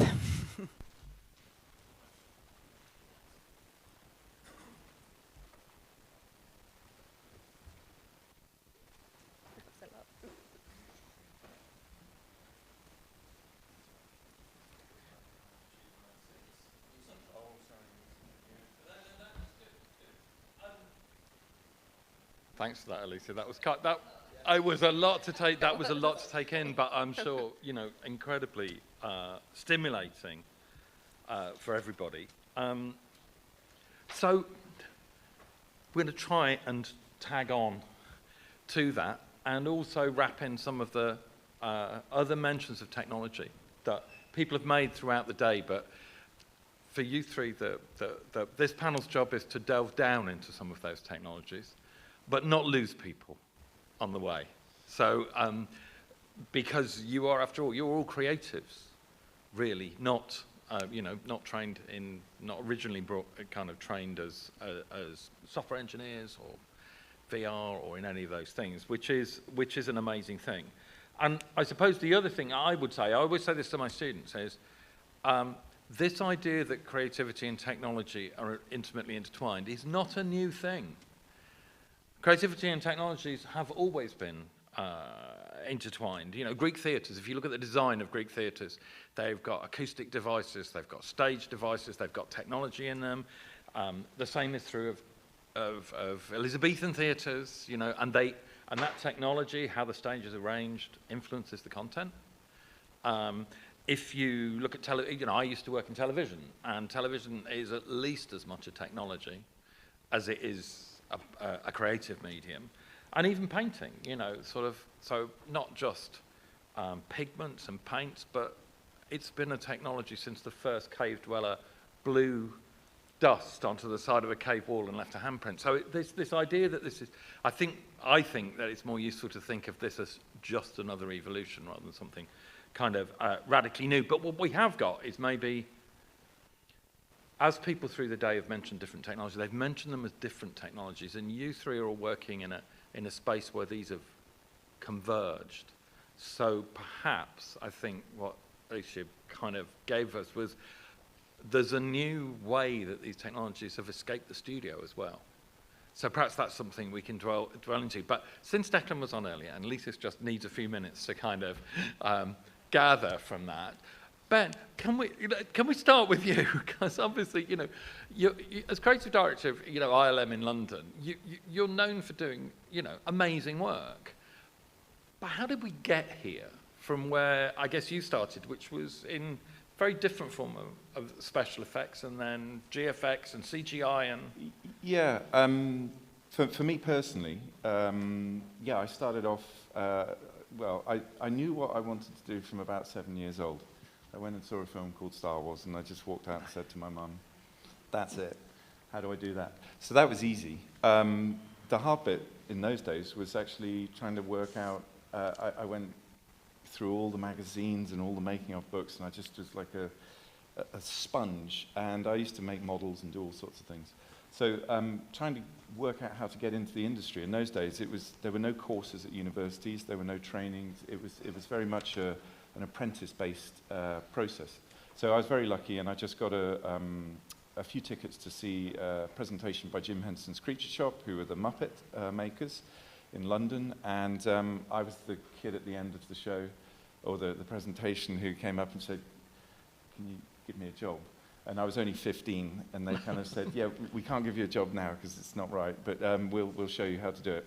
And from then, they were wonderful. So they got I got in, and I worked on the Muppet Christmas Carol, making miniature Dickensian London. Something we'd all like to have on our CV. Yeah, yeah. One of the greatest films ever made. So, and I learned how to stick things together with super glue and bash around in a workshop, and then stayed there, joined their R&D department, and made a number of films. There was a Talking Pig film, Babe 1, and then Babe 2, a group of us left.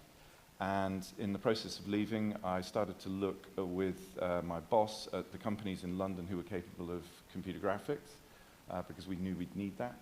And so midway through Babe 2, I actually went and saw Jurassic Park 2, and I just sat there, having built robots and animatronics for 5-6 years. I just knew that we'd never get the movement that I could see in this new world. And that was right at an inflection between sort of techniques, and I think we're right there again. But for me, it was practical reality with can you achieve the same thing with digital? And so I basically retrained, and I left and started right at the bottom rung, went into Mill Film and made a number of films there, and retrained all the way through computer graphics, and then finally stayed at Framestore for a number of years, and then worked with Steven Spielberg and Kathy Kennedy on a few shows, and very luckily, Kathy gave me a call and said, do you want to set up ILM London? We're going to come back and start making Star Wars films again. And I actually tried to stall her and said, I need to think about this. And my wife just was going, just say yes. So anyway, I did. And it's wonderful. So I've been running the studio with a woman called Sue Lister, who couldn't be here today. And we've got about 700 artists in London. So that's all about me. We can talk about No, but I think that's a fascinating story that you started with. You know, the world as you came into it was one of physical models. Yeah, 100%. And then computer generated, and now live and real time. Yeah. Models and and digital humans. Yeah. Yeah. So it's a story of like I think a lot of people in this world. It's a story of kind of personal creative kind of journey, but also a story of evolving technology. Yeah. And I would say back at the Creature Shop, I mean, The Dark Crystal's one of my favourite films. Jim made it in Labyrinth.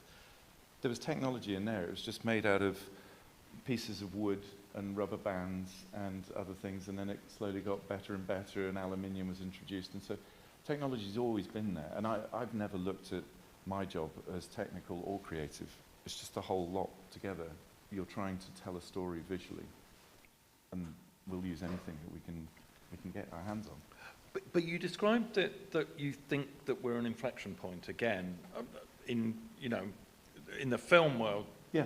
In comparison to say the early CGI kind of breakthroughs. Yeah. So what I want to understand, and I don't like to chair things asking people one thing at a time, so feel free to butt in now, guys, so there's almost like a stack of these technologies that seem to be, so what are they, and what do they enable you to do, or change the working practice, or enable you to make new things? Who wants to have a go at that? I don't know, for Stewfish, we see technology as a tool. Like, we don't say, oh, how do we fit this technology into a project? It's more about what do we need from the project, and then how can we misuse technology to get where we need to be? And I think that's always... I would totally agree. It's a toolbox. Somebody walks in the door and asks you, can you do something that's never been seen before? And you open the toolbox and go, oh, we haven't got that thing that we need to do this. But we've got all the other bits. Right, so the toolbox has got bigger, but it's still, the state of the art still advances through projects. Yeah, every time. For me, looking at films, one of the seminal moments for me in my life was Space Odyssey, Kubrick's film, and that I became really fascinated by this idea. People talked about the design in the film and design in film. Until that moment, I didn't really make those connections. And then I look at back projection. So the first award, one of the major awards for back projection, is 1929. This has been around. So this is these are not new technologies in some respects. These are iterations and developments from pipelines that Ben and others have been involved in for many, many years. But then I got very fascinated by this idea that a lot of the film was shot on sound stages. So, you look at even Space Odyssey with the very start of the film, where we have, it was shot in the south of England, looks like Nebraska or looks like Nevada, a desert or something like that. And so, to Ben's point, when the work that Stagecraft started to do was starting to converge a lot of things that I was involved in, so XR, VR, game engine technology, that convergence, that bringing together of the cinematic, of immersive, of computer games technology really excited me because what it was doing was it was bringing closer this gap between our imagination and execution. There was a world there where you couldn't. Now we're sitting at this place where I think Ben's referring to, if I understand him, is we're back at that place where we're able to bring our imaginations to life in a way that's brand new. It's in some respects it's easier to connect and build, and world building for me is a fascination. World building around stories, world building around film, world building around, every project has a world that we occupy and live in. And I think that's the fascination for me with Star Wars and others as well. We live in another parallel universe for a little bit of time, but all of a sudden the technologies now have converged in such a way that that gap between what we are trying to do in our imagination and our story worlds and what we're physically able to do, that's blurred. It's become very, very, very narrow. But it's interesting, well, you say that some of these technologies have come in from different bits of the creative sector or or indeed outside. So I work with quite a lot of people who work in point cloud and do big scanning projects, you know, and effectively, I mean, interestingly, they're all architects, all trained as architects, but those technologies came in from surveying, you know, it's sort of not part of the creative industries at all. The game engine, real-time technologies did come in from the games industry, which was more separated from film than it was. But as you said, Ben, and Declan, you've both cited individual projects that move the world on. So what are the ones that are highlights for you? Not necessarily ones you've done, although don't be modest. But what are the ones that you think, you looked at that and think, okay, that's, somebody's gone into the toolbox and come out with something different that's moved things on? For me, and I was indirectly involved, so... This is really interesting, the history of that, and we're working with bands like U2 who really want to use technology to kind of make their shows better. It was a case of how do we create a screen that could, you know, be outside. No one had done that in the 90s. So then it's going back to our relationships with manufacturers and fabricators who can actually build something that everyone's dreaming about, and then using people like you two who have the money to put into it to test all these things, and they've always pushed the LED screen usage, haven't they? Shows, and then the last show in the Sphere, you know, they're the first band to play the Sphere. Which is again an interesting thing that you've got, you know, artists. I suppose the thing with artists is, of that stature, is they pay for most of the. Yeah, it helps. And so they can make creative decisions and creative risk, and to pull through a technology like LED screens is fascinating, because again, there's a lot of assumptions outside the creative sector that we're the recipients of technology, not impellers of technological advancement. So, okay, so you two and LED screens, Gravity, top that, Declan. Actually, it's not coordinated in any way. We haven't discussed this, but actually funny, I was going to pull on Gravity from a different perspective, because for me, Gravity is one of the seminal projects in this space around the Lightbox. So the Lightbox was built by a guy called Phil Geller. Phil Geller is former president of Lux Machina, a really seminal company in this space, in some respects almost the godfather of some of that pipeline and this what we call now virtual production or in-camera visual effects, so this idea of a volume. But of course, you know, everything Ben has alluded to there is really challenging environment to try and shoot things. And so the natural iteration of that, and actually with him on that project around the robotics was a guy called Gary Marshall, who is now the vice president of virtual production at Nant Studios in Los Angeles as well. For me, that has a very personal connection, because that moment kind of solidified in my head a few people that I needed to work with and collaborate with. Delighted to say that Phil Geller is the senior technical advisor at Studio Ulster, now my business in Belfast. And then Gary Marshall led the install of the technology because of the level of advancement. But what we're now saying to move on to a much more modest project, you know, is an iteration and a maturity of this technology. So, you know, the seminal work that we've seen right back as far as 5 or 6 years ago, where Mandalorian and other projects like that, and we've moved so far from that position that we've stopped talking about virtual production necessarily because you don't see it anymore. And I think this is the critical piece, you know, like, and not to say that that wasn't, you know, it didn't create a story world that was brilliant at the time, was seminal, but a lot of the work that ILM are doing now, you just don't see it. It's a tool. It's a part of the palette for the filmmakers and storytellers to move in to do new projects. But we recently completed a project for BBC Studios, and it was a docudrama series. All of a sudden, we have the opportunity for independent. It was a dramatic reconstruction of the Titanic, which of course for us is a strong interest in Belfast. Just to say it was great leaving us. Never has a city made so much reputation out of a sink. Well, it was just sank. It's fine leaving us, just to be clear, we didn't think it. That project, now what we have is, you know, sub-millimeter tracking accuracy. We have an ability to really push now, building on everything that we've talked about today, into a world where it's becoming almost impossible, even physically standing in these environments, these sets now, to tell where we would call it the blue line, where the screen starts, where the real world ends, where the physical world starts, and the digital world starts. And so set extension work is becoming new. But for me, looking at these new processes, virtual production isn't a technology. These new processes are not technologies. They're a way of thinking about how we make film. They're a methodology. And that's the big challenge in a way. It is not for us to sort of retrain people who have 20 years of experience. It's for them to come and bring who they are and enable them to be able to do what they have always done brilliantly.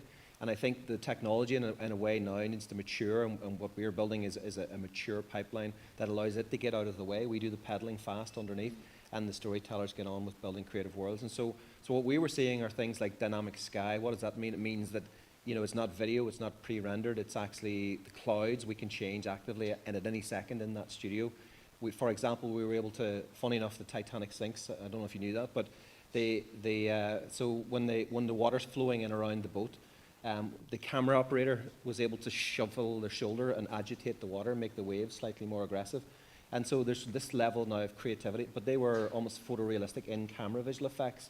So we're now seeing set, performance, and almost post-production happening simultaneously. Yeah. And that's a really interesting space, pioneered by Ben and many others. But there's a maturity coming to this that is empowering stories. And ultimately, I always feel we're only really successful if you don't see us. Yeah. So one of the other things, as you said, that, you know, those are all advancements that's still largely within studio. But I'm very interested in this, you know, the breakout of these technologies. Obviously, you know, Stu Fisher's work has always had them out in front of audiences. But it would be crazy to have the two of you who were so important in Aber Voyage on stage and not ask you about that. I know. I know you're NDA'd up to the eyeballs, but and the interesting thing is, obviously, both being London-based and other major collaborators on the show were also part of that community in London. Wayne McGregor Dance, whose studio is next to where I work, being one of them. What I'm interested in is not secrets about the show, but so the two of you and a choreographer like Wayne and motion capture artists and the artists themselves, how difficult was it to blend the creative practice? Because in the end, there's nothing like Aber Voyage had been done before. No, but she's really nice, and we're really nice, and no, we just... It's definitely a collaboration. Yeah. It was getting the right team of people in the right place at the right time. But an architect, a dancer, and a filmmaker, not, you know, walk into I don't know, is it a joke? And there were meetings like that. Because, I mean, you all know, if you're in a creative space, there might be a sort of standard format, and you all kind of know your space, and you know where, they do that bit, and they're really good at that, and we do this bit, and we're really good at that. And there were meetings at the beginning where we were all gathered around the table going, oh, is that their bit, or is that our bit? But that was fun. It was managed really well it was managed really well because the ultimate client were ABBA, and they were just unbelievably good people and very supportive of it. So they took all the sort of political wranglings out of it. And they also knew they wanted something really good. They didn't want something on the cheap.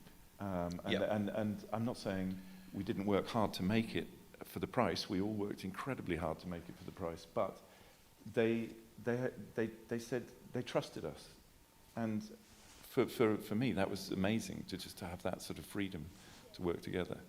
I think for us it was a new experience working with a company like ILM, having that. I think with show design, normally you have your lighting designer and your video designer, and you're kind of working together, but not to the extent that we had to with ABBA, because like Declan was saying, there's no boundary between set and screen and building. So we were constantly having to work out what this was and how we could kind of trick everybody to not understand what was happening. And I think the other thing, quite often when we do films, historically, before what Declan's describing, which is the in-camera stuff, you often start the film and maybe you're not quite ready and there are things that you haven't finished designing or working out, and you just kind of go, yeah, stick a green screen up, boom, we'll sort it out later. And you've got another year to deal with it. The wonderful thing about these shows and the abilities that we can do now is you can actually capture the moment and have that moment with the audience or with the cast, and it's in real time and it's happening there. And I think the big thing that does, though, is it takes post-production and it sticks it into pre-production, because you have to answer all the questions. You do a concert, you can't sort of have an idea halfway through the concert and go, oh, God, that's a shame we didn't do that. You plan the whole thing out, and that, very much on Aber Voyage, we were hit by the pandemic, and we thought COVID was going to stop all live performances. In fact, all the financiers sat there and said, actually, this is the worst investment I've ever made. The world is never going to come back in great numbers to experience things. But what it actually gave us was about a year and a half to refactor a lot of our ideas, our approaches, our designs, and actually made a better project because of it. We had to scale down dramatically and just went on a shoestring with just the sort of think tanks, certainly on our side of it. I'm not sure about yours so much. Building, we got planning permission just before lockdown, so we secured that, but then there was COVID, Brexit, timber shortages, the blockage in the Panama, the canal. Oh, the Suez Canal, yes, created by Greensill, yes, the ship. Half of the arena was in the Suez Canal, stuck sideways. Yeah, it was tricky, and there's a point in a show where you have to decide this is it, like we're going to open, we're going to start selling tickets. So I think 6 months before there's a call saying we're going to go live with tickets, and that building has to be finished and the show's got to be ready. So that's one of the things that's from that I was touching on there. What I'm seeing now in film is not only is the technology converging, but the departments are converging. So we're seeing the art department much more involved. We're seeing it is, to Ben's point, you don't necessarily resolve this later. You've got to come into a lot of these where you're working in real time. You've got to come into this much earlier in some respects, but not as early as people think. We're getting to a point where we're refining the technology piece, but the collaboration has changed, in my view, in a very positive way. Where in the past, a lot of things were very siloed. Not by their choice necessarily, but just by the kind of hierarchy that sits around film production, where VFX are here, art department's here, designs over here. There's a kind of a split now to get a lot of that resolved early doors rather than kind of in post or post-production. It's happening much earlier, and I actually think there's it's much more creative process, much more collaborative process, and we're building stronger teams and approach to the projects, that certainly the ones that we're involved in over the next year. I see a change in how they are coming at films. They don't change their skill set, they're just collaborating better. The communication has changed because it has to. And in some respects, these new technologies are enabling that. And I think it also lends itself then into application for other sectors. Live being a brilliant example. And we can see that from our perspective as well, even just the immersive experience and how we think about animation. So, for us, even thinking about animation, you would think, well, what has a studio like ours got to do with animation? But we can create environments for animators to come in and shoot their animation in real time using Steadicams and cranes, and in a way that is transformational. We can create environments, we can immerse filmmakers in environments for weeks on end and allow them to walk around sets and walk around locations that are coming from the artists and the storyboards, and we're using DOPs to even light those sets, but digitally. And then we're filming avatars in locations. The Lion King, Jon Favreau's The Lion King did this. I don't know if Ben was involved in any of that, but they did that where they filmed a live animation. Yes, there's not quite final pixel. You push into the last stage of that around the avatars and so on. But this is assets now that are built that can be used. And so many of the clients that are coming to us in the next year or so are like games companies. And so games companies now are monetizing their IP around some very large companies who have multi-billion-dollar franchises around games. They want to now create linear content, but also they want to create immersive experiences. Some of their games are built in engines that we use for in-camera visual effects, like Unreal Engine. That enables them to be able to bring those assets into these environments. And so we're seeing this interplay. This term transmedia is coming back. This is something. Never thought I'd hear that. Well, it is. It's coming back. We're hearing American clients and a lot of people nationally, internationally, starting to talk about being able to build lots of different things from singular assets, and that has been very much kind of a noble idea. But now we're seeing this interoperability where we're able to start to repurpose assets for live, for film, for games, for immersive, and they're very similar assets. So if we've potentially we've got a kind of convergent, a toolkit, technological toolkit that's expanded. We've got some kind of convergence for practice and careers as well. We see people working in film and working in live, working theatre, maybe working games, in a way that perhaps is new. And we've got this breakout from linear to experiential and maybe metaverse environments, persistent online environments and things. So I just want to return to Abervoy to ask one question, which is not about the show. But it was a 3-year party, anniversary, this week. So the show's run for 3 years. It's fantastically successful. The creative industries would normally respond to that by spawning imitators. Why hasn't that happened? Because it's really hard. No, that is a $100 million question. It's kind of impossibly hard the first time. But the takeaway, you would have thought, is it something about the creative loop that ABBA were involved in, that they're still alive, rather than? I think something will happen. One thing I want to say is I don't think it should ever replace live concerts, because I absolutely love them. It's just another form of entertainment, and but a lot of people are interested in thinking about it. I think actually one of the hardest things is finding the right location to do it, and whether you build a building for it, like ABBA did. For ABBA, obviously, to get it to work, we couldn't just go into an existing space. It would never work. We had to design the space around the show. It's not to say that it will never work in the future, because I think as screen technologies change and get better, it's going to be easier to do it. But it's space in cities, and finding the right locations within a city that you can get people to. And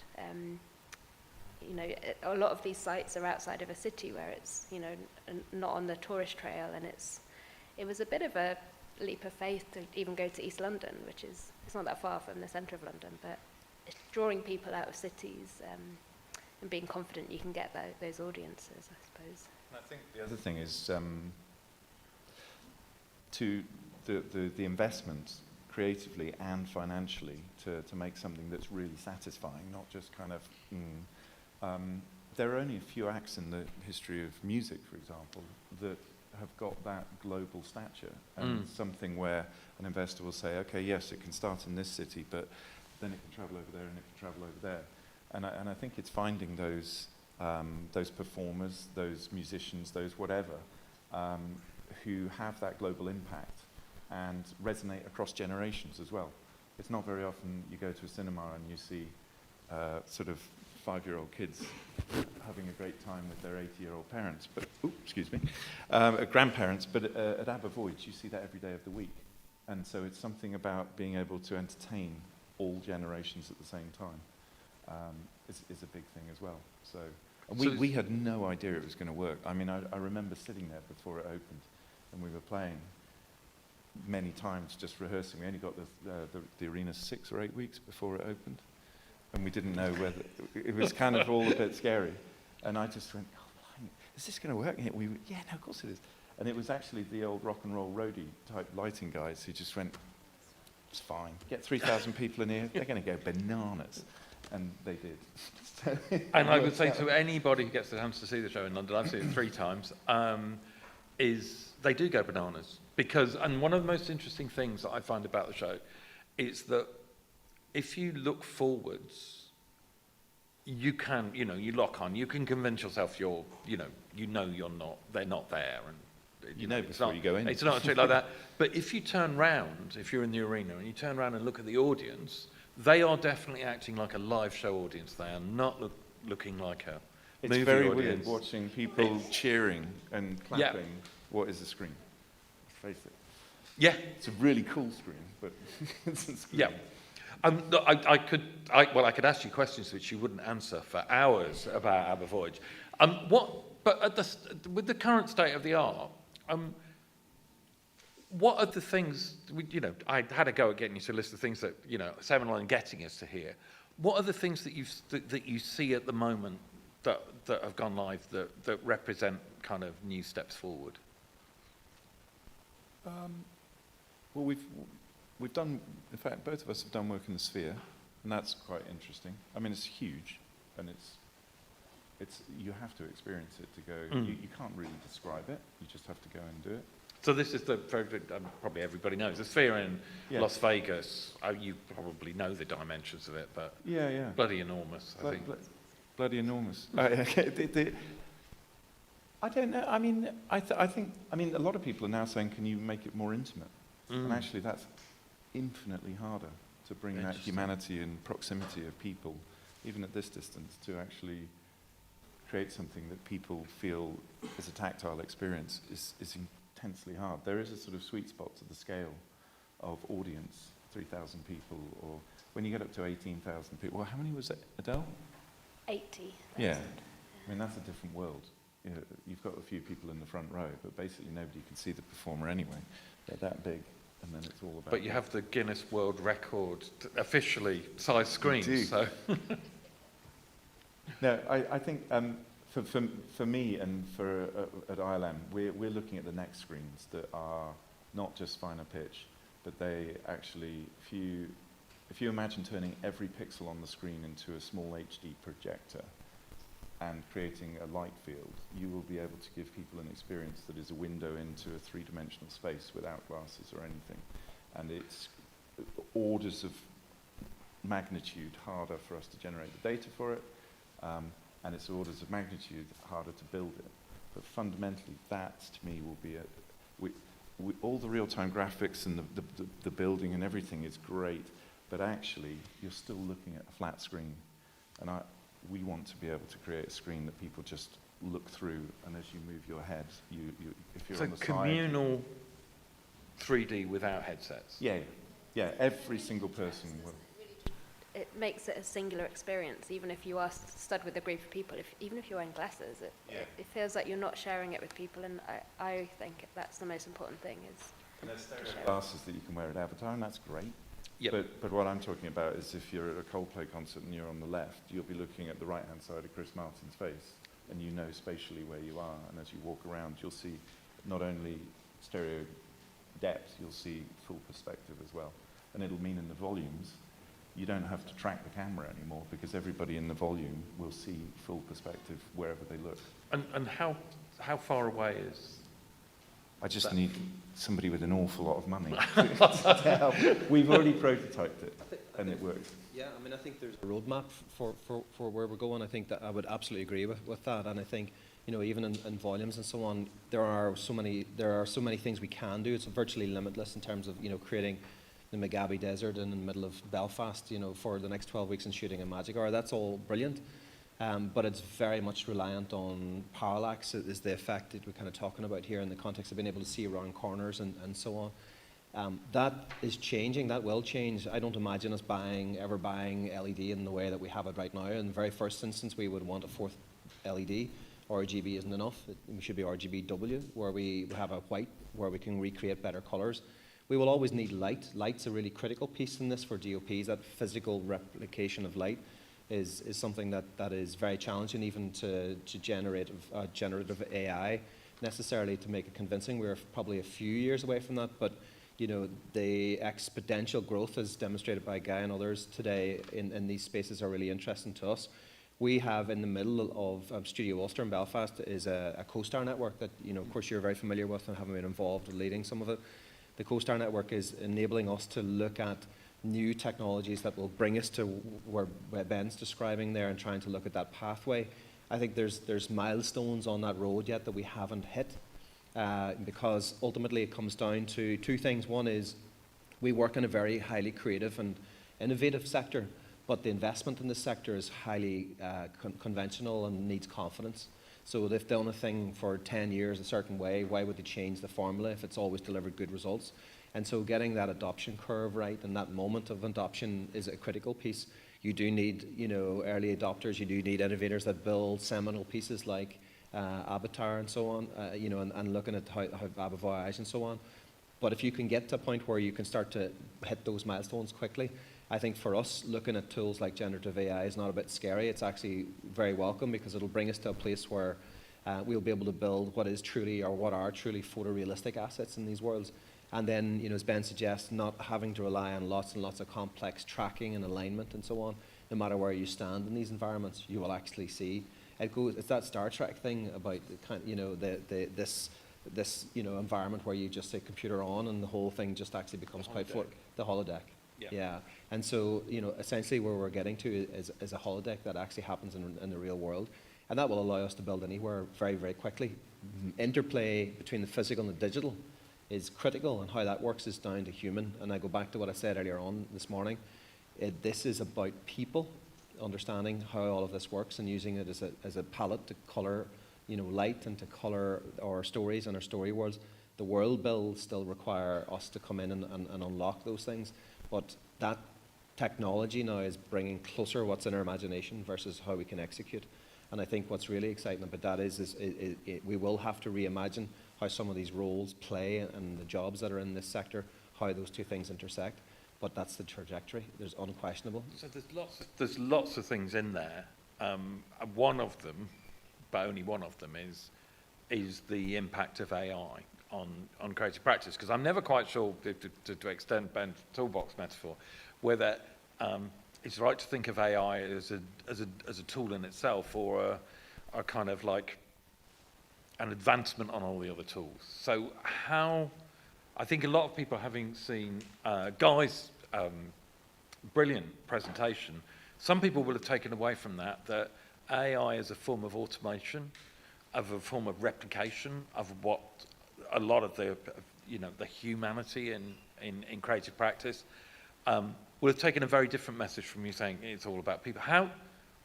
What is the impact, do you think, in your creative practices of AI, and does it still act in the way you've described these other creative technologies as a tool for the creatives? Because I'm just wondering if the investors see it the same way. No, I think we have to see it as a tool that's going to help us, like not replace us, but like let's get more efficient. Like there's efficiencies that can be made by using AI in our day-to-day work.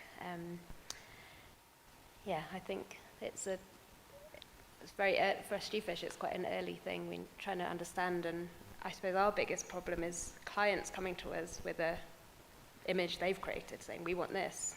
And it's like, Yeah, I can imagine. And then we have to work out physically how you can get to that, which seems a bit backwards. So it's going to take a bit of time to kind of settle. And but I read something about it's never going to replace architects or designers, because clients never know what they want anyway. So until they know what they want, we're never going to have to. Yeah. That's a very positive outlook. Clients will always be clients. Always change their mind. Yeah.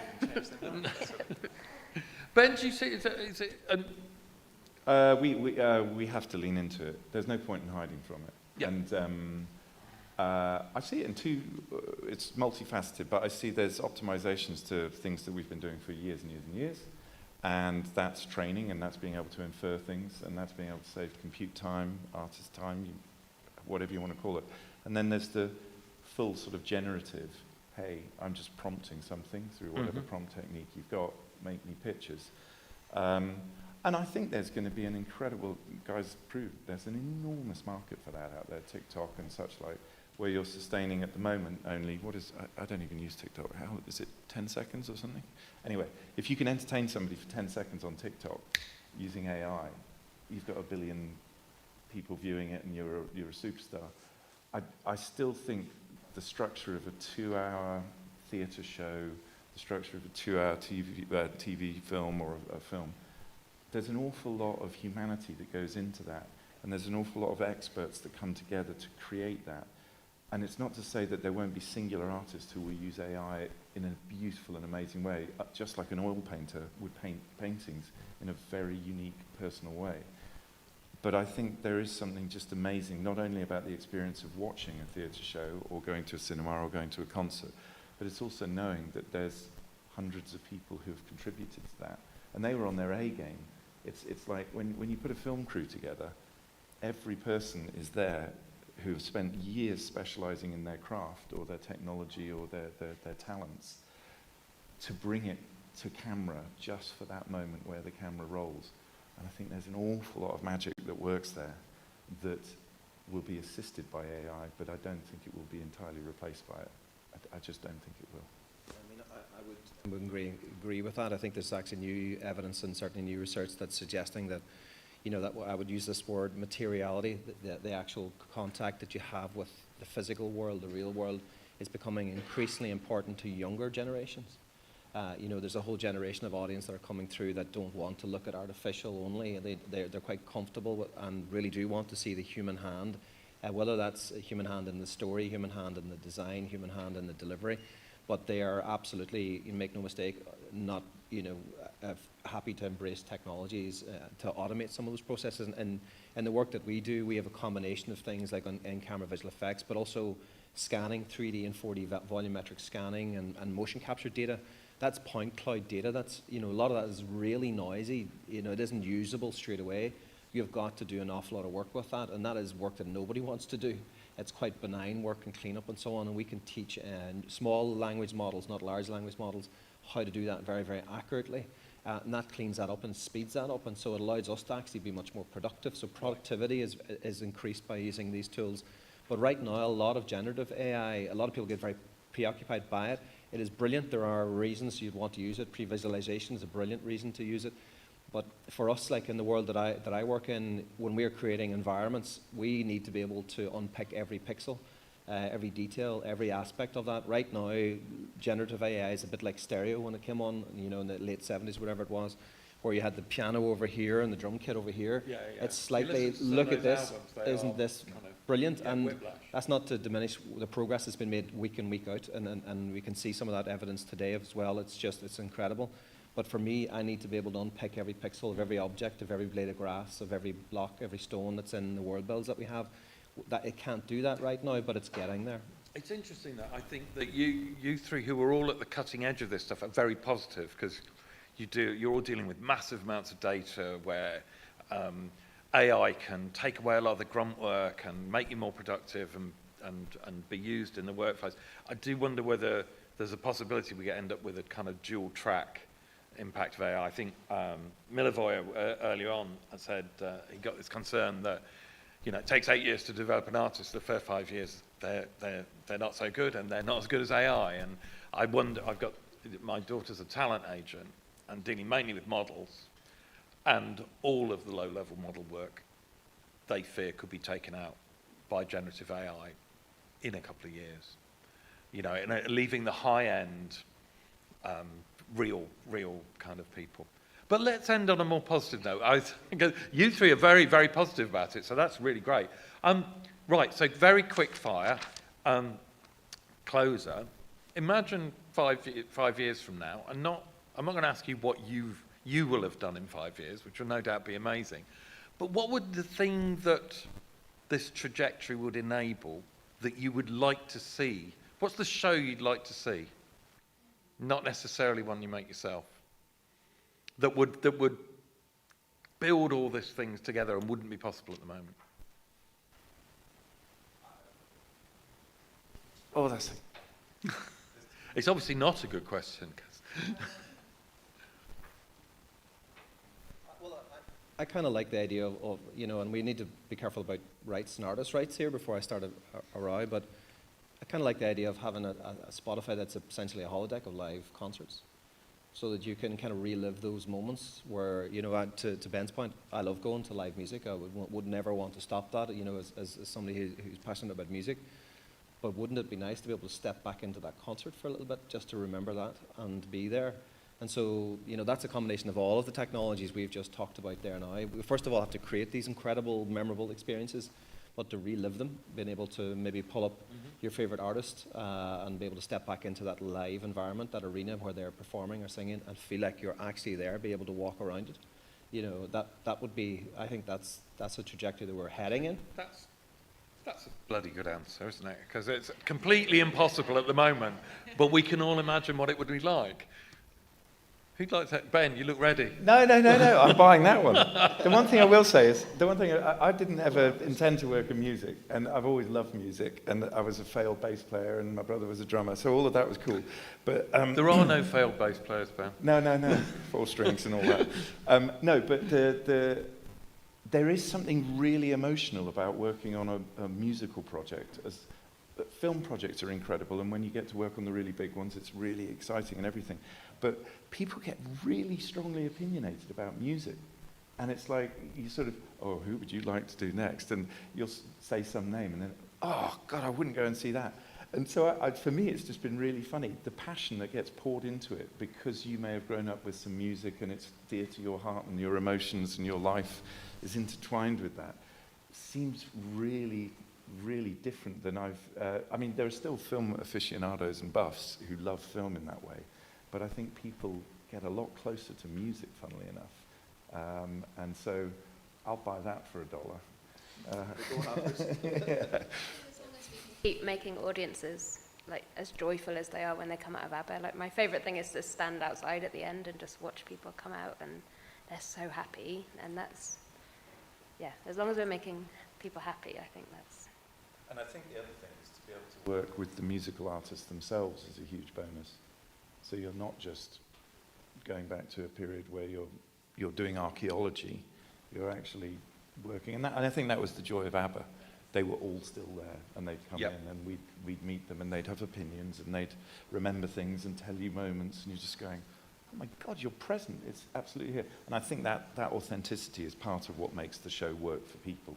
They know that ABBA were involved in it. This isn't some sort of money-spinning resurrection, it's they are there. So that to conclude on is a really, really interesting point, that 3 creatives at the cutting edge of implementing these technologies actually believe they can make things more authentic than what we talk about, which is virtualization. So I'd just like to say thank you to Declan, to Ben, and to Alicia for a remarkable kind of insight into the applications of these technologies and a remarkably positive view on it, as you'd expect. Thank you.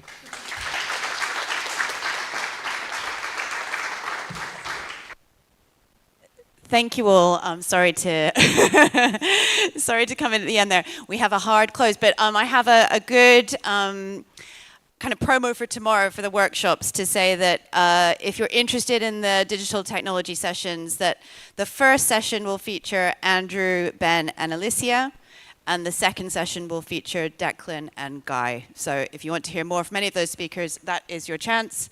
QR code is up. Please do scan it, and please do sign up for which of the sessions you're most interested in. That just gives us a feel for how we run tomorrow and where we put people in which rooms, etc. So appreciate you all signing up in advance. Right, I won't go in front of that for a second. That takes us to the end of the day. I have been given the task of trying to wrap up, which is almost impossible. But I have a few thoughts, and I just wanted to maybe cover some kind of key reflections that I've had. So bear with me. I think we've been on a real journey today through the creative economy in the UK, in the Western Balkans, and wider Europe. We've heard case studies in the policy space of vision to action, of the importance of data, and that we've heard that policy is best when it's participatory, practical, and shaped from the ground up. We moved to entrepreneurship and innovation, and we heard great examples of businesses, incubators, skills academies, cruise services. But whether it's in Yerevan or whether it's in Yorkshire, and whether you're an educator or an employer or an intermediary, people and creative talent are key. And fair work and sustainable growth is critical. And then we talked about place, and we heard from festivals, and we heard from cultural spaces, from Prizren to Manchester, those who are building narratives from the past through to the present and into the future. And we heard about collective placemaking in Dundee, resilient placemaking in Vinica. I think that will stick with us all for a long time. And at the intersection of place and technology, Deepa's story from Belfast managed to move us kind of ironically or very aptly when she was delivering it digitally, actually. And then we wrapped up looking at technology. And we ended up with some mind-blowing generative AI, some world record-breaking tech, and looked to the future of live performance. And I love that phrase that technology is an evolution. And when we first set out to designing this forum, we used a bit of this phrase, and I just think I'll end with this, that Growth Reimagined invites us all to think about how economies develop in new ways, and to explore models that prioritize local value and long-term approaches to prosperity and well-being. So I'll leave it there, but we have a brilliant day ahead tomorrow, so please do stick with us, sign up, and enjoy the rest of the time getting to know each other. That bit is absolutely critical. I have a few thanks to add before we close. I just want to get my list to make sure I thank everybody. So I want to thank everybody who's here, the audience, and all the speakers. I wanted to thank the CIM team, Christina, Bane, Dubrovka, and anybody else who I haven't named but who are volunteering today as well. The Beyond team, Tara, Holly, Eliza, and Sam. The British Council team, Jovana, Milan, Jelena, Sedan, Jansu, who's not here but was critical to shaping the whole program, and to many other British Council colleagues working behind the scenes. Yeah, it's been a real group effort to get us here to this forum, and as you can imagine, a lot of logistics involved. So just huge thanks to all of the team for working together. And we have a hard close, so I know we need to move. Yeah, thank you all, and yeah, enjoy the evening ahead in Kotor, and we'll see as many of you as possible tomorrow. Thanks.